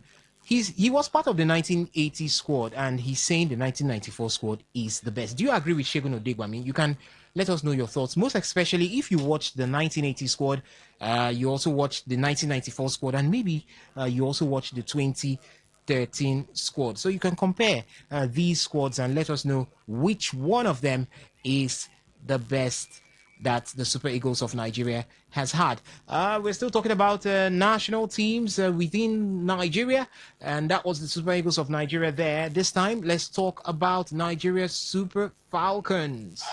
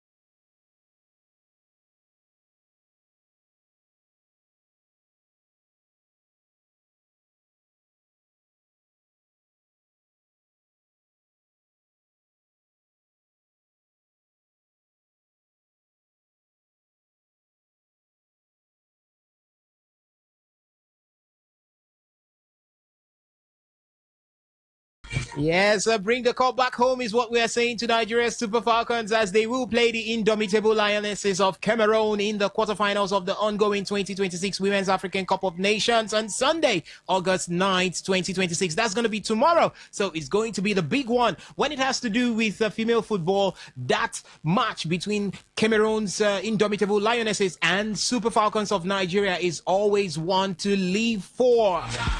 The stage is the 2026 Women's African Cup of Nations. It's the quarterfinals. The date, Sunday night, 2026, August.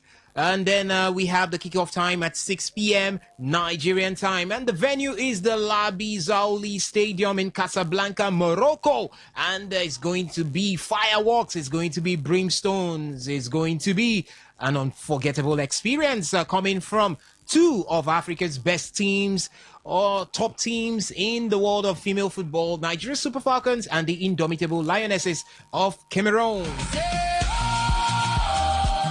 So the winner of this match will automatically qualify for the 2027 FIFA Women's World Cup in Brazil. And the victor would also advance into the WAFCON semi-finals, keeping their continental title ambition alive. Is it going to be the Super Falcons of Nigeria heading forward into the 2027 FIFA Women's World Cup in Brazil, as well as taking one more step to defending the title they won 2 years ago, as well as win an 11th Women's African Cup of Nations title? I think tomorrow, 6 p.m. will be the time to tell if that is possible. Talking about the Super Falcons of Nigeria, they will definitely be looking to bounce back into full strength with the return of a couple of the players who were suspended for the game against the would I say the female pharaohs of Egypt? Yes, that's for that particular one there. 6-2 it ended in favor of the Super Falcons, but you could see that the Super Falcons were without their midfield maestro, talking about Jennifer Echiegini, as well as their defensive stalwart in Tosin Demin. Yeah, in that particular one. But Jennifer Echiegini will be back. Tosin Demin will be back. to the fold, and it promises to be a Super Falcons that are at the top of their performance level. For Nigeria, they had a setback in the very first game of the Women's African Cup of Nations group stage, losing 3-2 to Malawi. But they were able to bounce back by defeating Zambia 1-0. Then they whitewashed Egypt 6-2 in the last game of Group C. But no thanks to, or would I say thanks, because I'm a Nigerian, I'm not a Zambian. So thanks to CAF and their rules for qualifying teams to the knockout stage, the Super Falcons were able to make it to the quarterfinal stage of the ongoing Women's African Cup of Nations at the expense of Zambia. Zambia, a lot of complaints coming from Zambia, including their head coach, who happens to be Nora Hauptelu. What's that? Hoptel. I'll just call it Hoptel, not Hoptel. So that's Zambia. Nora Hoptel, being the coach of the Zambian national team, female national team, she criticized the Confederation of African Football, saying that the use of the head-to-head rule after the group stages of the Women's African Cup of Nations was not good, did not sit down well with her, and should be reviewed. She said Zambia scored the most goals and conceded the least. How come they were ousted or they were thrown out using the head-to-head rule? But that's not for us to debate here. CAF has already set it. We were on the benefiting end of it. That's talking about the Super Falcons. Zambia, we are on the receiving end of it. It's none of our business right now. So the best, or called the two best teams, went into the next round, and that was Malawi and Nigeria. Why didn't you win all three games? Talking about Zambia, why didn't you win all three games? So let's leave that one away. But what are we expecting tomorrow, Ovie Wallace? Well, first off, on that rule and all, I know the Zambians are frustrated and all. I would say Nigeria, the Super Falcons, we are lucky. And after the match, I think I posted it on the group that Nigeria, we are lucky because I watched that game. We considered 2 unnecessary goals. We're just throwing. They were penalties, no? Yeah, they were. We had 4 penalties in that game. Yes, in that match. But I have to say, we were already 5-1 up. Okay. Or was it 4 up? And we were 4-1 up, already going. We needed to just keep the scores like that. Before you know, Nigeria considered 1. Okay. 1 more. With almost 10 minutes or so left to play. They couldn't hold out. A poor penalty. I don't know why Alozie went for the player like that, and because they had another penalty, they got that goal. Poor judgment, and I was just on the edge of my seat, wondering whether we were going to pull one back because we needed at least a goal to get over the line and get into quarterfinals. We got that goal. It wasn't easy, but we got that goal, and it's like Egypt just lost all hope, and then we added one more during during injury time.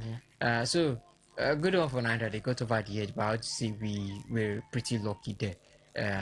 And Egypt side has been very, very poor. Before playing against Super Falcons, they had considered 9 goals. So we all knew it was going to be a goal fest for the Super Falcons, and they did that. Scored all 6 goals. Scored all 6 goals. So I'm not surprised. Zambia did it to them too. 6 goals against them, and they didn't concede any. So Nigeria should be doing more.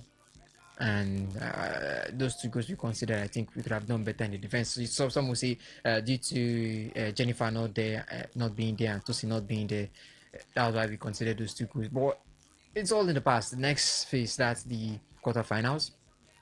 Cameroon, a team that we all know too well. When it comes to the head-to-head, 7-1 against them. We only had 1 draw against them, so we are quite familiar with what the Cameroonians can do. I am just still shaking in my boots because I know the Super Falcons are still quite shaky. No one still has their trust in Madugus. No one still has their trust in the girls. They felt like the game against Zambia, 1-0.